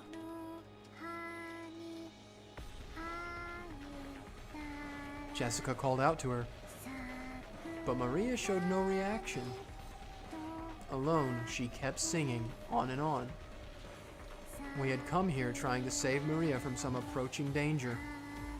So now that we had found her, we should have been running up to Maria, hugging her, joyous that she was safe. And yet not one of us could do that. Everyone thought it, but they couldn't say it. After all, because that's right. Even if that's crazy, no, it couldn't be. Maria! Stop singing! Are you listening?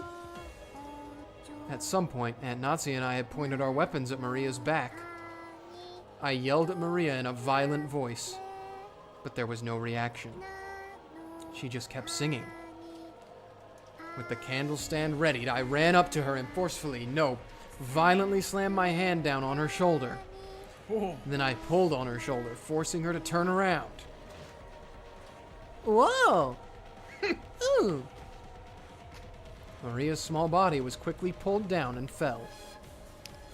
And, as though unhappy at having her singing interrupted, Maria looked into my face with her usual expression. Even in this gruesome situation, she was just like normal.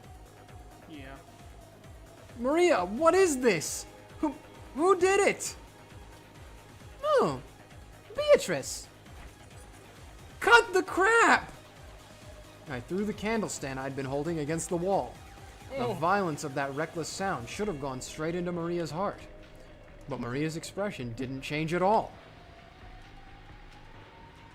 Quit it, Battler-kun. Maria-chan, this time you should have seen the face of the culprit who killed these three. Was the culprit the same Beatrice who gave you the letter? Ooh! Beatrice! Well, in that case, it's certain. There is a 19th person. Beatrice does exist. Then, Maria, will you at least tell me this much? How did they kill these three people? What did they use to kill them in such brutal ways? I don't know. How could you not know?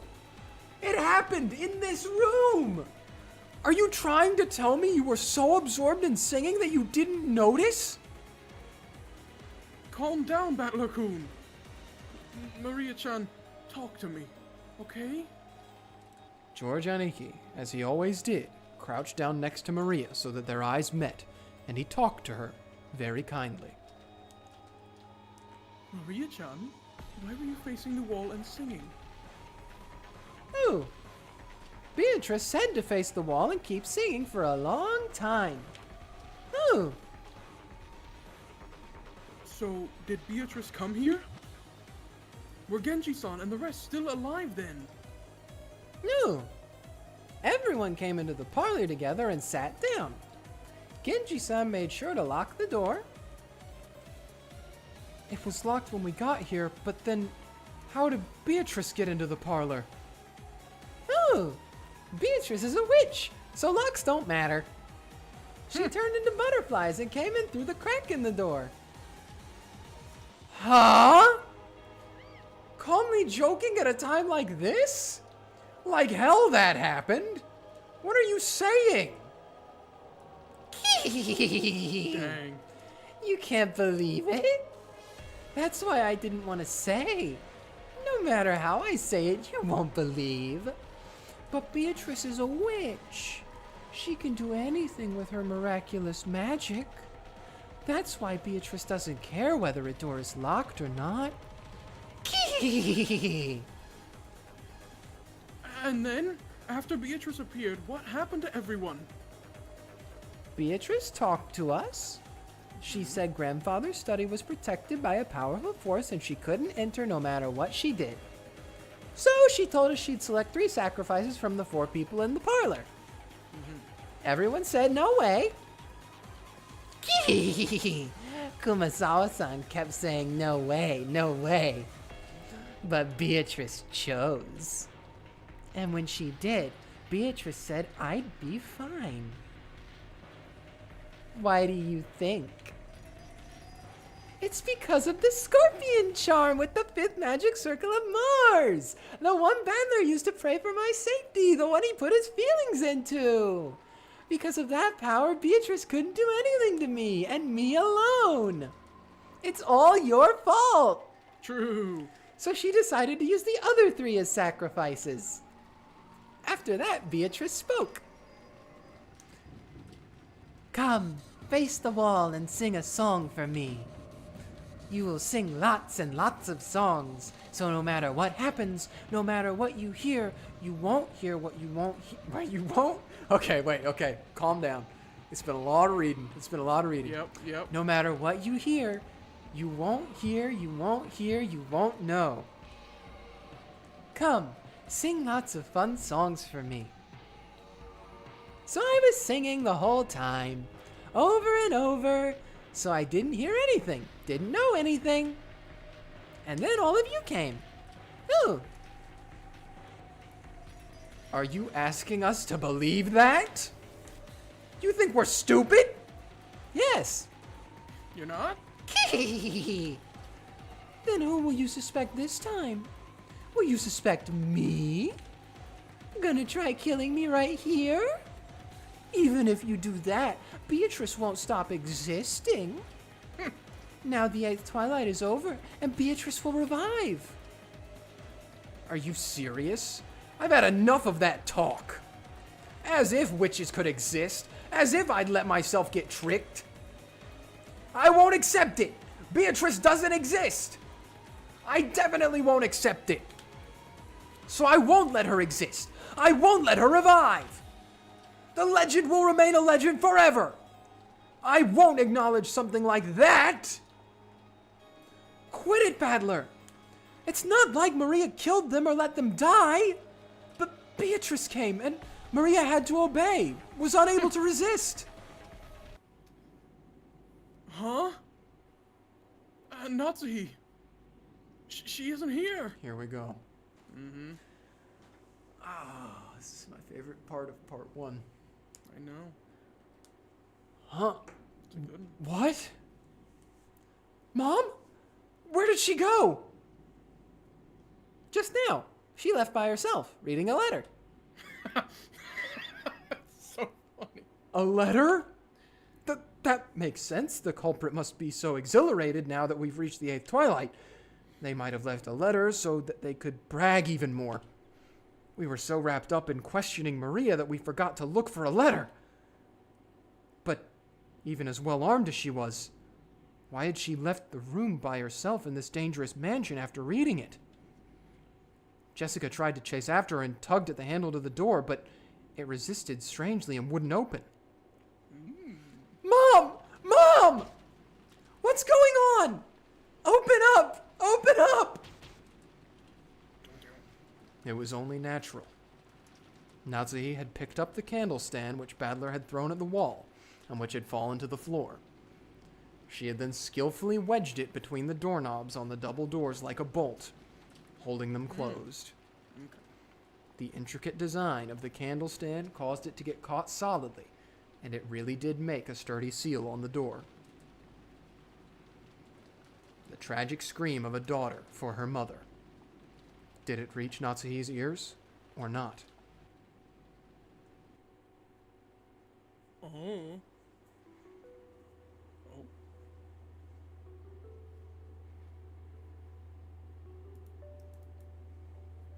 Here we go. Mm-hmm.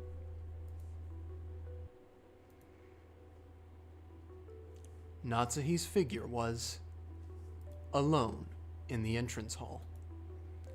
It was the place decorated by the portrait of Beatrice. Quick aside. This song is called Dead Angle, just so you know. At angle. Natsuhi threw down Beatrice's last letter, the one she had read in the parlor, readied her rifle again, and in a voice that rang clear, yelled in the massive space that was the entrance hall. I am Ushiromiya Natsuhi, representative of the Ushiromiya family. Show yourself, Golden Witch Beatrice. The entrance hall was dimly lit. Other than a faint light which shone on the center of the room, everything was blotted out by the jet-black darkness. In that darkness, butterflies glittering in gold squirmed, twinkled, and sneered. Natsuhi gave one more huge gulp and pointed the cold barrel of the gun at the golden butterflies. So you have finally shown yourself. I still can't believe that something like you really exists. But that isn't a problem. Both I, who bear the title of representative to the Ushiromiya family, and you, who claim to succeed the headship of the Ushiromiya family, are here, right now. At this point, whether you are a witch or not is a trivial matter. Come, Let us settle this. Which of us will truly succeed the Ushiromiya family? I, Ushiromiya Natsuhi, or you, Beatrice? Allow me to respectfully accept your request for a duel.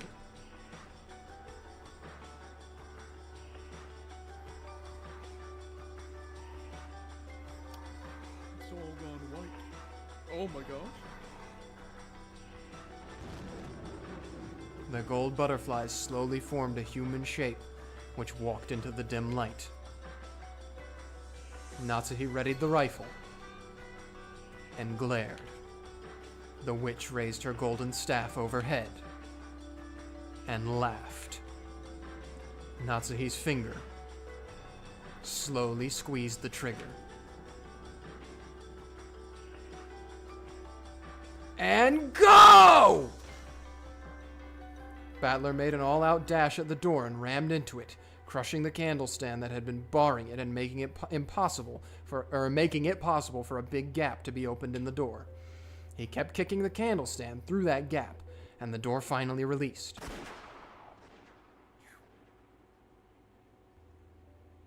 Shot rang out. At that time, they heard it. They certainly heard the crisp sound of gunfire ring out once. Mom! Mom! Jessica-chan, you mustn't run off by yourself! Was that the sound of a gun just now? Did Aunt Natsuhi shoot? At whom? At the culprit? The noise had come from the entrance hall, and the entrance hall looked like a stage. Like the heroine of a tragedy, on the ground and bathed in light. Arrayed in the beauty of that silence, Aunt Natsuhi lay face up, crumpled on the floor. Half crazed, Jessica ran up to Aunt Natsuhi. On Aunt Natsuhi's forehead, it was almost as though a sparkling shard of pigeon blood ruby had been placed there. Oh. Heard it that time. Found shot to death in front of the witch's portrait. How impudent of her to challenge a witch with nothing but a mere gun. Of course she'd end up like this. What's left are the cousins.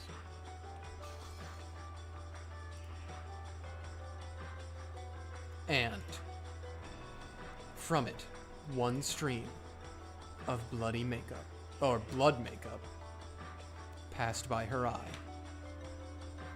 and began to traverse her face. The faint smell of gunpowder smoke came from the barrel of the rifle, and Natsuhi still grasped. Huh?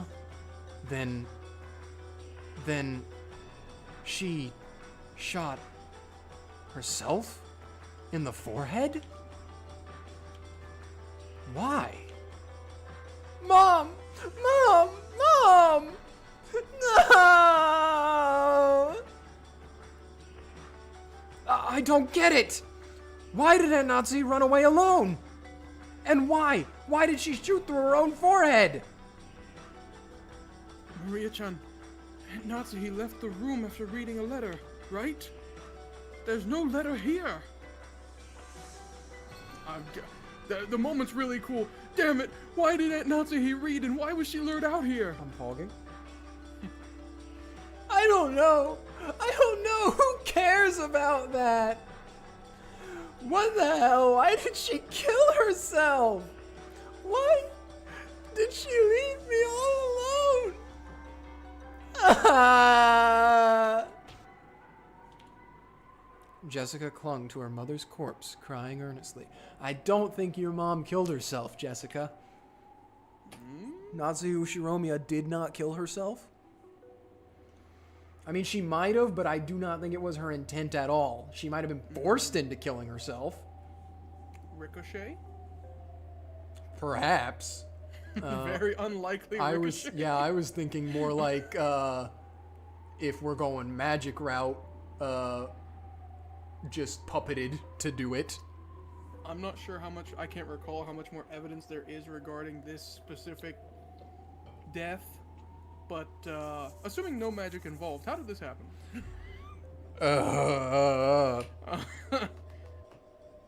Ricochet would be the most likely, I would say. Yeah, no Isn't it? magic involved. Ricochet is the best option I have. Which, yeah, that is a hell of a ricochet. Psychosis mixed with ricochet. Yeah. What about the other three in the parlor with Maria? What's your bet on that one? No magic. Maria killed them. Door locked. Maria killed him. Yep. Fair enough. It's probably the most Occam's razor one for that one. My body was consumed with an anger I didn't know what to do with, and I snatched the rifle from Aunt Natsuhi's hand.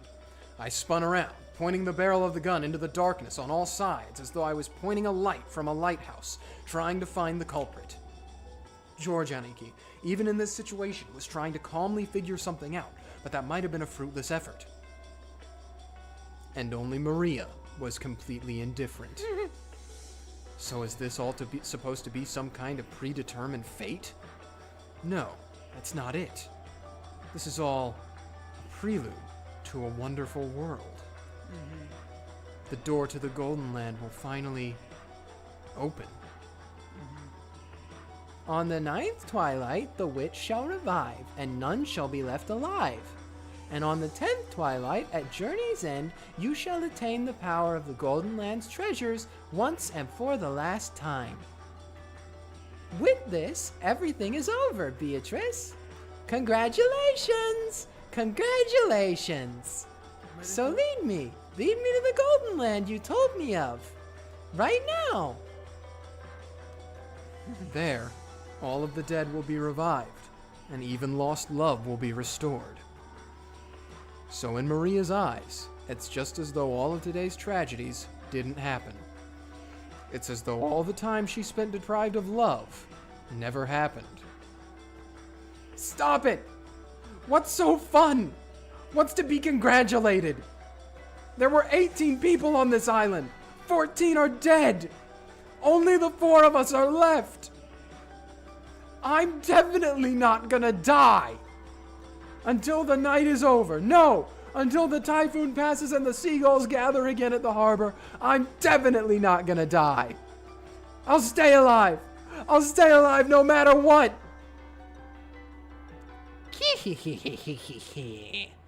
Give it up, Battler. Guns are useless against witches. Survival and all that stuff doesn't matter because it's over.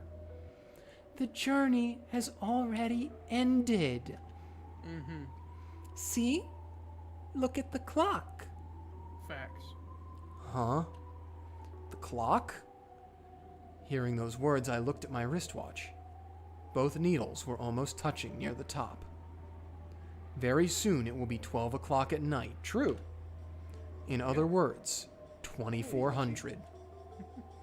When you think about it, isn't 2400 a strange time?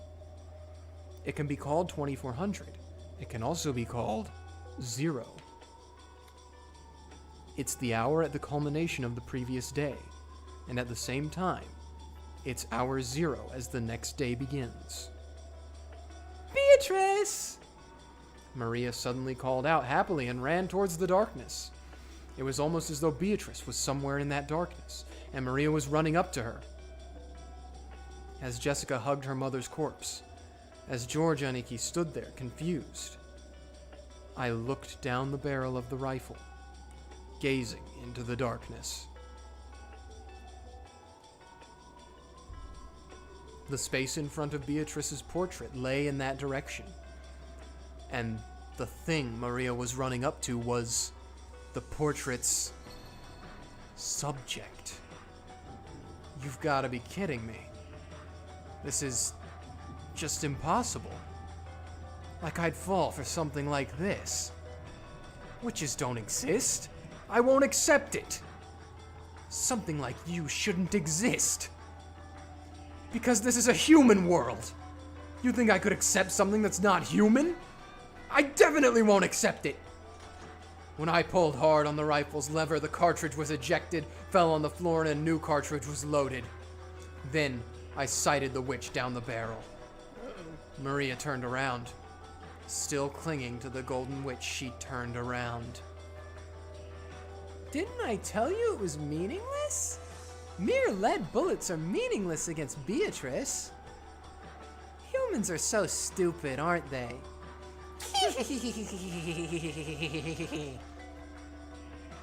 I won't accept the existence of witches. Who are you? Just try moving one step. Just try moving one finger. I'll blast you away. Yep, there she goes. Oh. Yeah. One more for the road. And just one more because I like you.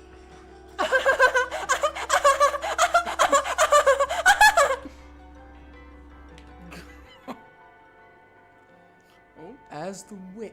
This is still Maria? Yeah. I'm gonna read it as Maria. As the witch, no. The witches laughed. Even the large clock in the hall joined in on their laughter. It was probably telling us that the time was 2400. It was both a tone telling us that we had reached the culmination of this day, and a tone informing us that all had returned to nothing. The rule that the witch would win when the time ran out had already been revealed. True. Battler, George, Nichan, and Jessica. The journey has ended, and the witch has revived. See? Oh yeah, you're just now getting here, EDMC. We've had a whole journey today. Mm-hmm. And none shall be left alive. Oh. The witch shall praise the wise and bestow 4 treasures. One shall be all the gold from the Golden Land. Sweet. One shall be the resurrection of all the dead souls. Appreciate it. One shall be the resurrection of the love that was lost. That's fine. One shall be to put the witch to sleep for all time. I wish I could be the witch. Sleep peacefully, my beloved witch, Beatrice.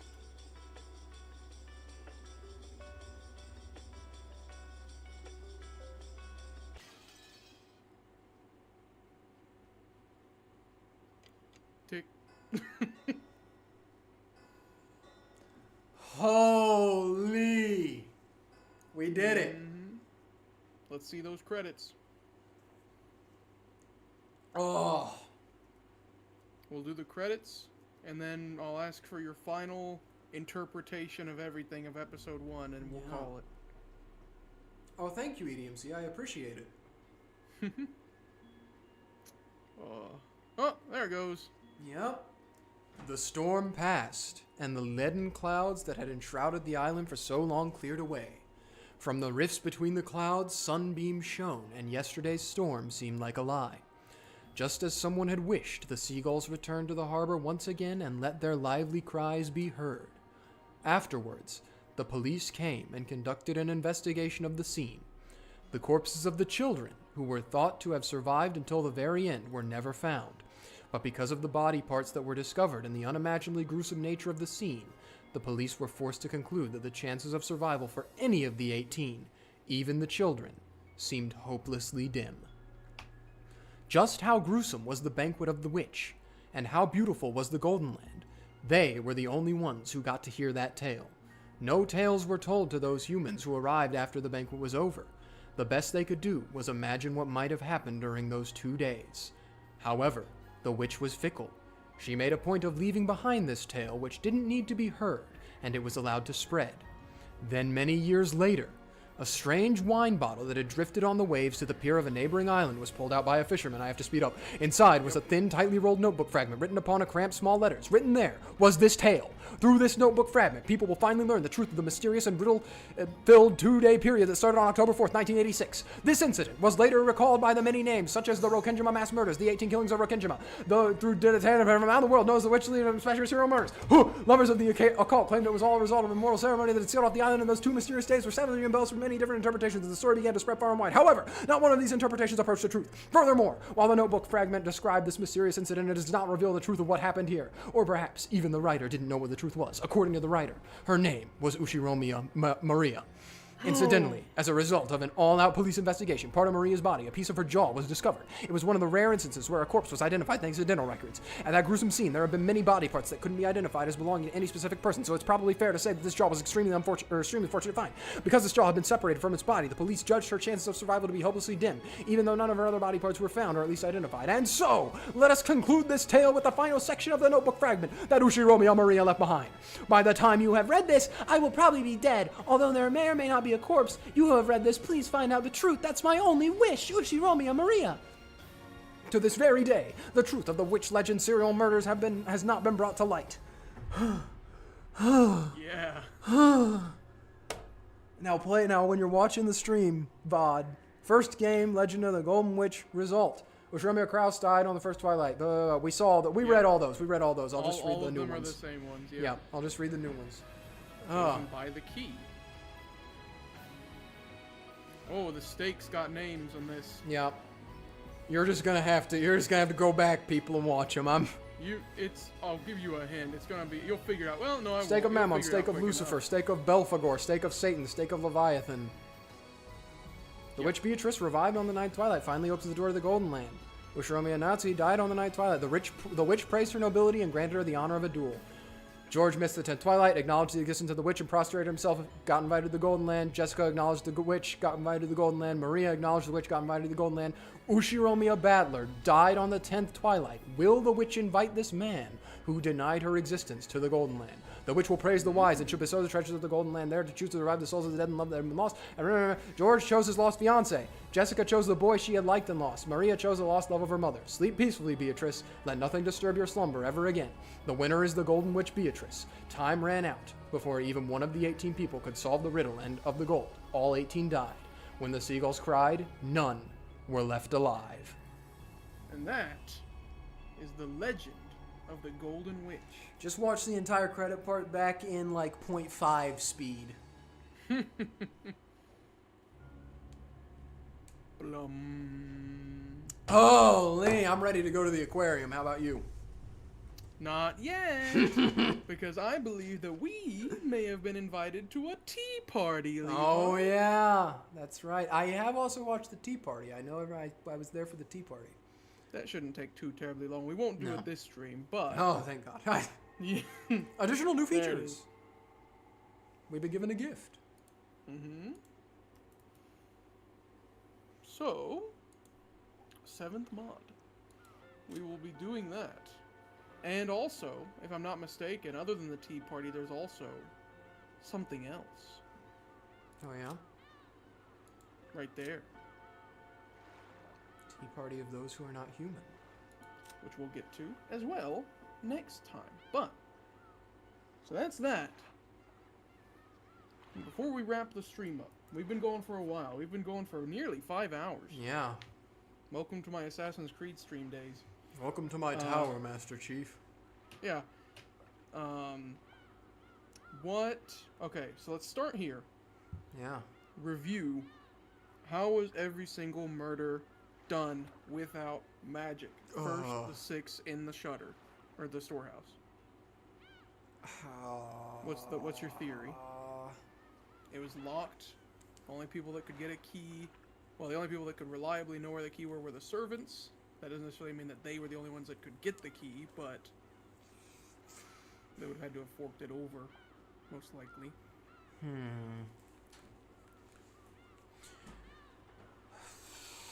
then, of course, there's the sigil that's on the The shutter. sigil on the door. How was it done without magic?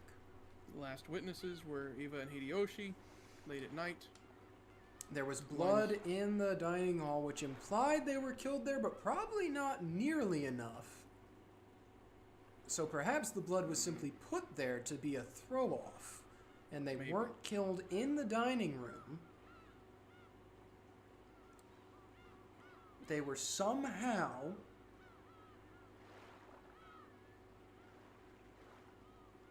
brought...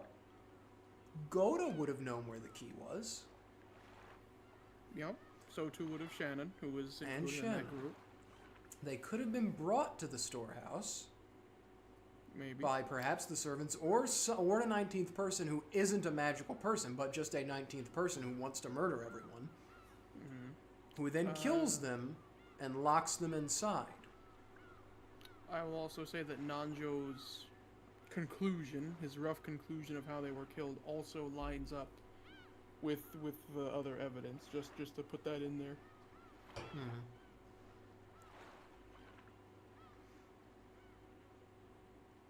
So you think it was a 19th person that somehow got them there and killed them there? A 19th person makes it easier to pin the murder on a singular person.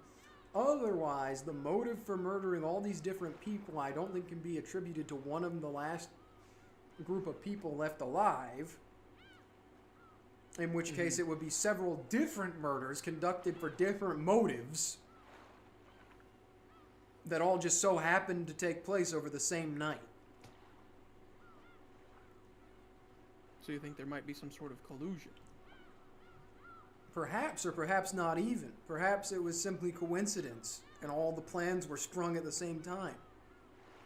Murder on the Orient Express style. Yeah. It's awful coincidental, but maybe. I mean, you Stranger can't really things have leave happened. out all options. No. I mean,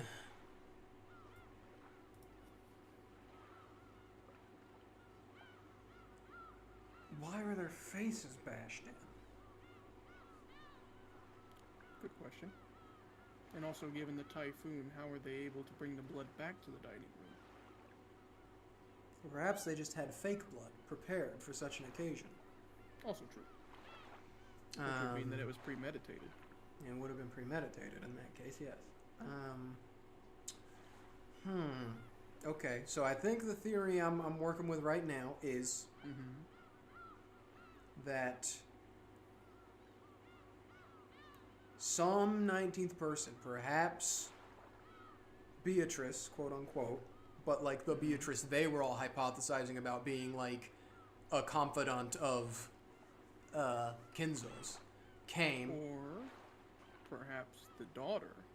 or the daughter of Beatrice. Kinzo, showed up and was like, hey, I know where the gold is. And they were all talking about it in the dining hall, right? And so they were like, oh, well, if you know where the gold is, why don't you just show us? And then she was like, bet, follow me. And so they followed her, and she took them to the storehouse, and that's where they were killed. Because Shannon or Goda would have been able to open it. Then she took the keys from Shannon and Goda, locked it back, drew the sigil on it, perhaps with the same substance that she spilled in the dining hall for fake blood.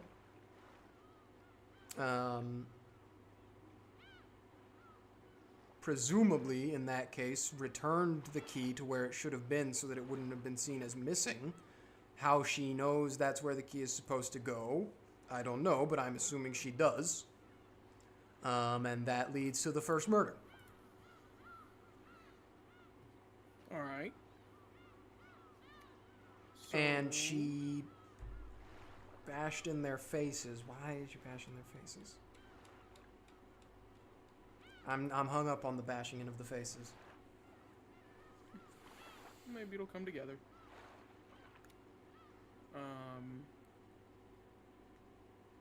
Yeah, because we'll get tidbits of information even about this further down the track, and you can revise your theories. But moving forward, the next thing would be Kinzo and his room. What's your idea on that one? I am both Battler and Maria pilled where he was in the room. Yep. I think personally, because I've pretty much convinced myself of it at this point, that Eva was lying about the receipt when she brought it up to throw suspicion on Natsuhi for whatever reason, in order to basically try to catch her in a trap and get her to admit something. And obviously it didn't play out exactly correct because Natsuhi didn't do anything. But in that case, the whole shtick about it being a closed room wasn't real in the first place. because he could have simply left and the whole receipt thing wouldn't have mattered. But otherwise, I mean, again, if we're talking about the 19th person, the confidant that was playing the role of Beatrice, that is the only thing that could probably get him to come out of that room. So, and it would be simple as that to get him out of that room, lure him somewhere, and then, just give him a good old poke in the head. Now, I will say that Natsuhi did, early on, before you'd come up with this theory, she did back the existence of the receipt. She said that she witnessed it. I don't know if that changes your perceptions or not. Schizophrenic. Fair enough. We saw what happened at the end of the thing. True. Next up, Hideyoshi and Eva, locked also with a chain. Not even the servants could necessarily get in. What's your idea? Someone was already in the room. You know? Someone had to have already been in the room.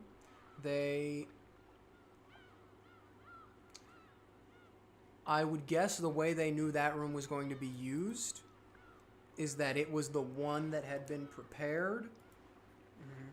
Because, well, all of them had technically been prepared. But assuming that situation had arisen.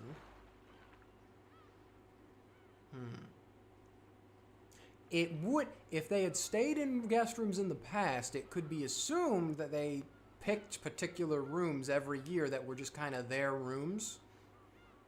Because they had stayed in guest rooms in the past. And if they're doing this on a yearly basis, you would think it would be fairly common for them to just stick to the same room. So with that being the case, again, this is kind of the noise playing into it. The murderer had to hedge a bet that they would go to the same room that they had been going to. Not a perfect murderer, but it played off well because they did. Murderer was already in there, killed them while the room was locked. Everyone came in, saw the murder, freaked out about it, didn't bother to check further than just looking at the dead bodies, and left the room, closing it behind them.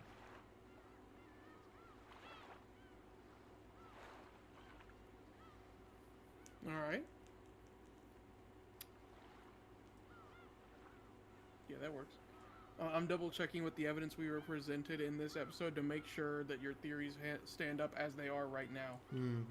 In my head, trying to, but it's a lot of information. And also, I will say, going back to the Natsuhi thing, Natsuhi said she thought it was just a little piece of trash. It could have very well just been a little piece of trash. True. That is true. Next up, Canon. In the boiler room. No one else there. Kumasawa did it. Kumasawa did it. Why?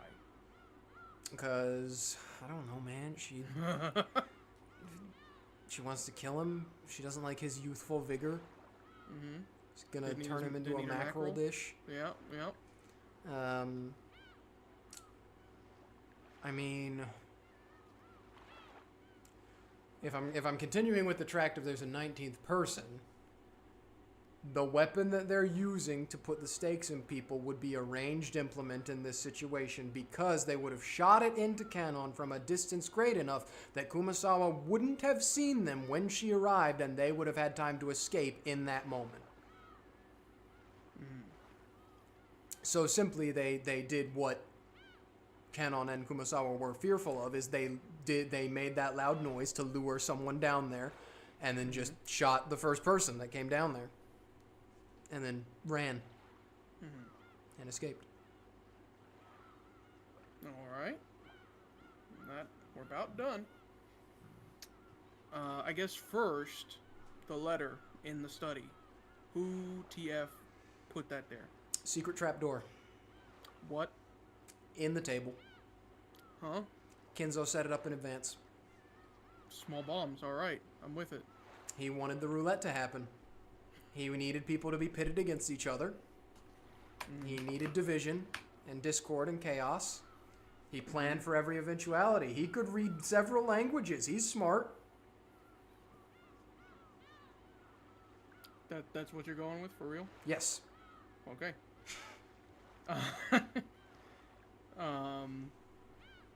Next murder. Next set of murders. the servants plus Maria in the locked parlor. No one else had keys at that point other than the 4 in the study. That was it, the 4 in the study. If we are going with the 19th person again, and assuming that the first one with the storehouse is true, then they would know where all the keys are. There are more keys than just the ones Genji had. And also, didn't Genji give all of his keys to Natsuhi? Yes. Are we assuming this lock is like a turn lock and not like you have to lock it with a key from both sides? I assume so because they said that he locked the door. Or Maria said Okay. that they all came in and he locked the door. Okay. So basically what I'm thinking is the murderer, who had all the time in the world at this point because everyone was kind of just cooping up in 2 rooms, went to the guest room where all, or not, the servant room where all the keys were, gathered all of them, and just took their time until one worked. And then did as Maria said. She played the part of the witch and was like, oh, I have to pick a sacrifice. Ooh. And Maria wasn't spared because of the magic charm. She was actually just spared because she was a little kid and the only one who played along. So the Beatrice figure was just like, yeah, sure. I won't kill the kid. Okay. And then Natsuhi's letter. Well, the door wasn't locked when they came in to investigate the whole Maria situation. No, it was. Did they lock it behind them? No. But That's what I'm saying, is after they came in. Okay, After they came in, someone could have very easily just come in behind them amidst all the chaos and confusion, placed a letter there, and then left. Yeah, fair enough. And then The Nazi murder's a little difficult. Yeah.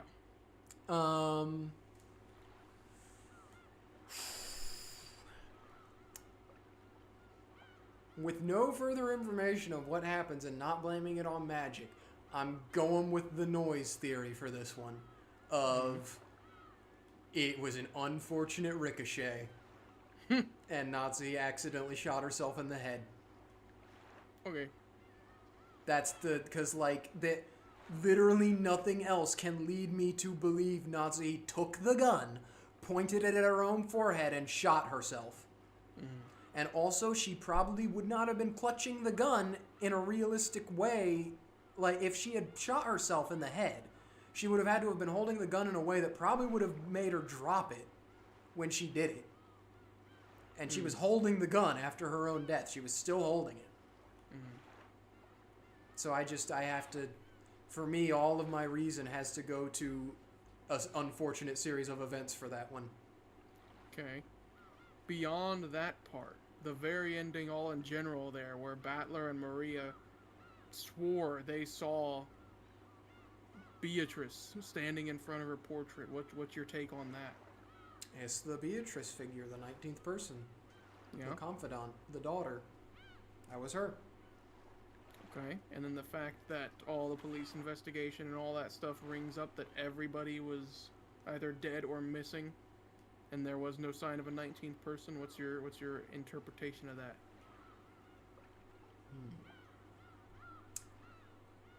As we saw in the credits. I mean, we haven't really been told much about Rokenjima aside from the mansion, other than that it's just wilderness. Yeah. Who's to say there's not some hideaway that this person had been using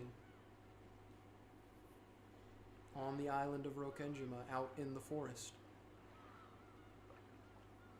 That's your take? That's the golden land out there? Quote unquote. Or perhaps there is another dock, a secret dock at a secret cove that this wealthy individual took the children away from the island on a boat, left it behind, perhaps destroying the evidence as they left, causing maybe it was like a dock in a cave cove and they collapsed the cave on it or something, meaning that it just looked like a bunch of rubble and so it could never be found. Okay. Last thing.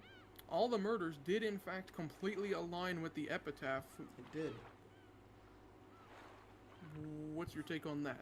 How/why? If we're going by the 19th person theory, it was done intentionally by Kenzo's just crazy. And in the past, with the help of this confidant, he created this epitaph as part of the confidant's plan to get the Ushiromiya family wealth by trying to get the family to focus on the epitaph instead of the being murdered part, thinking that they could save themselves by wasting time on it. It was just another stick in the pie. To sow more confusion and doubt amongst them.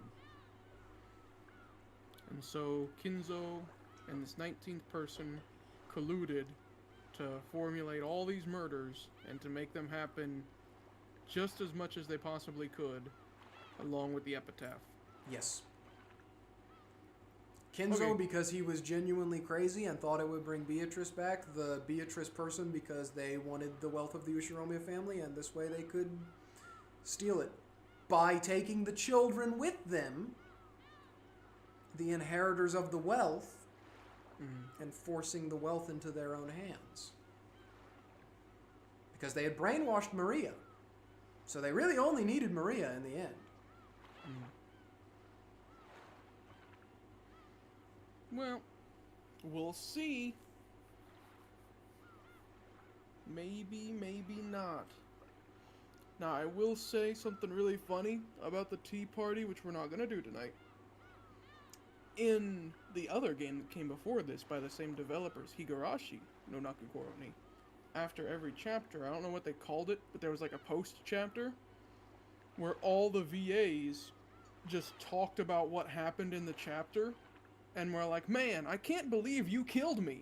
Like, and they do it in a real funny way. It sounds like a post-rap, like, after party, right? And then they just animated it, quote-unquote animated it, since it's visual novel style. They just, slapped the PNGs on the background. So just keep that in mind for when we return to the tea party and the question mark. Yep. But otherwise, we've been streaming for far too long. Oh. Yep. Thursday will be Castlevania Day. Probably, maybe. Stay tuned. We have a busy time ahead of us with all this convention attending and other life stuff that I personally have to do on Thursday. But for now, plan is to play Castlevania 2 Simon's Quest on Thursday. Fingers crossed we can beat it on Thursday too, like we did Castlevania 1 last week. After this week, things should return to normal though. Tuesday will be Castlevania streams or whatever I'm streaming at the time, and Thursday will be Umineko streams unless things change. Alright. Yeah. And then there may or may not be a video this Saturday like normal as well, for the same reasons. We got conventions to go to and all that, so I don't know how much time I'll have. But, well, you know how it goes. You guys had a good Christmas, or a good holiday load of videos, so you can take one weekend in January without videos, right? Well, with that, it is 11 p.m. here in the United States. Yeah, part of it at least. Well, yeah, the part we're in. Yeah.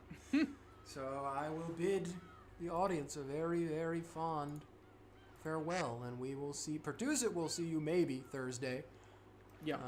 I will see you next Thursday. Yeah. Merry Christmas to all, and to all a good night. Yeah. When the seagulls cry.